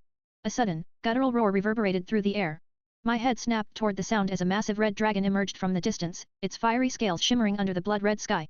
A grin spread across my face as I summoned my dual short swords, the familiar crackle of flames and sparks igniting along their edges. This should be fun, I muttered, more to myself than anyone else. Focusing my energy, I activated Observe to size up my opponent. Observe, name, race, Fire Dragon title, none fame, none HP, 10,000/10,000 MP, 20,000/20,000 stamina, 5,000/5,000. The dragon let out a deafening roar, opening its massive maw to release a stream of fire. The flames scorched the ground where I had stood mere seconds ago as I dodged to the side, the heat brushing uncomfortably close. My smirk widened. This wasn't even the dungeon boss. If this was just a minion, the boss would be something truly monstrous. I wasted no time. Water slicers! I shouted, thrusting my arm forward. A series of shimmering water blades materialized, slicing into the dragon's tough scales. The creature let out a howl of pain, staggering slightly, giving me the opening I needed. Holy break! I followed up, summoning a radiant beam of holy energy that collided with the dragon's chest, leaving a smoldering wound. Not giving it a chance to recover, I dashed forward and leapt onto its back. My swords crackled with electricity as I plunged them into its scales. Sparks exploded from the impact, coursing through the creature's body and causing it to thrash violently. The dragon roared in agony, flinging me off its back with a powerful twist. I landed on my feet, sliding back slightly from the force. A massive claw swiped at me, and I barely dodged, feeling the wind from the near-miss dragon lightning. I bellowed, summoning a surge of electrified energy that struck the dragon head-on. The attack reduced its HP to a sliver. My gaze sharpened as I went in for the finishing blow. Water slicers! The water blades severed its arm, tail, and finally its head in quick succession. The dragon let out a final, guttural cry before dissolving into light, leaving me panting and exhilarated. I had barely caught my breath when the ground beneath me trembled. Boss incoming! The field shook violently as a massive yellow magic circle formed before me. From it emerged an enormous dragon, its scales gleaming like molten gold. Lightning crackled along its body, its piercing eyes locking onto me with an intensity that sent a chill down my spine. My smirk faltered slightly. Holy crap, I muttered under my breath. Valterus's voice echoed in my mind, calm but firm. Shiro, summon my sacred gear now if you want to live. Not wasting a second, I summoned the gauntlets, feeling their familiar weight on my hands. What are the chances of us beating it? I asked, glancing up at the massive creature towering over me. Volterus sighed, his tone resigned. 10%. I couldn't help but grin, determination sparking in my eyes. Good enough. Valterus's voice turned sharper, filled with purpose. Partner, you've come far, but this isn't something you can handle recklessly. Follow my plan. It hasn't seen you yet, so start with a surprise attack. Use Holy Break, then keep moving.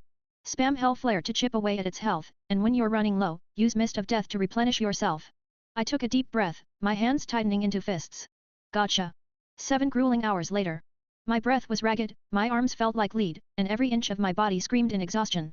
I glanced at the massive dragon, its once glowing form now dulled and battered. Observe, HP, 7,500/40,000. I wiped the sweat dripping from my forehead. I don't know how much longer I can keep this up, I muttered, my voice heavy with fatigue. Valteris's voice rang in my mind, steady and encouraging. It's almost there. You can do this. Gritting my teeth, I tightened my fists. Then I'm going in close. Wait. Volteris warned, his tone filled with concern. You're not ready for that. I grinned through my exhaustion. And how will I ever know unless I try? There was a pause before Volteris sighed. Fine. Good luck, partner. I dashed forward, my feet pounding against the ground as I closed the distance. Summoning every ounce of strength I had left, I leaped high into the air, my aura flaring around me like a storm. Holy break! I shouted, a beam of radiant energy crashing down onto the dragon's back.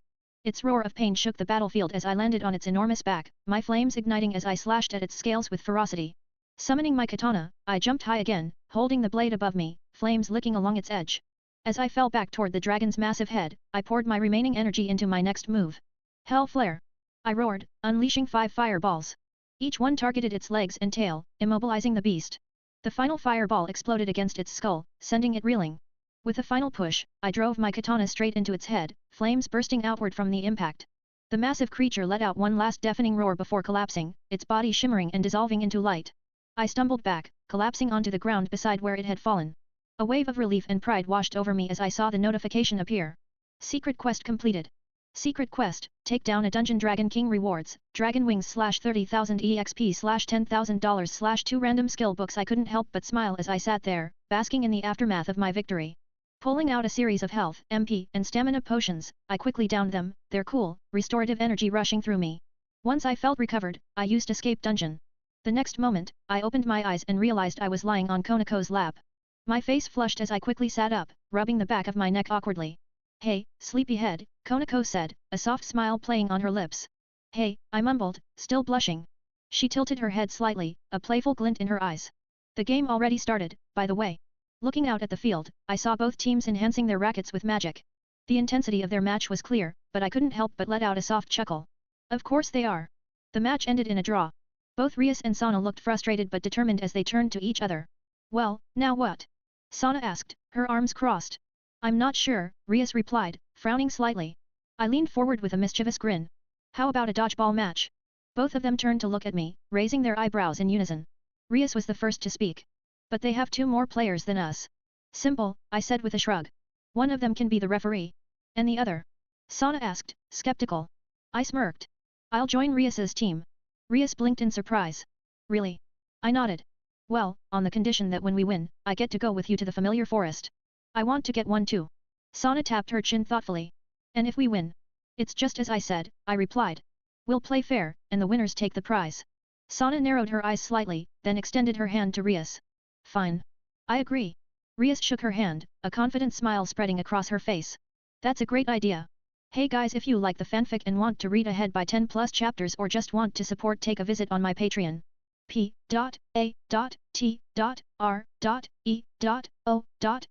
http://Marin_Kitawega chapter 3735, familiar. Hey guys, if you like the fanfic and want to read ahead by 10+ chapters or just want to support, take a visit on my Patreon. p.a.t.r.e.o.n http://Marin_Kitawega. I was waiting near the Occult Research Club building for the Student Council.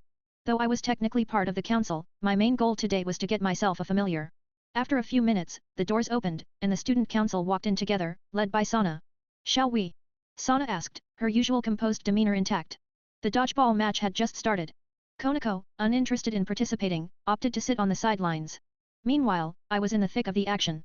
I dodged a ball with a one-handed backflip and immediately grabbed another ball lying nearby. I hurled it at Tsubaki, yelling, "This bitch empty YEET." Tsubaki's shocked expression was priceless as she got hit and was taken out. Saji was on the verge of losing it, trying to stifle his laughter, while Issei was biting his lips to hold back a chuckle. Sana, however, glared daggers at me, her disapproval clear. Konako, sitting nearby, mirrored her expression, clearly displeased at my choice of words. I shrugged it off and caught another ball mid-air, eliminating one of Sana's pawns. Deciding to mess with Saji, I feigned a throw in his direction. He panicked and jumped, only to realize it was a fake-out. Smirking, I turned and threw the ball at Sana instead. Before it could hit her, one of her pawns jumped in and took the hit for her. I knew we could win, I said confidently, grinning as I leaned back. Sana, her arms crossed, nodded reluctantly. Yes, you all won. So, as promised, you may now go to the familiar forest. Thanks, I replied, satisfied with the outcome. The occult research club gathered in their room, preparing to leave for the familiar forest. We used a magic circle to transport ourselves, arriving in what could only be described as a foreboding area. The eerie atmosphere didn't faze me, though. Standing nearby was a man who looked like a budget Ash Ketchum. I rolled my eyes and immediately started walking off. Before I could go far, I felt a gentle tug on my sleeve. I turned to see Konako standing beside me. I'm going with you, she said firmly. Okay, I replied, smiling slightly. As Konako and I walked through the forest, we passed various creatures, bats, birds, cats, and even a few snakes. Eventually, we came across a cave covered in snow, its icy entrance standing out against the dark surroundings. The familiar master mentioned that a really powerful familiar resides in this cave, Konako said, eyeing the entrance warily.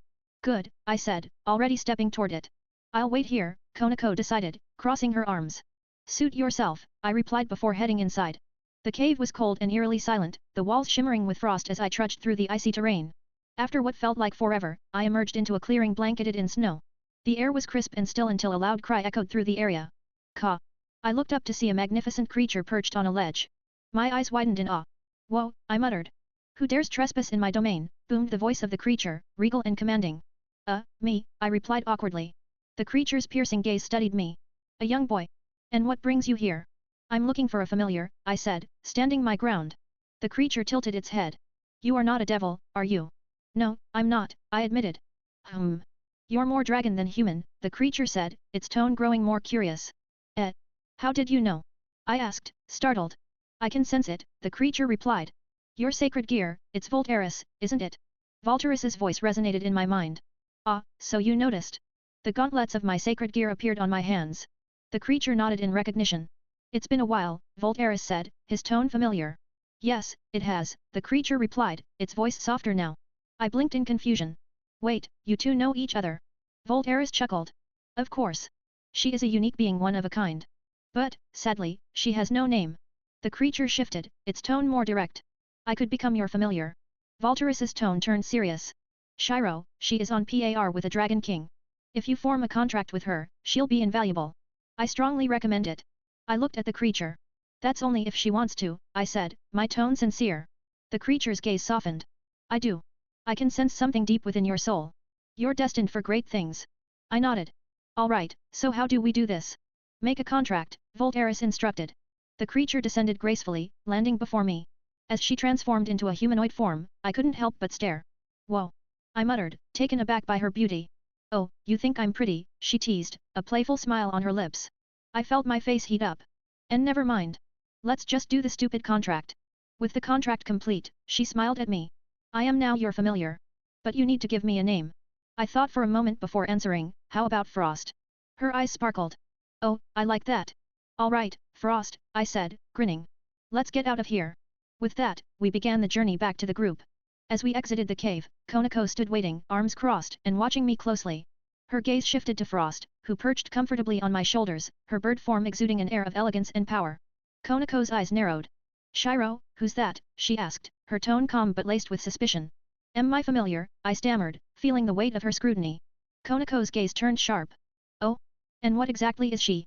Frost, noticing my hesitation, transformed smoothly into her majestic bird form, her icy feathers glinting like crystal under the dim light. I quickly activated Observe to gather more information.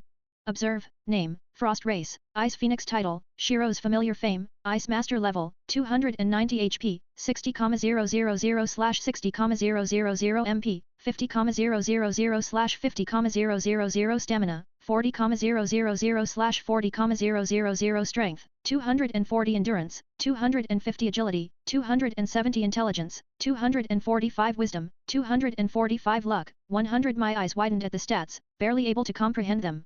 Hey guys, if you like the fanfic and want to read ahead by 10 plus chapters or just want to support, take a visit on my Patreon. p.a.t.r.e.o.n http://marin_kitawega chapter 3836, Frost. Hey guys, if you like the fanfic and want to read ahead by 10 plus chapters or just want to support, take a visit on my Patreon. p.a.t.r.e.o.n http://Marin_Kitawega Observe, Name, Frost Race, Ice Phoenix Title, Shiro's Familiar Fame, Ice Master Level, 290 HP, 60,000/60,000 MP, 50,000/50,000 Stamina, 40,000/40,000 Strength, 240 Endurance, 250 Agility, 270 Intelligence, 245 Wisdom, 245 Luck, 100. My eyes widened at the stats, barely able to comprehend them. Konako leaned closer to get a better look at Frost, who ruffled her feathers and landed lightly on my shoulders. Oh, shit, Konako muttered under her breath, clearly impressed but also mildly exasperated. Frost adjusted herself comfortably, her talons resting on both sides of my shoulders. I'm getting comfy, she said nonchalantly, her cool voice almost dismissive. Okay, I replied, unsure how to react to the casual intimacy. Let's head back to the others. When we returned, chaos greeted us. The girls screamed as a green slime dissolved their clothing, leaving them scrambling for cover. I spotted Issei drooling, his lecherous grin plastered across his face as he ogled the scene. Without hesitation, I turned to Frost. Frost, would you do the honors? With pleasure, she replied smoothly. She opened her beak and unleashed a breath of icy wind. The green slime froze solid before shattering into tiny pieces. The girls turned toward me, both grateful and embarrassed, while the familiar master's jaw practically hit the floor. And no way, the familiar master stammered, his face pale as he stared at Frost. Rias, her composure momentarily shaken, pointed at Frost. What is that? I grinned slightly. Oh, I'm Shiro, I said cheekily. Kiba cleared his throat. I believe she's referring to the familiar on your shoulders. Oh, right. I nodded toward Frost. This is Frost. She's an ice phoenix and now my familiar. The familiar master gawked, his disbelief evident. How did you tame her? I didn't, I replied with a shrug. She wanted to become my familiar, so I agreed. Frost, in her usual graceful tone, added, you all shall refer to me as Frost now. Rias blinked, still processing. Wait, is an ice phoenix rare? The familiar master managed to pull himself together enough to answer. An ice phoenix is not just rare, it's on par with a dragon king. But this one? Frost, she's even fought Tiamat before. From what I've heard, they respect each other as rivals. Frost nodded regally. Indeed. Tiamat is a master of ice, much like myself. I tilted my head. Wait, now? What do you mean by now? Frost sighed nostalgically. I have lived for over 3,000 years, and I've known Tiamat for 2,000 of those. When we first met, she struggled to control her ice abilities. I guided her, and for a time, it was like a teacher-student relationship. But as she grew stronger, she eventually declared herself my rival. We've fought several times since then, always with respect. I scratched the back of my head. Well, just don't destroy my house, okay? I'm already saving up for a bigger one. Rias looked curious. What do you need a bigger house for? You've met Alucard, right? I asked. Yes, Rias replied. He's quite cultured. It's nice to have conversations with him. I grinned. Well, he's a vampire king, technically. Since I beat him in a duel, he's more like a grumpy grandpa watching over Asia. Wait, what? Rias looked stunned. He's a vampire king.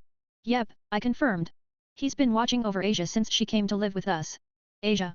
Rias asked, her confusion deepening. Oh, right. I realized I hadn't mentioned her before. Asia is a former nun who got kicked out of the church because she healed a devil. Rias blinked, trying to take it all in. That's a lot. One more thing, I added. Would you mind enrolling Asia in school? She deserves an education, and I'd like to keep an eye on her during the day. Rias sighed, rubbing her temples. Fine. But do me a favor, let me know if anything supernatural comes up again. Will do, I said with a grin. Good. Now, let's go home, Rias said, shaking her head as she started leading the group back. As we walked through the door, Frost perched comfortably on my shoulders. Alucard and Asia were in the kitchen.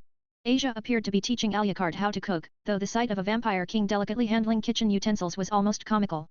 They both turned toward us, their eyes widening as they noticed Frost. Hey, Frost, I said, mind staying here for a bit? I need to take care of something in my room. She stretched her wings, hopping off my shoulders and transforming into her human form with a flicker of icy magic. Sure, she said coolly, reclining effortlessly on the couch. I nodded and headed to my room, closing the door behind me. Almost immediately, I heard Valteris's voice in my mind. Shiro, do me a favor and check out your stats. How do you know about that? I asked, raising an eyebrow. I see everything you see, or at least what you want me to see, Valteris replied smoothly. Fair enough, I said, opening my stats window. Stats name, Shiro H, 15 race, Dragon/Human hybrid title, Lightning Dragon Emperor fame, none sacred gear, Volt Eris, the Lightning Dragon God of Chaos level, 53 HP, 2,250/2,250 MP, 5,000/5,000 stamina, 2,000/2,000 strength, 84 endurance, 84 agility, 84 intelligence, 84 wisdom, 84 luck, 50 points, 100 money, $70,000. I smiled as I reviewed the numbers. My growth was undeniable. Not bad, I muttered, feeling a sense of satisfaction. You're growing stronger, Volt Eris observed, his tone proud. I felt the familiar weight of him perching on my shoulders. Yeah, I know, I replied. Next week, I'll start crafting those swords, first the holy one, then the cursed one. I just need the right materials. Volt Eris chuckled. About those dragon wings you have, he said, shifting the topic. What about them? I can make them permanent, he explained. You'd have full control over them, able to summon and conceal them at will, like your fox ears and tail. But the process will be excruciating. It's like growing new limbs, but at an accelerated rate. I considered it for a moment before nodding. Let's do it, I said. But let's head into a dungeon first. I don't want to scream bloody murder at home. Small, zombie dungeon I prepared carefully, setting up sentries and barricades to hold off the undead while Volt Eris worked on my wings. All right, I'm ready, I said, bracing myself. Go ahead, Volt Eris. Remember, he said gravely, it's going to hurt like hell. But it'll be worth it. The moment he began, an excruciating pain tore through my back, dropping me to the ground.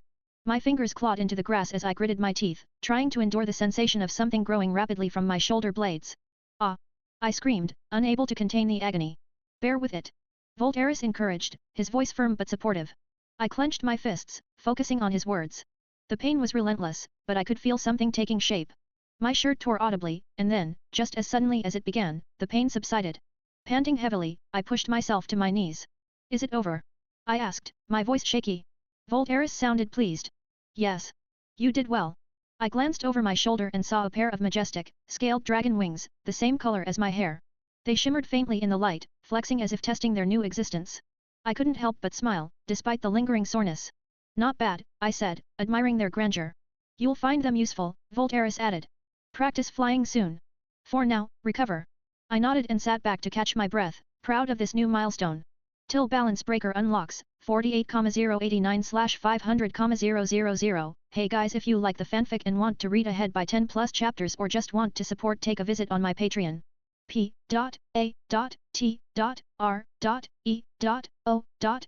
http://marin_kitawega chapter 3937, Wings. Hey guys, if you like the fanfic and want to read ahead by 10 plus chapters or just want to support, take a visit on my Patreon. p.a.t.r.e.o.n http://marin_kitawega. As I began to take flight, the sensation was awkward at first. My wings felt foreign, yet exhilarating. The initial flaps were clumsy, but with time, I found a rhythm, soaring higher and faster. The wind against my face filled me with a sense of freedom I hadn't known before. I practiced until my movements became fluid, my confidence growing with each moment in the air. When I finally landed, my wings folded neatly against my back, as if they'd always been a part of me. A sudden thought crossed my mind, and I opened my inventory to check my rewards from earlier quests. What I saw left me stunned. Inventory, Skill Book, Fire Dragon Slayer Magic Details. This ancient magic, lost for millennia, grants mastery over Fire Dragon Slayer techniques, including Fire Dragon Iron Fist, Fire Dragon Wing Attack, Fire Dragon Flame Elbow, Fire Dragon Fists, Fire Dragon Roar, Fire Dragon Brilliant Flame, and the ultimate technique, Fire Dragon Sacred Art, Flame Lotus Exploding Flame Blades. This skill doubles your current magical power. Skill Book, Lightning Dragon Slayer Magic Details. This forgotten magic teaches mastery over Lightning Dragon Slayer techniques, including Lightning Dragon Hard Fist, Lightning Dragon Talon, Lightning Dragon Roar, Lightning Dragon Destruction Fist, Lightning Dragon Heavenly Havoc, and the ultimate technique, Lightning Dragon Sacred Art, Rolling Thunder. This skill doubles your current magical power. My eyes widened. No way, I muttered, grinning like a madman. Volteris's voice echoed in my mind. Well, looks like you're technically a dragon slayer now. Technically. I quipped. I've already taken down a few dragons. Feels fitting. Volt Eris chuckled. Fair point. So, are you going to test out those powers? Oh, absolutely. Then start by channeling your emotions into your flames, Volt Eris advised. I closed my eyes, focusing inward. It felt as though my emotions, my anger, determination, and resolve fueled a blazing fire within me. My hands ignited with intense flames, radiating a heat unlike anything I'd felt before. Good, Volt Eris said approvingly. Dragon Slayer magic draws its strength from your emotions. But remember, it also relies on the magic in the air around you. Learn to breathe it and it will replenish your magical power and make you stronger. I inhaled deeply, and it was as if the air itself carried energy. My flames grew darker, hotter, and more ferocious. A notification appeared, skill acquired, flames of emotion details. This passive skill allows your flames to be fueled and strengthened by raw emotions. I stared at my hands, captivated by the sheer intensity of my newfound power. This is insane, I muttered. But what about lightning dragon slayer magic? I asked, turning my attention inward. Valterus's tone grew serious. Lightning is a form of fire, but it's far more volatile and precise. You must first master your control over fire before you can wield lightning effectively. I frowned. So I can't use it yet. Not until your body is ready, Volterus said. You'll need to grow stronger physically, mentally, and emotionally. Lightning Dragon Slayer magic requires absolute mastery of fire. Until then, your body won't be able to handle its power. Great, I muttered sarcastically. No pressure. Volterus sighed. Listen, Shiro. You're incredibly strong for your age. You've already surpassed most devils, fallen angels, and angels your age. But you're still just 15. Your body can't handle the strain of everything you're throwing at it. I clenched my fists, frustration bubbling to the surface. I know I'm strong, I said through gritted teeth, but I'm not strong enough. Did you see Azazel's stats? He's leagues ahead of me. If he ever decided to turn against the devils, my friends and family would be at risk. I can't let that happen. Flames flickered around me, forming an intense fiery aura that encased my body. I clenched my fists, determination radiating through every fiber of my being. I will do anything to protect them, I declared, my voice unwavering. Do you understand, Volterus? If I have to face fallen angels, devils, or even the entire world, I'll take them all on to protect the people I care about. Volterus's voice echoed in my mind, calm but filled with concern. Shiro. Trust me, Volterus, I said firmly, cutting him off. I can handle this. There was a moment of silence before he finally spoke again. Fine. But listen carefully, under no circumstances are you to use Lightning Dragon Slayer magic. If you do, you risk entering a raging state you can't control. Do you understand? I nodded, though he couldn't see it. I promise. No Lightning Dragon Slayer magic. And I'll take a few days off training after this. That's all I ask, partner. 72 hours later the dungeon was eerily quiet, save for the crackling of my flames. I exhaled heavily, wiping the sweat off my brow. My Fire Dragon Slayer magic was now fully mastered, and the fatigue had finally caught up with me. Volterus's voice broke through my thoughts. Shiro, you need to rest. You've done enough.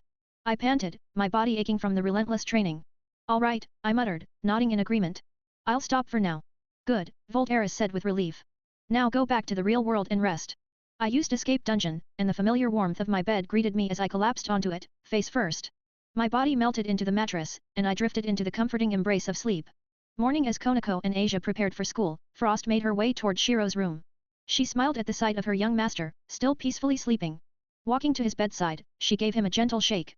Shiro, wake up, she said softly. A muffled groan came from under the covers. No, 5 more minutes. Frost sighed, rolling her eyes. I have no choice. I was enjoying the warmth of my blanket cocoon when suddenly splat, a cold, wet sensation hit my face. I shot up, my eyes wide as I saw Frost holding a snowball in her hand, ready to throw another. Are you awake now? She asked, tilting her head innocently. Are you cold-hearted enough to wake someone up with a snowball? I snapped, wiping the melting snow off my face. Good, she said, ignoring my complaint. Now get ready for school. As she left the room, I muttered under my breath and pulled up my stats screen. Hey guys, if you like the fanfic and want to read ahead by 10 plus chapters or just want to support, take a visit on my Patreon. p.a.t.r.e.o.n http://marin_kitawega chapter 4038, Graphia. Hey guys, if you like the fanfic and want to read ahead by 10 plus chapters or just want to support, take a visit on my Patreon. p.a.t.r.e.o.n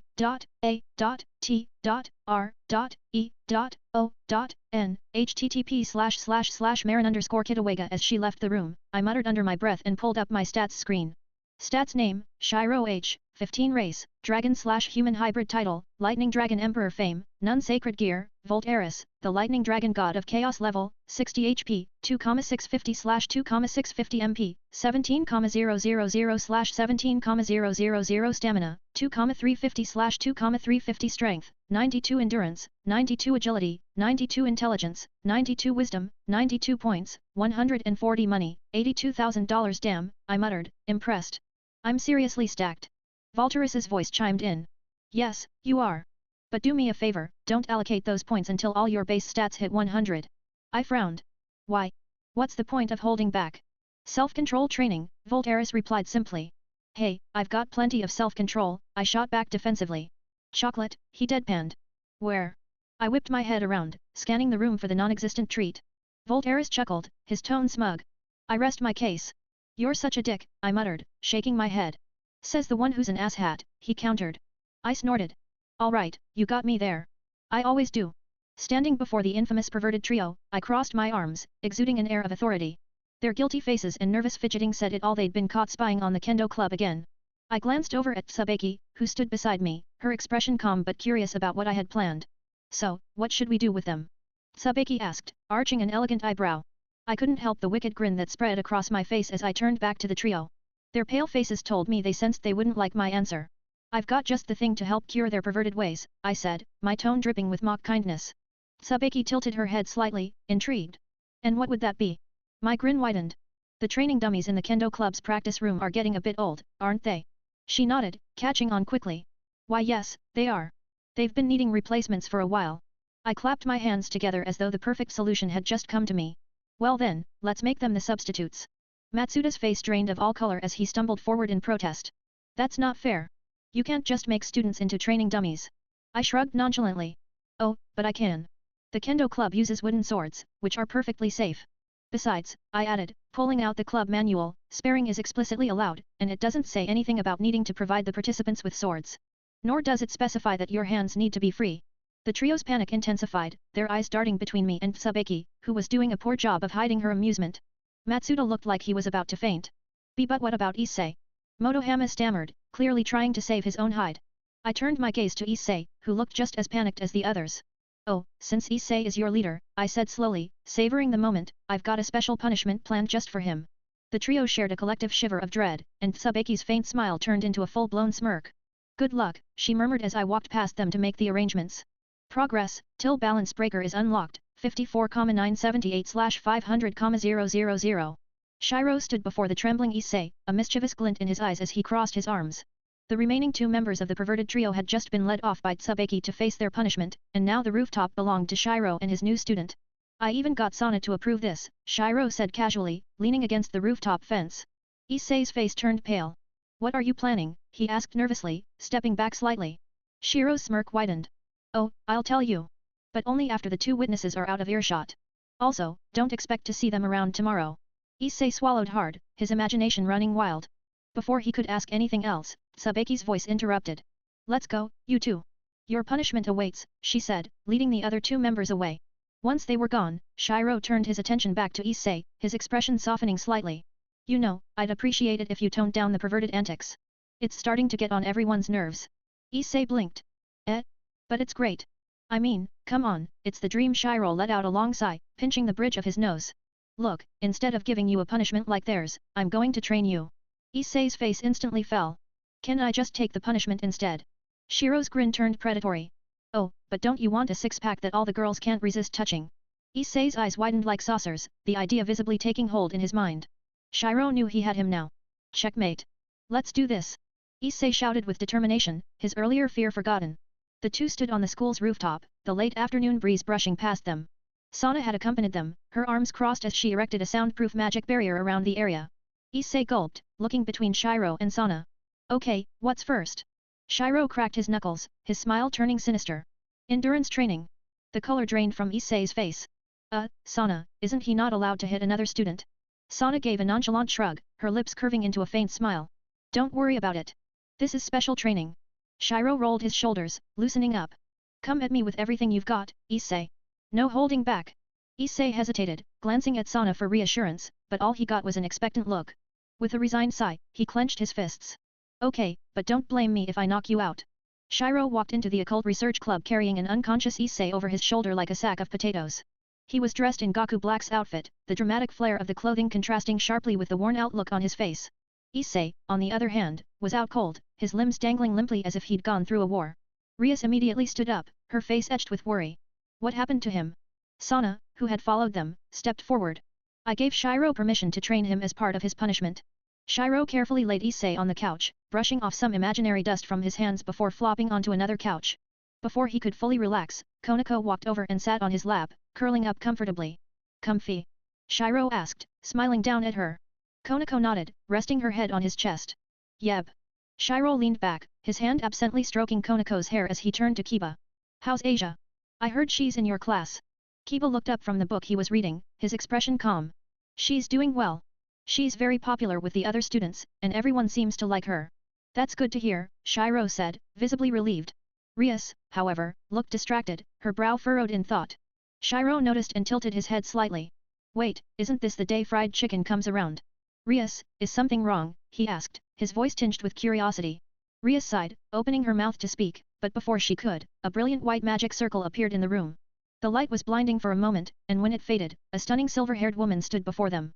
She exuded an aura of power and grace, her cold yet piercing gaze sweeping across the room. Shiro's instincts kicked in, and he immediately used observe.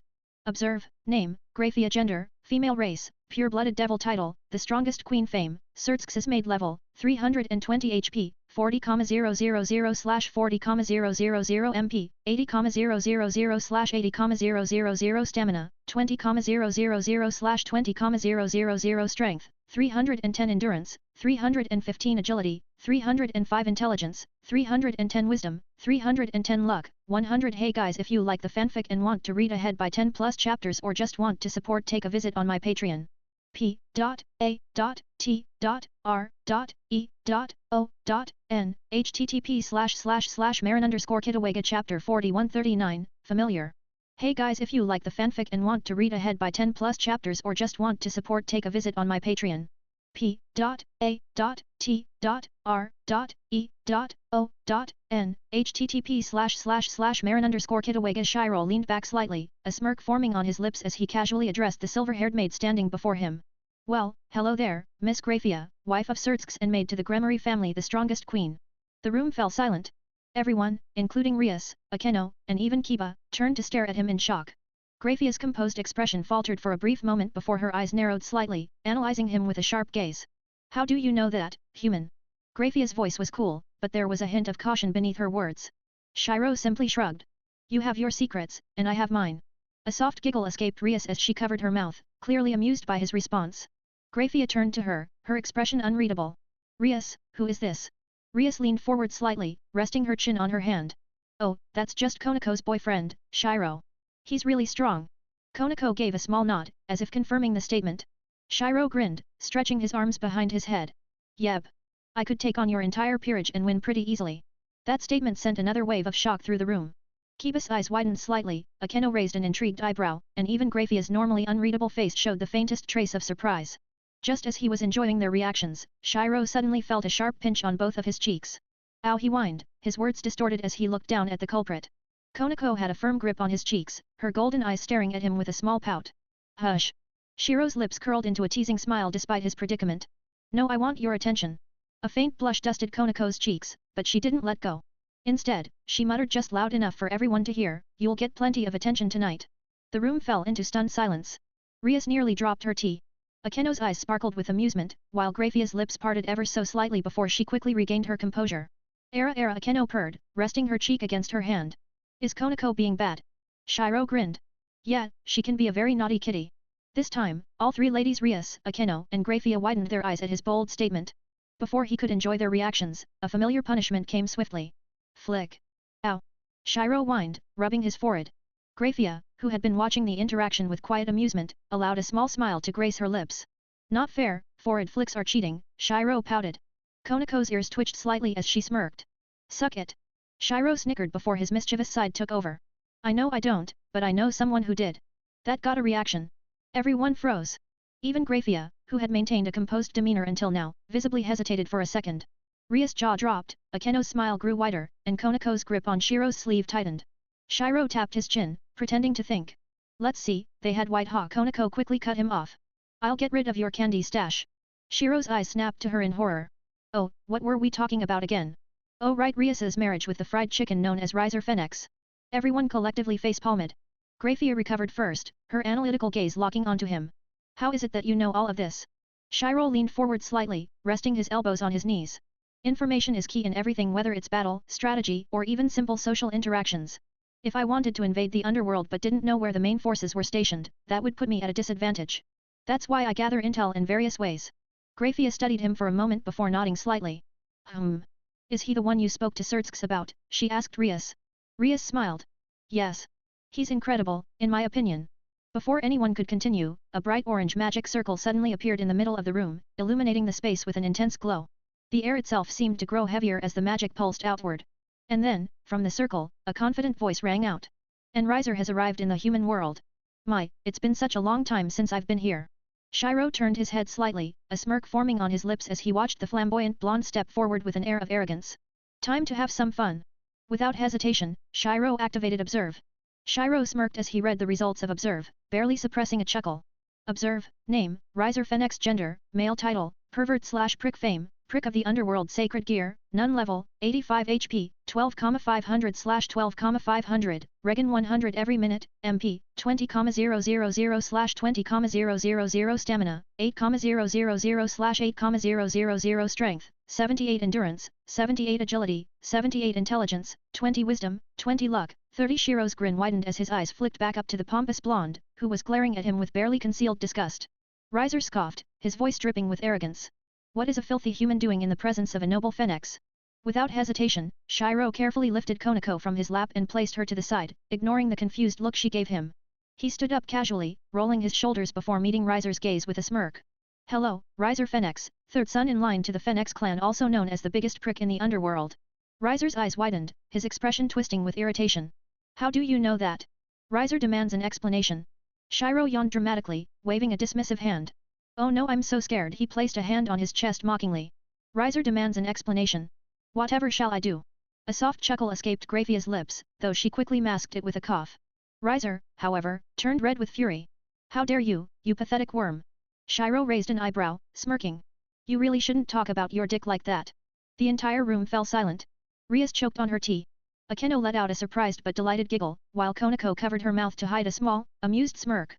Even Graphia looked mildly entertained, though she remained composed. Riser's face darkened with rage. "That's it." With a flick of his wrist, he summoned a massive ball of hellfire and hurled it at Shiro without warning. The flames surged through the air, casting flickering shadows across the room. Shiro barely glanced at the attack before lazily lifting his hand, activating sparks. Lightning crackled along his palm as he effortlessly swatted the fireball aside like an annoying fly. Boom! The redirected fireball exploded against the wall, blasting a gaping hole through it and sending a gust of hot wind through the room. Everyone stared. Kiba had gone completely still. Issei, who had just walked into the room, turned right back around and left without a word. Shiro yawned.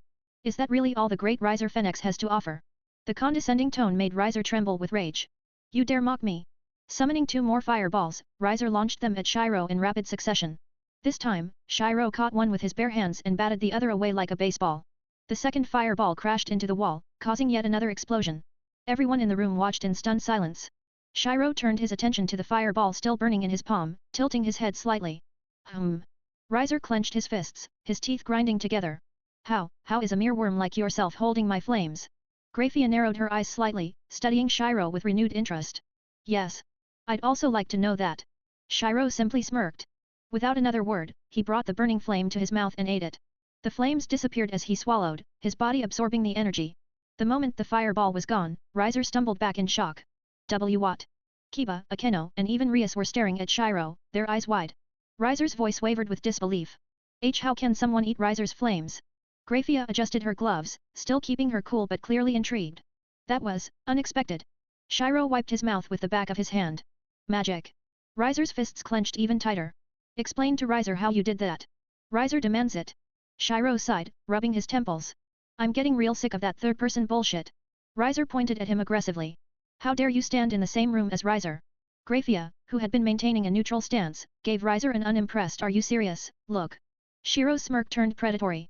His pupils slit like a dragon's, his teeth sharpened into fangs, and his nails extended into claws. The temperature in the room dropped. Konako tensed beside him. Ria's eyes widened in shock. Akeno inhaled sharply, her usual teasing expression faltering for once. Riser froze. The air grew thick with pressure as Shiro took a slow step forward. His voice, though calm, carried an unmistakable edge. "You call me a lowly human, but you're the real weakling here, Fenix." His glowing golden eyes locked onto Riser's. "You're the one trespassing on another king's territory uninvited." Riser's brow furrowed. "What do you?" Shiro threw something onto the ground. A charred, lifeless bird lay motionless at Riser's feet. Everyone's breath hitched. Riser's eyes widened in horror. That's..." Shiro crossed his arms, tilting his head slightly. "You're familiar." Hey guys, if you like the fanfic and want to read ahead by 10 plus chapters or just want to support, take a visit on my Patreon. p.a.t.r.e.o.n http://marin_kitawega chapter 4240 Consequences. Hey guys, if you like the fanfic and want to read ahead by 10 plus chapters or just want to support, take a visit on my Patreon. p.a.t.r.e.o.n http://marin_kitawega. Riser's face twisted in rage, but he held himself back, his flaming fist trembling at his side. Grafia, on the other hand, maintained her usual cold composure, though there was a sharpness in her eyes as she turned toward him. Is this true, Riser? If what Shiro claims is correct, then there will be consequences. Grafia's voice was laced with an undeniable authority. Riser scoffed, trying to regain his arrogant demeanor. How could you believe such lies from a lowly mortal? Shiro smirked, crossing his arms. Your family is the only one known to tame these phoenix familiars, Riser. The collar I found had an inscription that literally said, if found, return to the Phoenix family. He let the words hang in the air before continuing, now, I'm not saying you did it, but someone in your family definitely sent that thing to spy on Rias in her own territory. Lowly mortal or not, I'm keeping it, those feathers will be useful. With a casual flick of his hand, Shiro stored the charred remains into his inventory. Rias blinked. Where'd it go? Shiro grinned. Magic. Riser's patience finally snapped. That's it. I'm done with this nonsense, you die now. His entire arm erupted in flames, the searing heat distorting the air around it. He lunged forward, his flaming fist aimed straight at Shiro's head. But Shiro was faster. With a sharp pivot, he dodged the attack and leapt into the air. The moment Riser's punch missed, Shiro twisted his body midair, gathering momentum, and brought his heel crashing down onto Riser's skull. Boom! Riser's body cratered through the floor, leaving behind a Riser-sized hole that extended to the level below. Dust and debris filled the air as a muffled groan echoed from the lower floor. Grafia sighed, rubbing her temples. Surtsks predicted something like this would happen. Shiro dusted off his hands. A rating game is in order. Grafia gave him a blank stare. I was going to say that. He flashed her a grin. Beat you to it. Grafia exhaled, clearly already tired of his antics. Before we continue, I need to confirm something. Shiro tilted his head. If you're about to ask if I'm single, then flick. Ow. Shiro whined, rubbing his forehead. I was going to ask if you were serious about that claim, but now I have my answer. Grafia deadpanned. Shiro grumbled, but before he could say anything, he felt another sharp flick against his forehead. Ow. What the hell? Konako stood beside him, arms crossed. That's for getting drunk the other night. It was fun, though. Shiro muttered. Flick. Ow. Come on. Konako simply narrowed her eyes at him. You're a minor, and you should not be drinking. Shiro pouted. You sound like my mom, Flick. I take it back. I take it back. Before he could complain further, a loud groan echoed from the Riser-sized hole. Moments later, the blonde noble stumbled out, his suit slightly burned and his face twisted in anger. Grafia turned to him. Surtsks has suggested a rating game as the proper course of action. Riser straightened his posture, brushing off the dust from his clothes. Riser agrees. His gaze turned sharp as he glanced at Rias. But may I make a suggestion? Grafia nodded. Go ahead. Riser smirked. Riser shall grant Rias 2 weeks to train her peerage. Since this is all she has, it would be unfair to have a match in their current state. They should be given a handicap. Rias clenched her fists at his patronizing tone. Even though he was technically offering her an advantage, it was clear he didn't consider it a real threat. Riser continued, you see, Riser knows that if Rias and her peerage fought against Risers now, they would surely lose. Shiro narrowed his eyes. Oh, so he's only acting generous because Grafia is watching. Seeing Rias silently fuming, Shiro decided to step in. I actually agree with you, Riser. Riser turned to him, surprised. Shiro shrugged. Even though you're an arrogant prick, you're not wrong. As they are now, they wouldn't stand a chance. But given the opportunity to train. He grinned, they'll wipe the floor with you. A visible vein popped on Riser's forehead as his smirk twitched violently. He was barely restraining himself from attacking again. Grafia, sensing the rising tension, nodded. Grafia crossed her arms, her cold, calculating eyes scanning me. That request is reasonable. I'll make the necessary arrangements. I nodded in satisfaction, then turned to Riser with a smirk. Oh, and one more thing, fried chicken. Riser's face twisted in anger. What? I gestured lazily toward the unconscious Issei. That kid over there, the one currently drooling on the couch? He's the wielder of the boosted gear, the Red Dragon Emperor himself. And he used up all of Rias's pawn pieces. This 2-week training period? Yeah, thanks for that, it's going to help him a lot. I made sure to say it in the sweetest, most condescending tone possible, just to see his expression sour. Riser's eye twitched in barely contained rage. Humph. You have 2 weeks, Rias. Make the most of them because it won't matter. With that, he disappeared in a burst of flames, leaving behind the faint scent of burnt arrogance. Grafia sighed, rubbing her temples. I must inform Surtsks about the details of the match. Do not waste these 2 weeks, Rias. She turned to me briefly, her expression unreadable. And perhaps keep an eye on this one as well. With a flick of her wrist, a magic circle formed beneath her feet, and she vanished in a swirl of light. Silence settled over the room as Eve Chiron turned toward me. Rias stared at me, utterly baffled. Are you real? I shrugged. Not sure at this point. Akeno let out an amused chuckle, covering her mouth with her sleeve. Era Shiro-kun, just how are you so strong? I grinned darkly, my eyes flashing with excitement. Oh, don't worry. You'll all find out soon enough. The ominous tone in my voice sent a shiver down their spines, and I could practically see Kiba re-evaluating his entire life. Konako, on the other hand, seemed unfazed. She tugged at my sleeve, her golden eyes staring up at me expectantly. What's my training? I smiled mischievously, leaning down to whisper in her ear. How about we go for 25 rounds? Konako's face immediately turned as red as Rias's hair, her grip on my sleeve tightening. I could feel the heat radiating from her as she stiffened. Rias and Akeno exchanged curious looks, while Akeno barely stifled a giggle. Kiba, on the other hand, looked mildly jealous, while Issei continued his career as a professional floor mat. Here, let me wake him up. With a casual flick of my wrist, sparks crackled at my fingertips, shocking Issei just enough to jolt him awake. He shot up with a yelp, looking around dazed and confused. Before I could celebrate my success, I suddenly felt a sharp pain in my cheeks. Konako had grabbed them hard. Ow, ow, ow. What the hell? I whined, squirming under her grip. Konako leaned in close, her voice dropping to a whisper, her breath hot against my ear. You were dominant last time. But this time, I'm on top. I paled. This tiny, deceptively adorable Nico could be absolutely terrifying when she wanted to be. Meanwhile, Rias just knew something was up, her curiosity evident in her stare, while Akeno was giggling uncontrollably. I sighed in defeat. This is going to be a long 2 weeks.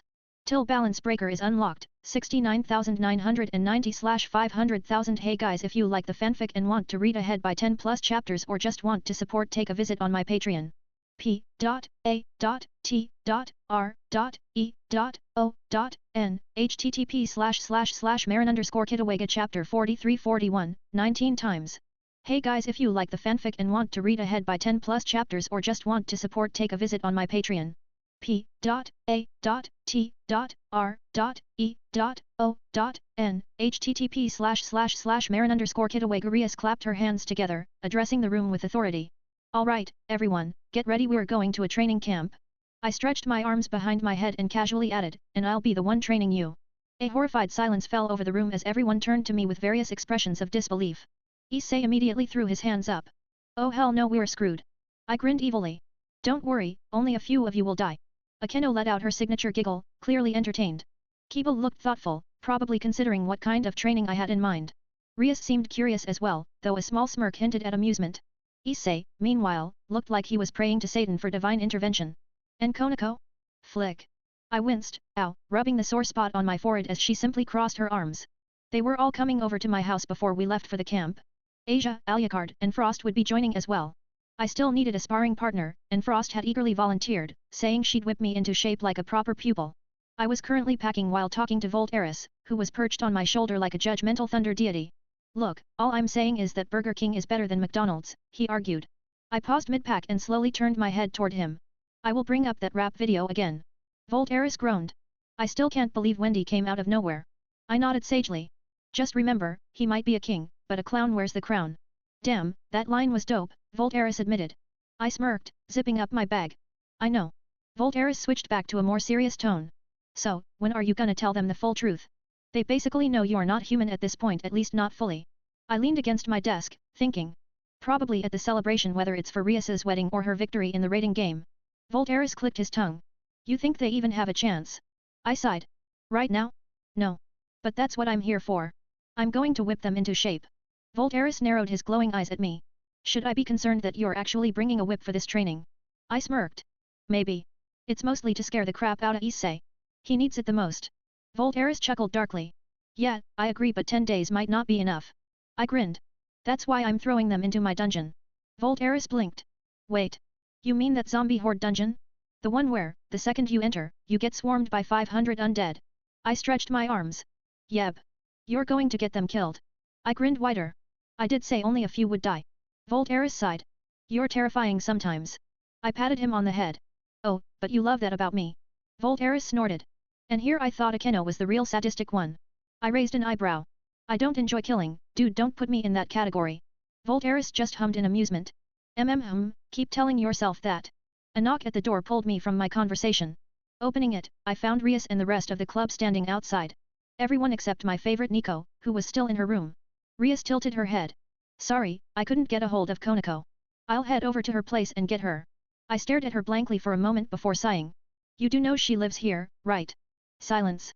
The club's eyes widened in shock. Wait, what? Issei practically sprinted to my side, grabbing my shoulders. Damn, man. You already got a chick living with you. I shrugged. Technically, I have 3. Asia peeked out from behind the doorframe, looking concerned. Shiro, are these the people you mentioned? I nodded. Yeah, they're the ones. Asia smiled brightly. Then I'll go prepare breakfast for everyone. Rias blinked in confusion. Wait, did she just say she's making breakfast? I smirked. Yep. Asia's making breakfast. Alucard's probably yelling at the TV, just ignore him. Oh, and try not to stare too much at Frost. She might freeze you just for fun. I stepped aside, waving them in. The training camp was about to begin. And these poor souls had no idea what they were in for. I gestured for them all to come inside. Kiba looked around, nodding approvingly. Nice place. I smirked. Yeah, it's decent. Before I could say more, a flat voice interrupted from behind me. Yeah, after I cleaned it. I turned to see Konako standing with her arms crossed, looking unimpressed. I waved her off. Hey, it was fine. Konako raised an eyebrow. Fine? You had ramen wrappers and fast food bags everywhere when I moved in. Not to mention you can't cook. I scoffed, placing a hand over my chest. I can cook. It just comes out a little, blackened. Konako deadpanned. Crispy, my sweet ass. That shit tasted like charcoal. I grinned, not missing the opportunity. You do have a sweet ass. Silence. Then dude, you banged her. Issei's loud declaration made the entire room freeze. Konako turned beet red, looking like she wanted to burrow into the ground. I shrugged, completely forgetting we weren't alone. 19 times. Konako snapped her head toward me, her face an inferno of embarrassment. Shiro. I smiled at her reaction. See? She's adorable. Before I could say anything else, Konako tackled me onto the couch, pinning me down. Idiot. Idiot. Idiot. She repeatedly smacked my chest, her fists barely doing 4 to 5 damage each. She looked like a child throwing a tantrum, which only made her cuter. I chuckled, resting my arms behind my head as I let her wail on me. I rest my case. Then, to my surprise, she leaned down and kissed me a quick but firm peck to shut me up. Everyone in the room stared. Rias blinked. I've never seen her show this much emotion before. Kiba chuckled. It suits you, Konako. You should express yourself more. Akeno giggled behind her hand. My, I hope you two used protection. I paused and tilted my head. Damn, I knew I forgot something. Rias gawked at me. Wait, you didn't? I rubbed the back of my head. No. We got a little caught up in the moment. Konako let out a frustrated groan, her face still flushed. Shiro. Before the conversation could escalate, Asia's voice saved me. Breakfast. I shot up from the couch. Oh, saved by the nun. See ya. I bolted toward the kitchen, Konako hot on my heels, pouting. Behind us, the others were smiling, clearly enjoying how happy she looked. We were hiking up a steep hill, heading toward our training ground. And, as expected, this is too hard. Issei was whining. I stopped walking, waiting for him to catch up. The moment he did, I pulled out a whip from my inventory and smiled darkly.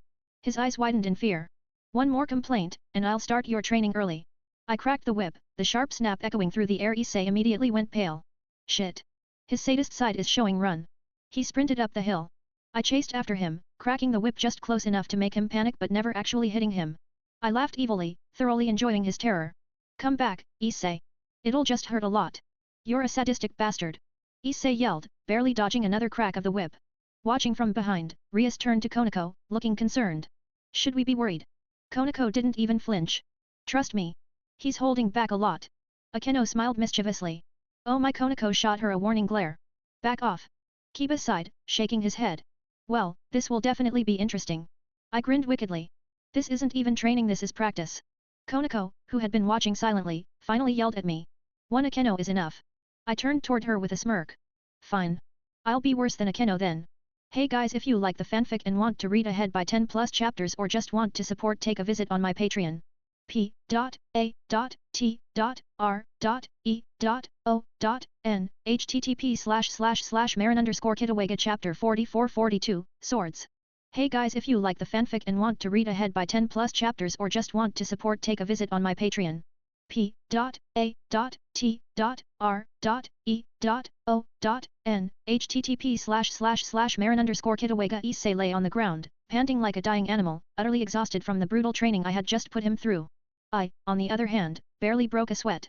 As I pulled out a familiar capsule, Konako's sharp eyes immediately noticed it. She tilted her head slightly, her ears twitching. "Shiro, are those?" she asked, eyeing the capsules in my hand. I smirked. "Yep." Then, turning to the rest of the group, I clapped my hands together. "Alright, everyone, wanna see a magic trick?" Rias raised an eyebrow. "You do realize we all use magic, right?" I rolled my eyes. Yeah. Just humor me for a second, princess." Stepping a few feet away, I found an open space and held up the capsule. With a grin, I pressed the button and tossed it into the air. The moment it hit the ground, a massive explosion of smoke erupted, covering the entire area. The suddenness of it made even Kiba flinch, and Issei scrambled backward, coughing. As the smoke cleared, the entire group's eyes widened in shock. Standing before them were my 3 workshops, fully materialized the blacksmith's forge, the alchemist lab, and the jeweler's station, all connected like a mini-industrial complex. The air still crackled with residual magic as the structures settled into place. I turned back to look at everyone, my grin widening as I took in their stunned expressions. "What's wrong?" I asked, feigning innocence. Konako, arms crossed, glared at me with an exasperated expression. "You're an ass." I laughed. "Guilty as charged." The dim glow of the barrier-warded forge flickered against the polished steel of the twin swords that rested before me. Sweat beaded down my forehead as I finally completed them, the 2 ultimate weapons, forged from both holiness and corruption. I stepped back, taking in their forms, their overwhelming auras radiating power. Holy Avenger class, legendary effect, deals 1000% more damage to devils and absorbs their life force to heal the user. A magnificent blade of divine radiance. The golden aura surrounding it pulsed with a quiet hum, as if it recognized the righteousness imbued within it.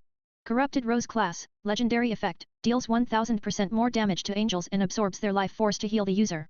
A wickedly beautiful sword, its crimson glow swirling like a vengeful spirit around the blade.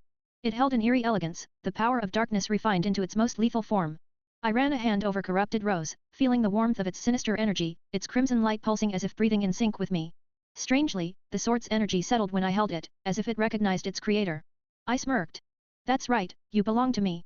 Satisfied, I stored it away in my inventory before turning my attention to Holy Avenger. Its divine glow radiated a sense of purity, yet there was something even more remarkable about it. It was a blade not just of holiness, but of retribution. A chuckle rumbled from my shoulder. "They're incredible," Voltaire said, his voice filled with genuine admiration.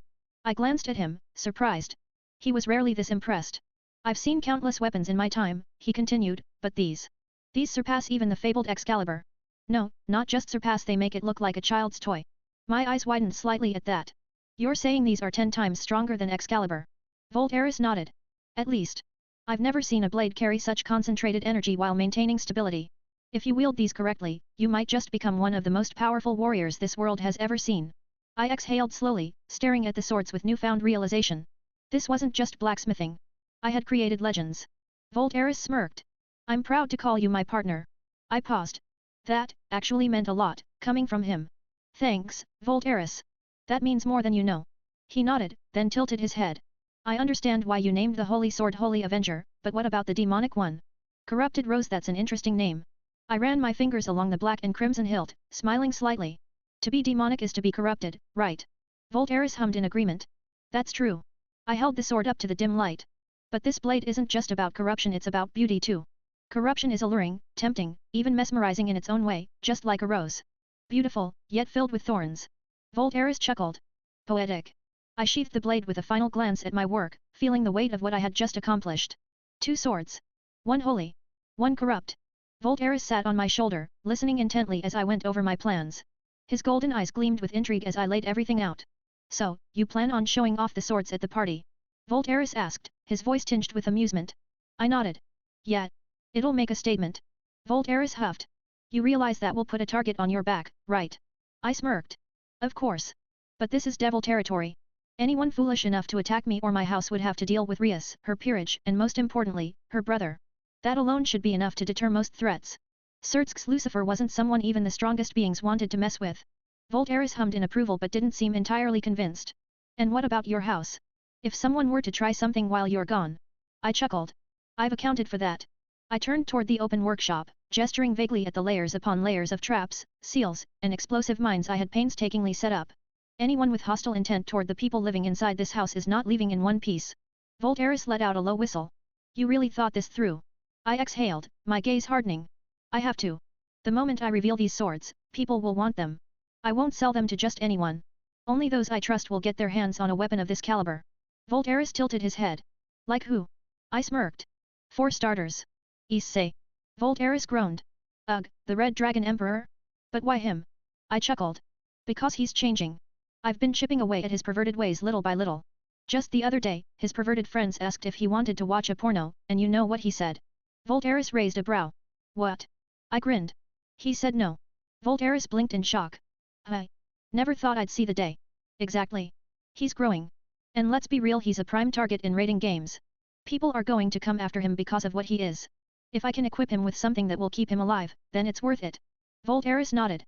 I see your reasoning, but what about Kiba? That guy has a deep hatred for holy swords. I sighed. That's the thing. Kiba thinks holy swords are evil because of what happened to him. But they aren't. They're just tools. It's the wielder that determines whether it's a weapon of protection or destruction. Voltairus smirked. That's deep. I smirked back. I have my moments. Voltairus leaned back. So why did you let Rias take charge of the training today? I thought you were going to handle it. I exhaled through my nose. I wanted to see what she'd do. Voltairus frowned. And I sighed. I'm disappointed. Voltairus chuckled. You sound like a strict teacher. I crossed my arms. She didn't train herself at all. She focused only on improving her peerage, but she didn't take any time to strengthen herself. The only positive is that she's been reading strategy books, so I'll let it slide this time. Voltairus smirked. And the training gear you made? I grinned. Oh yes, my masterpiece. I pulled out a set of bracelets, each one weighing 500 pounds. Voltairus' eyes widened. You're really putting those on Konako? I nodded. 2 for her arms, 2 for her legs. She's already strong, but this will help her explode in power. I then pulled out a massive training sword, also 500 pounds, designed specifically for Kiba. Kiba gets this. Voltairus chuckled. That'll slow him down for sure. I grinned. Exactly. He needs to build endurance and control his movements better. I then pulled out a set of rings.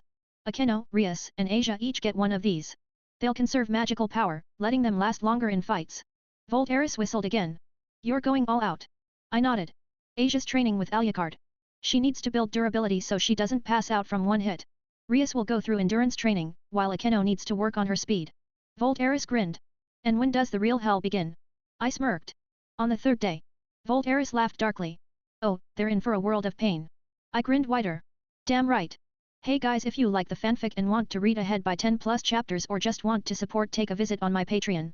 p.a.t.r.e.o.n http://marin_kitawega chapter 45-43 boost. Hey guys, if you like the fanfic and want to read ahead by 10 plus chapters or just want to support, take a visit on my Patreon. p.a.t.r.e.o.n http://marin_kitawega morning. I was still holed up in my workshop, my hands busy as I put the finishing touches on my latest project. But at the same time, I was also half distracted, my other hand gripped a controller as I played Assassin's Creed Syndicate. That's when inspiration struck. Watching Jacob Fry effortlessly scale buildings using his grappling hook, an idea clicked in my head. I could make that. But not just any basic grapple hook, I could weaponize it. A wide grin spread across my face as I immediately paused the game and got to work. The next morning I had finally finished my prototype, a dual wrist-mounted grappling system with a built-in hidden blade attachment. I admired my handiwork, feeling a wave of satisfaction wash over me. This is going to be so much fun. Then a knock on the door. Come in, I called, still adjusting the straps. The door opened, revealing Kiba. Hello, Shiro, he greeted, stepping inside. I glanced up briefly. Sup? Kiba shifted awkwardly, scratching the back of his neck. I just wanted to apologize for the other day. I was out of line. I shrugged. No prob. Kiba blinked. Wait, you forgive me? Just like that? I nodded, still tightening the wrist mechanisms. I mean, I don't really care. Not worth holding a grudge. Just don't get carried away again.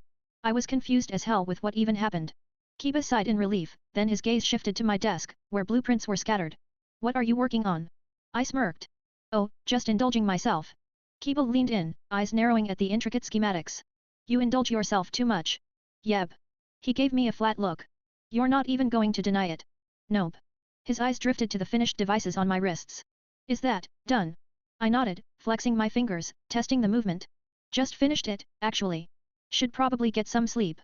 Kiba frowned. Wait, you still haven't gone to bed? I scoffed. What? It's like 10. Kiba sighed, rubbing his temples. Shiro. It's 9 in the morning. Oh. For the first time, panic set in. Don't tell Konako, I pleaded. Kiba grinned mischievously. I don't know, it'd be so easy to just let it slip. I gave him a dead serious look. I will haunt you. Fine, fine, he chuckled. I got you. I won't say a word. I let out a relieved sigh before strapping on my new gear. It was a perfect fit. Then, out of nowhere, hey, I've been wondering, just how strong are you? Kiba asked, crossing his arms. I smirked. You really wanna know? He nodded. Yeah. Give it to me straight. I leaned back, folding my arms behind my head. To be perfectly honest, I could take on your entire group and win. Easily. Kiba's eye twitched as he sweat dropped. That bad, huh? Yeah. Why, though? I sighed, shaking my head. Look, Kiba, the thing about you guys is, you're all trained like your chess pieces. Huh? He frowned in confusion. I leaned forward, pointing at him. Take you, for example. Your speed? Decent. But everything else? Crap. Kiba grimaced. That's harsh. I shrugged. Just facts. See, if someone distracted you for even a second, you'd get taken out. Your defenses are weak, and a sneak attack would end you in a real fight. Kiba paused, deep in thought. Then, realization dawned on his face. Damn. You're right. I grinned wickedly. Don't worry, though. I'm gonna whip you into shape. A chill ran down his spine. He had seen what I did to Issei on the way here. Before he could respond, another knock at the door. Come in, I called. The door swung open, revealing Konako standing in the doorway, arms crossed. Breakfast. After breakfast, after we finished eating, I had Eve Chiron line up outside. However, Rias remained standing beside me, her arms crossed and an air of authority about her. Why aren't you in line? I asked, arching an eyebrow. She smirked. I'm the king. I narrowed my eyes. That means about as much to me as a rat's ass. Get in line, now. Her eyes widened in shock, and before she even processed it, she instinctively moved into formation alongside the others. Damn, that was easier than expected. Once Eve Chiron was in place, I began. Alright. I already talked to Kiba about his weak points, but now we move on to Issei. Issei visibly tensed, his face beaded with sweat. You're the weakest here, I stated bluntly. But you have the most untapped potential. He gulped. Wait, really? I nodded. You have the Red Dragon of Domination, the boosted gear. That thing lets you double your power every 10 seconds. But here's the problem, if your body isn't trained to handle that power, you'll crumble under your own strength. Riser has a full peerage, and while we have quality, they have quantity. If you want to even stand a chance, you need to harness your raw emotions, the thing that fuels the boosted gear. Issei's breath hitched at that. Once you learn to tap into that, even for just a minute, you'll become a force to be reckoned with.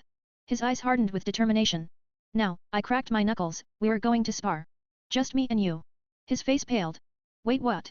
Relax. I'll be holding back. He sighed in relief. Oh, okay. Then I got a chance. I grinned wickedly. A chance, to land a single hit. Issei's expression dropped. Summon your sacred gear. Issei took a deep breath. Boosted gear. With a flash of red light, his gauntlet materialized over his arm, the emerald gem glowing faintly. Good. Now start boosting. 7 boosts later, I watched as Issei's aura swelled with each passing second. Alright, now come at me. He charged forward, throwing a punch aimed straight at my face. I tilted my head slightly, dodging with ease. He threw another. Miss boost. I yawned dramatically. Man, is this all the so-called harem king has? Issei gritted his teeth. Shut up. He aimed for my chest, but I leapt over him, landing behind him smoothly. Boost. I smirked. Girls love power. But that's the one thing you lack. At this rate, you'll never even get a girlfriend. Rias looked ready to protest, but Akeno held her back, watching with intrigued amusement. Boost. Issei let out a frustrated growl and leapt into the air. Don't fuck with me. I sidestepped. He slammed his fist into the ground, cracking the earth beneath him. Eve Chiron's eyes widened in shock. Boost. I chuckled. The boosts are getting quicker. That's good. I leaned forward slightly, speaking just loud enough for him to hear. Even now, your 2 perverted buddies are probably getting laid, and here you are can't even touch your own underclassmen. His entire body stiffened. His face darkened in rage. Shut up. Suddenly, the emerald jewel on his gauntlet flared to life and a deep, powerful voice echoed in the air. Boosted gear, second liberation. A shockwave erupted from Issei, sending dust and debris flying everywhere. His power spiked drastically, and I could feel the sheer intensity radiating from him. My eyes sparkled in excitement as I quickly used Observe. Observe, name, Issei Hyudu race, human/devil title, perverted trio leader fame, pervert sacred gear, boosted gear level, 16 strength, 56 endurance, 56 agility, 56 intelligence, 56 wisdom, 56 luck, 30. I couldn't help but smile. This was exactly what I wanted to see. Issei's entire body shook with rage, his aura flaring wildly around him. His boosted gear glowed brighter, crackling with power as his gauntlet's emerald jewel flashed repeatedly. Without hesitation, he thrust out his hand gathering energy into a large, pulsating sphere. Pissed off dragon shot! Issei shouted with rage. Rias's eyes widened in horror. Issei, no! Too late! The moment he launched it, a massive wave of destructive energy surged forward, aimed directly at me. Boom! The impact sent shockwaves rippling through the training grounds, kicking up a violent storm of dust and debris. A deep crater formed where I stood, the ground scorched and cracked from the sheer force of the blast. Eve Chiron stared in stunned silence, their expressions frozen in shock. Except for one person. Konako crossed her arms, completely unfazed. A small smirk played at her lips as she spoke with absolute certainty. You all are about to see something pretty good. As the dust began to settle, a shadowy figure emerged from the destruction. I walked out of the blast completely unharmed, my clothes barely even singed. My eyes gleamed with amusement as I turned to Issei, who looked like he had just seen a ghost. As I said, I stated calmly, dusting off my shoulders. The boosted gear runs on pure, raw emotions. Issei's jaw dropped open in disbelief. Wait, you said all that just to piss me off. I flashed him a wide grin. Yeb. Silence. And then you bastard. Issei yelled, charging at me again. I just laughed. This training was going to be fun.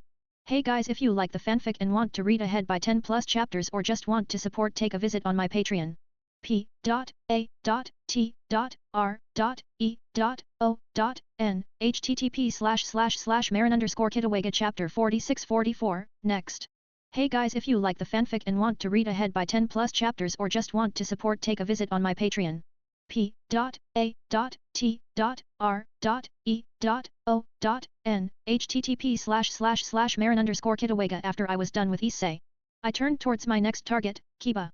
I summoned 2 wooden swords, one for myself and one for Kiba. Tossing him the spare, I smirked.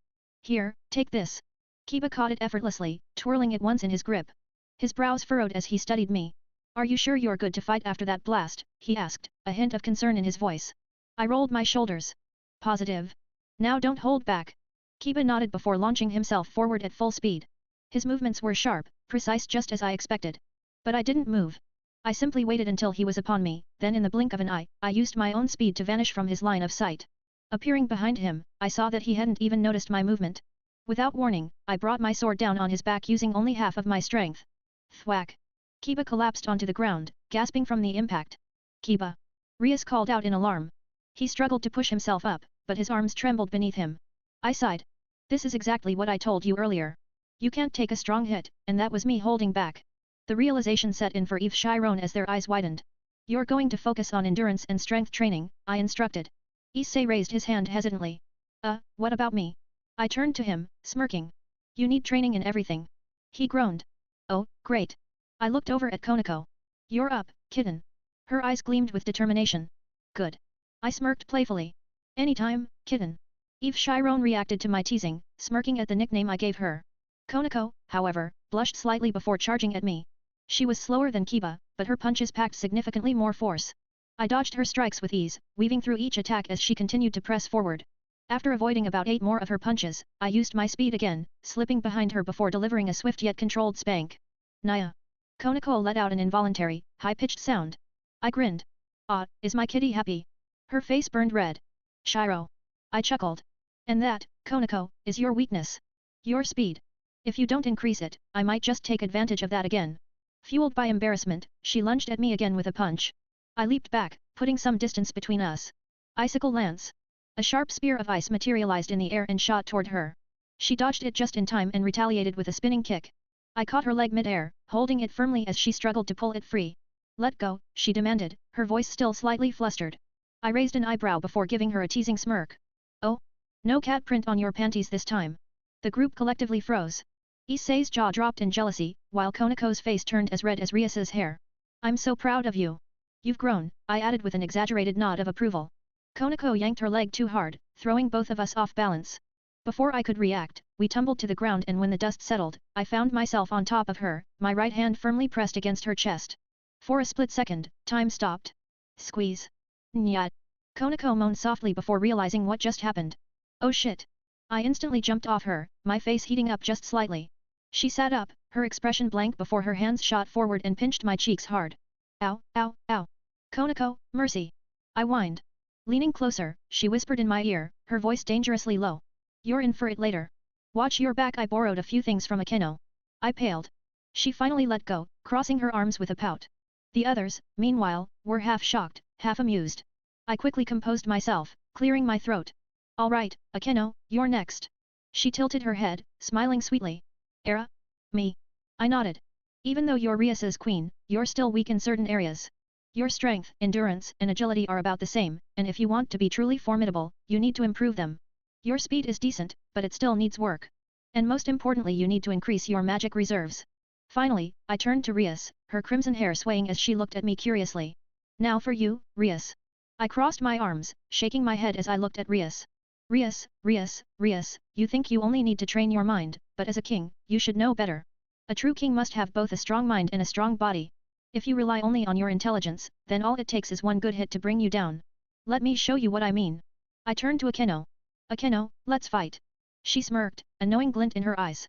Oh my, so eager, I sighed in exasperation. Not in the way you're hoping, I mean an actual fight. Fufu, very well then. Do your worst, Shiro-kun, she teased. Fine. I'll make the first move. I raised my right hand, summoning 3 ice blue magic circles in the air. Icicle lance. 3 sharp lances of ice shot toward Akeno at blinding speed. She barely dodged, her eyes widening slightly in surprise. Without wasting a second, I fired several more. She quickly spread her black wings, taking to the sky to avoid my attacks. Smart move, I muttered before bending my knees and jumping straight up after her. Eve Chiron below gasped as I soared through the air, catching up to Akeno in an instant. Before she could react, I spun and kicked her down to the ground. Hell flare! A blazing ball of dark fire erupted from my hand, streaking toward her as she fell. She managed to twist midair, firing a bolt of lightning directly at me in retaliation. I took the full brunt of her lightning attack, letting it course through me without flinching. Meanwhile, my hell flare exploded just beside her as she dodged, creating a massive blast of heat. She landed gracefully, brushing a strand of hair behind her ear. Oh my, you can take quite a lot, can't you? I sighed, shaking my head. This is exactly what I was talking about. Akeno blinked in confusion. Oh. I grinned. While she had been distracted by dodging my attacks, I had secretly manipulated the water from the icicles I'd previously launched. When my hell flare melted them, I had discreetly guided the water toward her feet. Before she could realize what was happening, water tendrils wrapped tightly around her arms and legs. She let out a surprised oh my, as the water pulled her down, binding her to the ground. And now? I said, clenching my fist. The water instantly froze over, locking her in place with solid ice. Akeno glanced at the icy restraints holding her limbs, her expression shifting from amusement to genuine intrigue. Oh my! Shiro-kun, you really know how to handle a girl, I sighed. Consider this your punishment, in a way you'd probably enjoy. You're Rias's queen, you should have noticed what I was doing. But instead, you were too focused on direct combat and completely ignored the battlefield around you. Akeno smirked. Era, how scary. I think I'm starting to like you even more, Shiro-kun. I ignored her teasing and turned my gaze back to Rias. A slow, mischievous smile spread across my face as I cracked my knuckles. Your turn, Rias. Hey guys, if you like the fanfic and want to read ahead by 10+ chapters or just want to support, take a visit on my Patreon. p.a.t.r.e.o.n http://Marin_Kitawega chapter 47-45 Destruction Magic. Hey guys, if you like the fanfic and want to read ahead by 10+ chapters or just want to support, take a visit on my Patreon. p.a.t.r.e.o.n http://Marin_Kitawega. Rias was sweating at this point, her breathing slightly uneven as she stared at me. Her frustration was evident, but she was doing her best to keep her composure. I smirked, watching her struggle. Come on, what's wrong? Can't you handle your underclassmen? I teased, my voice dripping with playful mockery. For a moment, I could have sworn I saw a tick mark appear on her forehead. She was definitely getting irritated. Why don't you use your destruction magic? I suggested casually, tilting my head as if it were the most obvious thing in the world. At that moment, the entire atmosphere shifted. The air grew tense, and I could feel everyone's gazes snap toward me. My words had sent a wave of unease through the group. Destruction magic wasn't something to be taken lightly. If you can actually hurt me with it, I continued, my smirk widening, then I'll tell you my secret, how I knew about Graphia. That got her attention. Rias's eyes narrowed as she processed my words, and I could see the gears turning in her mind. Then, without another moment of hesitation, she raised her hand.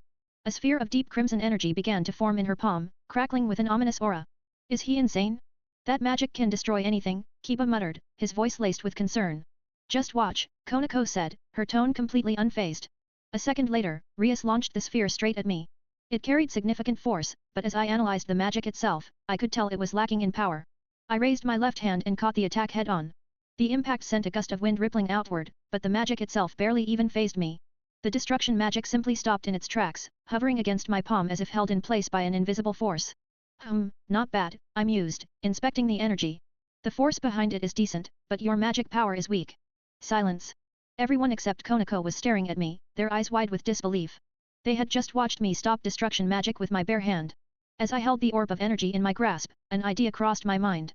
Voltaris, can we absorb this? I asked mentally, directing my thoughts toward the presence within me. Yes, we can. If you leave it to me, I'll handle the process, Voltaris responded. Without hesitation, I allowed Voltaris to do its work. A faint, almost inaudible absorption sound echoed in my ears, and in the next instant, the energy disappeared into my palm. A rush of power surged through me, and a notification appeared in my vision. New skill obtained, Destruction Magic. This magic can destroy anything if enough power is used. A grin spread across my face. This was a valuable gain. The others, however, were frozen in shock. Their expressions ranged from disbelief to outright astonishment. I ignored their reactions and casually lifted my right hand, pointing toward a distant mountain several miles away. This is how destruction magic is supposed to work, I said calmly. The moment I began channeling my newfound power, the air itself seemed to tremble. No, that's impossible. Rias gasped. Compared to hers, my destruction magic was far more concentrated, far more refined. The sheer density of the energy I gathered was on an entirely different level. The others could feel it. This was not something ordinary. I released the attack. A sphere of pure destruction shot through the air at unimaginable speed, cutting through the sky like a comet. The moment it made contact with the mountain, a massive explosion erupted, obliterating the entire peak in an instant. A cloud of dust and debris billowed outward, leaving behind nothing but an empty void where the mountain once stood. Silence fell over the group once more. I turned to Rias, who was still staring at the destruction in stunned silence. That's what real destruction magic looks like, I stated. Your magic takes too long to use in battle. But if someone else distracts Riser while you charge up all your power into a single shot, you'll win. If it lands, that is. However, after this training, you won't even need to rely on such a strategy. You'll be strong enough to take him down head-on. Before anyone could respond, another notification appeared before me. Secret quest completed. Details: learn how to use destruction magic. Rewards: 10,000 EXP $5,000 1 weapon of your choice. If it has special abilities, they will be usable. I smiled at the notification. This was an even better outcome than I had expected. Rias finally found her voice and turned to me, her expression a mix of frustration and curiosity. I want to know, in my brother's name, how you did that. I chuckled. If you win the game against Riser, I'll tell you. Damn, Konako muttered under her breath. Yep, I replied, crossing my arms. I know I'm amazing. I then reached into my inventory and pulled out a set of training gear. Speaking of which, I made some training equipment for all of you. Konako shifted uncomfortably, adjusting the weights on her wrists and ankles. It's heavy. Kiba flexed his arms, testing his movement. How am I even able to lift this? Issei, on the other hand, had collapsed onto the ground, his entire body trembling. Fuck. I can't move. I grinned at their reactions. Look, 200 pounds isn't that bad. Konako's got 2,000 pounds on her, yours is just the baby version of hers. As they continued adjusting to their new training gear, I casually leaned against a tree, watching them struggle. This training was just the beginning. By the time we were done, Riser wouldn't stand a chance. After considering their progress, I decided to simplify things. Instead of individual weights, I created specialized bracelets for everyone, similar to Konako's, but adjusted based on their strength levels. Alright, gather around me, I instructed, motioning for them to come closer. They did as I said, though some were still struggling under the weight of their gear. Once they were close enough, I selected the dungeon I wanted and activated the teleportation. In an instant, we were transported to a completely different space. As soon as the surroundings shifted, everyone except Konako looked around in shock. What the hell? Issei stammered, his head whipping around as he tried to take in the strange environment. Kiba furrowed his brows. This place, where are we? Rias, still catching her breath, surveyed the landscape with a mixture of awe and confusion. I smirked. I have a power that lets me create dungeons. 1 hour in here equals 1 minute in the outside world. It's the perfect training ground. Their reactions were priceless, but I wasn't done yet. Listen up, I continued, my voice turning serious. If you see anything in here, do not attack it. I'll handle any threats. Your only job is to run, train, and push your stamina to the limit. After 5 hours of intense training, I finally called for a break. Looks like you all did pretty well, I said, crossing my arms. Take a breather. The moment they took off their weighted gear, they all collapsed onto the ground, completely exhausted. I chuckled. What's wrong? Can't handle a little weight? Issei, drenched in sweat and panting heavily, glared up at me. Fuck you. I grinned. Oh? Looks like you've still got some energy left. At that, his face paled, and he desperately tried to get up only for his muscles to completely fail him. Seeing no point in letting him struggle, I swiftly knocked him out so he could rest. As I leaned against a rock, watching over the group, I noticed Rias finally sitting up. She stretched her arms, clearly still exhausted but too curious to stay quiet any longer. Shiro, how are you able to create a place like this? She asked, her voice laced with intrigue. I shrugged. One day, I wanted to train, and out of nowhere, I got teleported here. She frowned, processing my words. So, is this the only place you can access? Or can you go to different dungeons? I can access a lot of them, I replied casually. A thoughtful expression crossed her face. Do you think it could be a sacred gear? I considered the possibility. Not sure. If it was a sacred gear, then I'd probably be able to create something like a ring or a gauntlet, similar to Issei's. She hummed in thought but didn't push the topic further. I stood up and stretched. Alright, get some rest while you can. Once we're done eating, we'll start your real training. Rias visibly paled at my words. Wait, real training? I smirked. Oh yeah. What we did just now. That was just warm up. Her face went stiff. She knew she was in for a rough time. Hey guys, if you like the fanfic and want to read ahead by 10 plus chapters or just want to support, take a visit on my Patreon. p.a.t.r.e.o.n http://Marin_Kitawega chapter 4846, Hell Flare. Hey guys, if you like the fanfic and want to read ahead by 10 plus chapters or just want to support, take a visit on my Patreon. p.a.t.r.e.o.n http://Marin_Kitawega. As everyone stirred awake, we exited the dungeon and returned to the campsite. The sun was still high in the sky, but when they glanced at their phones, disbelief crossed their faces. How the hell is that possible? Issei blurted out, eyes wide as he stared at the screen. We were in there for hours. It's only been 20 minutes. I shrugged casually, a small smirk tugging at my lips. Magic. Konako, standing beside me, shot me a look that clearly said she wasn't impressed. Her golden eyes narrowed slightly as she crossed her arms over her chest. Hey, smart ass, she said with a hint of annoyance in her tone. I turned my head toward her. Yes. Without another word, she spun around and began walking toward the cabin. Her white tail swayed behind her as she moved. After a few steps, she glanced back over her shoulder. Follow me. There was a firmness in her voice that made me curious. I obeyed without question, trailing behind her.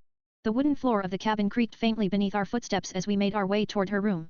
The air inside was cool, carrying a faint scent of lavender from the small diffuser sitting by the window. When we entered her room, Konako closed the door behind us with a soft click, then raised her hand, murmuring a few words under her breath. A faint shimmer of magic flickered in the air, a soundproof barrier. The soft hum of conversation outside faded instantly, leaving only the quiet breaths of the two of us. She turned around, her expression unreadable, and pointed to the bed. Sit. Instead of sitting, I laid back on her bed, resting my hands behind my head as I gazed up at her. The ceiling fan spun lazily overhead, stirring the air with a soft breeze. Konako stood beside the bed, her eyes flickering with something I couldn't quite place. After a brief pause, she climbed onto the mattress, her movements slow and deliberate. To my surprise, she straddled me, placing her hands on either side of my chest to steady herself. Her silver hair fell over her shoulders, framing her face as she looked down at me with a curious expression. Do you have any kinks? I nearly choked on my own breath, eyes widening as her words registered. What?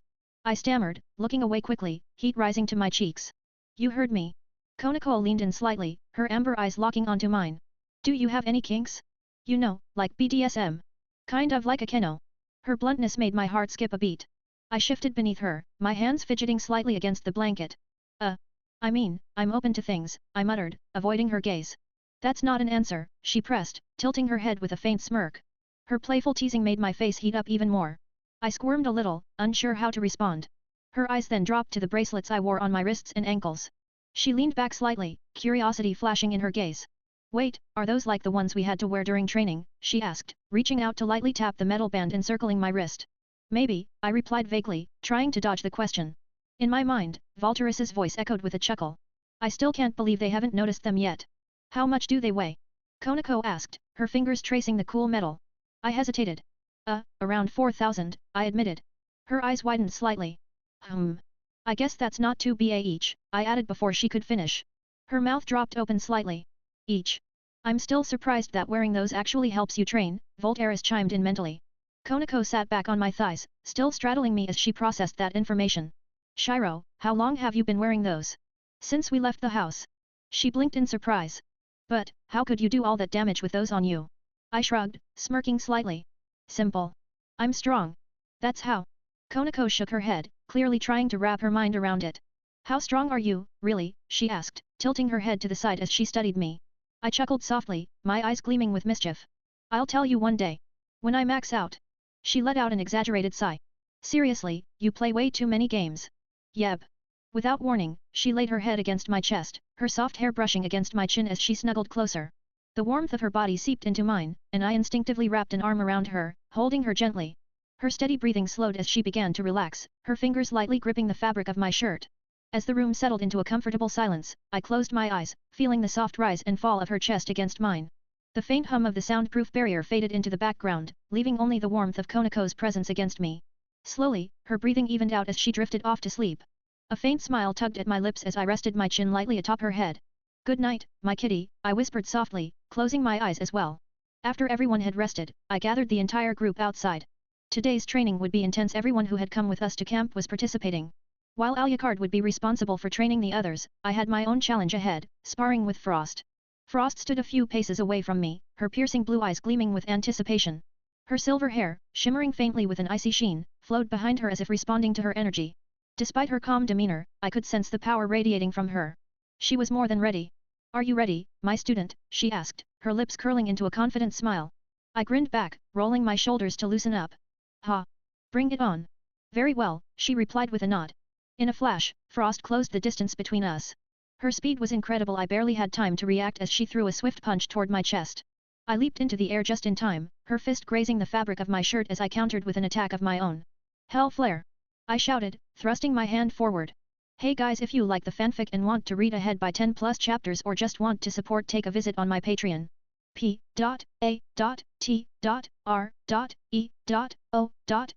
http://marin_kitawega chapter 4947 survive.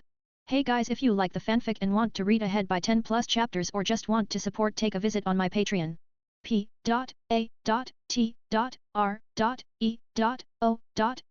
http://marin_kitawega hell flare.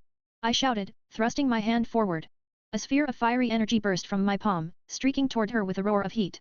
The flames engulfed her, but when the smoke cleared, she stood unscathed. Only faint scorch marks marred her clothes. My attack had barely made a dent. I landed lightly on my feet, springing forward without hesitation.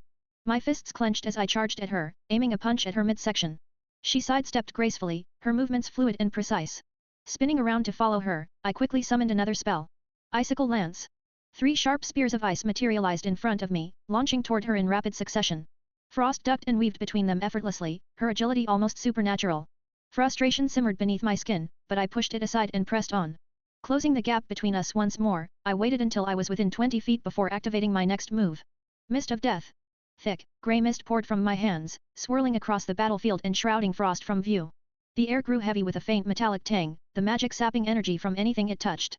Within the mist, faint sparks crackled as I prepared my next strike. Dragon Lightning. A bolt of purple lightning shot through the haze, striking Frost with a sharp crack.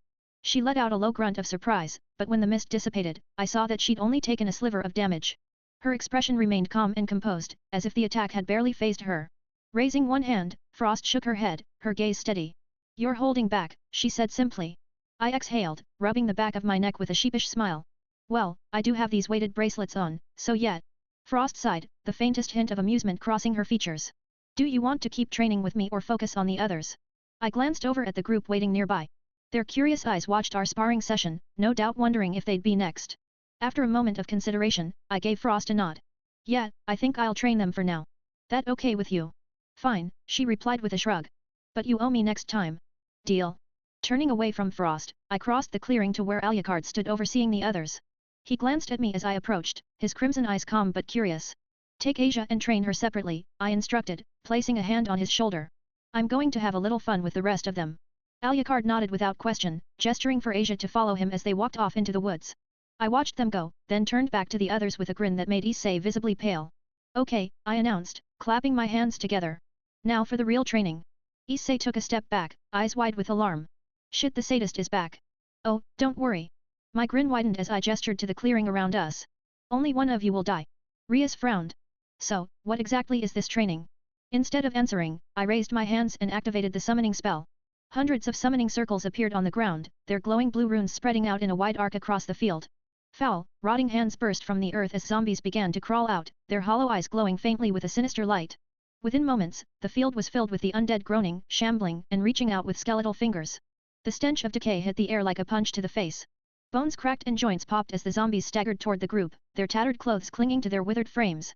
I crossed my arms and watched the chaos unfold. "Survive," I said simply. Before anyone could react, I leaped backward, landing beside Frost as the first wave of zombies swarmed toward the others. Issei cursed loudly, scrambling back with a panicked expression. "What the hell is wrong with you?" Rias and Kiba summoned their weapons, their faces set with determination. Akeno's hands crackled with lightning as she took a defensive stance. Konako cracked her knuckles and stepped forward without hesitation. Frost stood beside me, her arms crossed as she observed the scene with a faint smile. "You're enjoying this, aren't you?" she asked. "Oh, absolutely," I replied, my grin widening as the first clash of magic and steel echoed across the field. The group was holding their ground, but exhaustion was starting to show.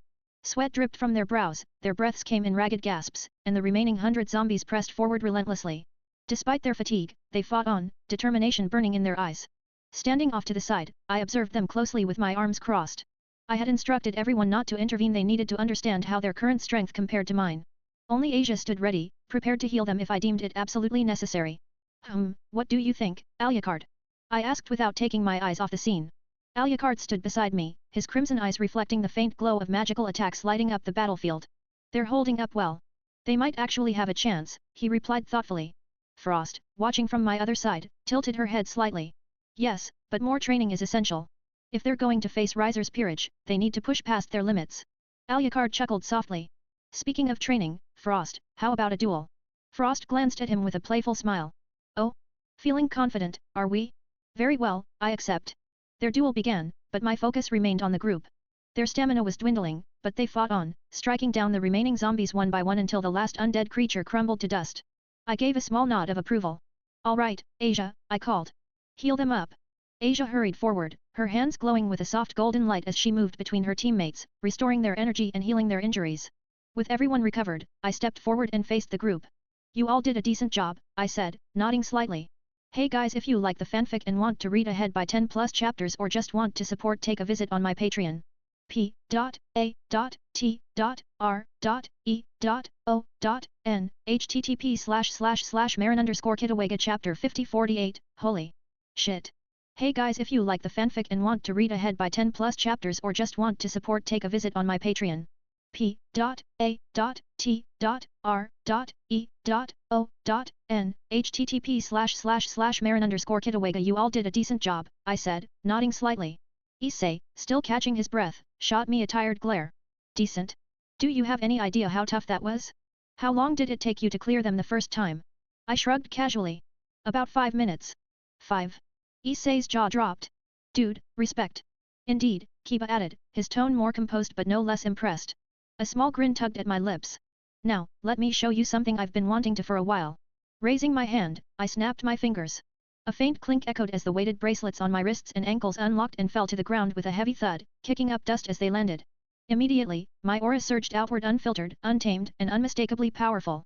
The air grew thick with energy as if the very atmosphere bent beneath the weight of my presence. Everyone's eyes widened in shock, their breaths catching as they felt the sheer force radiating from me. Konako's golden eyes widened, her usually calm expression replaced with surprise. Even Frost and Alucard, locked in combat, paused briefly to glance my way. Kiba stood still, his hand gripping his sword tightly as if instinctively bracing himself. Akeno's smile faltered, replaced with wide-eyed astonishment, while Rias looked at me as if she was seeing me for the first time. I chuckled softly, then quickly accessed my stats to see the difference.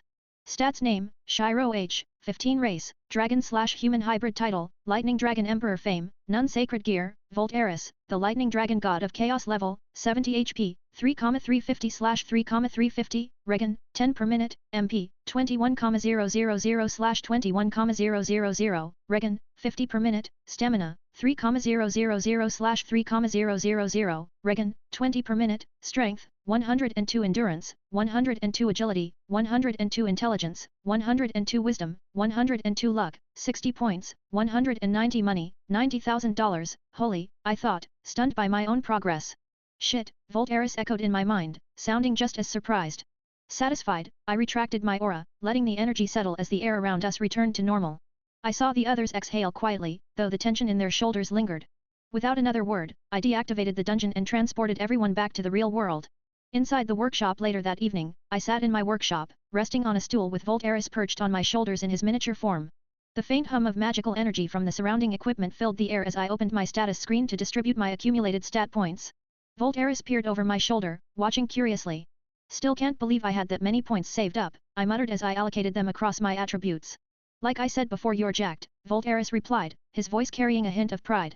Once I finished, I took a moment to admire the results. Stats: name, Shiro H, 15 gender, male race, dragon/human hybrid sacred gear, Voltaris, the lightning dragon god of chaos level, 70 HP, 5,500/5,500 MP, 23,500/23,500 stamina, 4,000/4,000 strength, 142 endurance, 142 agility, 142 intelligence, 142 wisdom, 142 luck, 65 points, 0 money, $90,000. I leaned back, satisfied with the numbers. Man, I'm awesome. Voltaris chuckled, his tail flicking lightly against my shoulder. Yes, you're awesome. But, quick question, why do you keep all your stats perfectly balanced? I leaned back in my chair, stretching my arms above my head as I admired my status screen. The numbers were solid, perfectly balanced, just the way I wanted. Well, I said, rolling my shoulders, I don't want to be some muscle-bound idiot who can't think straight. Or someone so fast that one hit knocks me out. And I definitely don't want to be able to tank a nuke only to hit someone and have them laugh it off. Balance is the key. I want every stat to be incredible and equal. Voltaris, perched on my shoulder in his miniature form, hummed thoughtfully. Ah, I see. So that's your strategy. I grinned as I reached over to the workbench, where a silver ring with a small green gemstone rested atop a velvet cloth. I picked it up, holding it between my fingers as the gem caught the light. And now, for the final touch, the concealment ring, I said with a hint of pride. Voltaris peered at the ring, tilting his head curiously.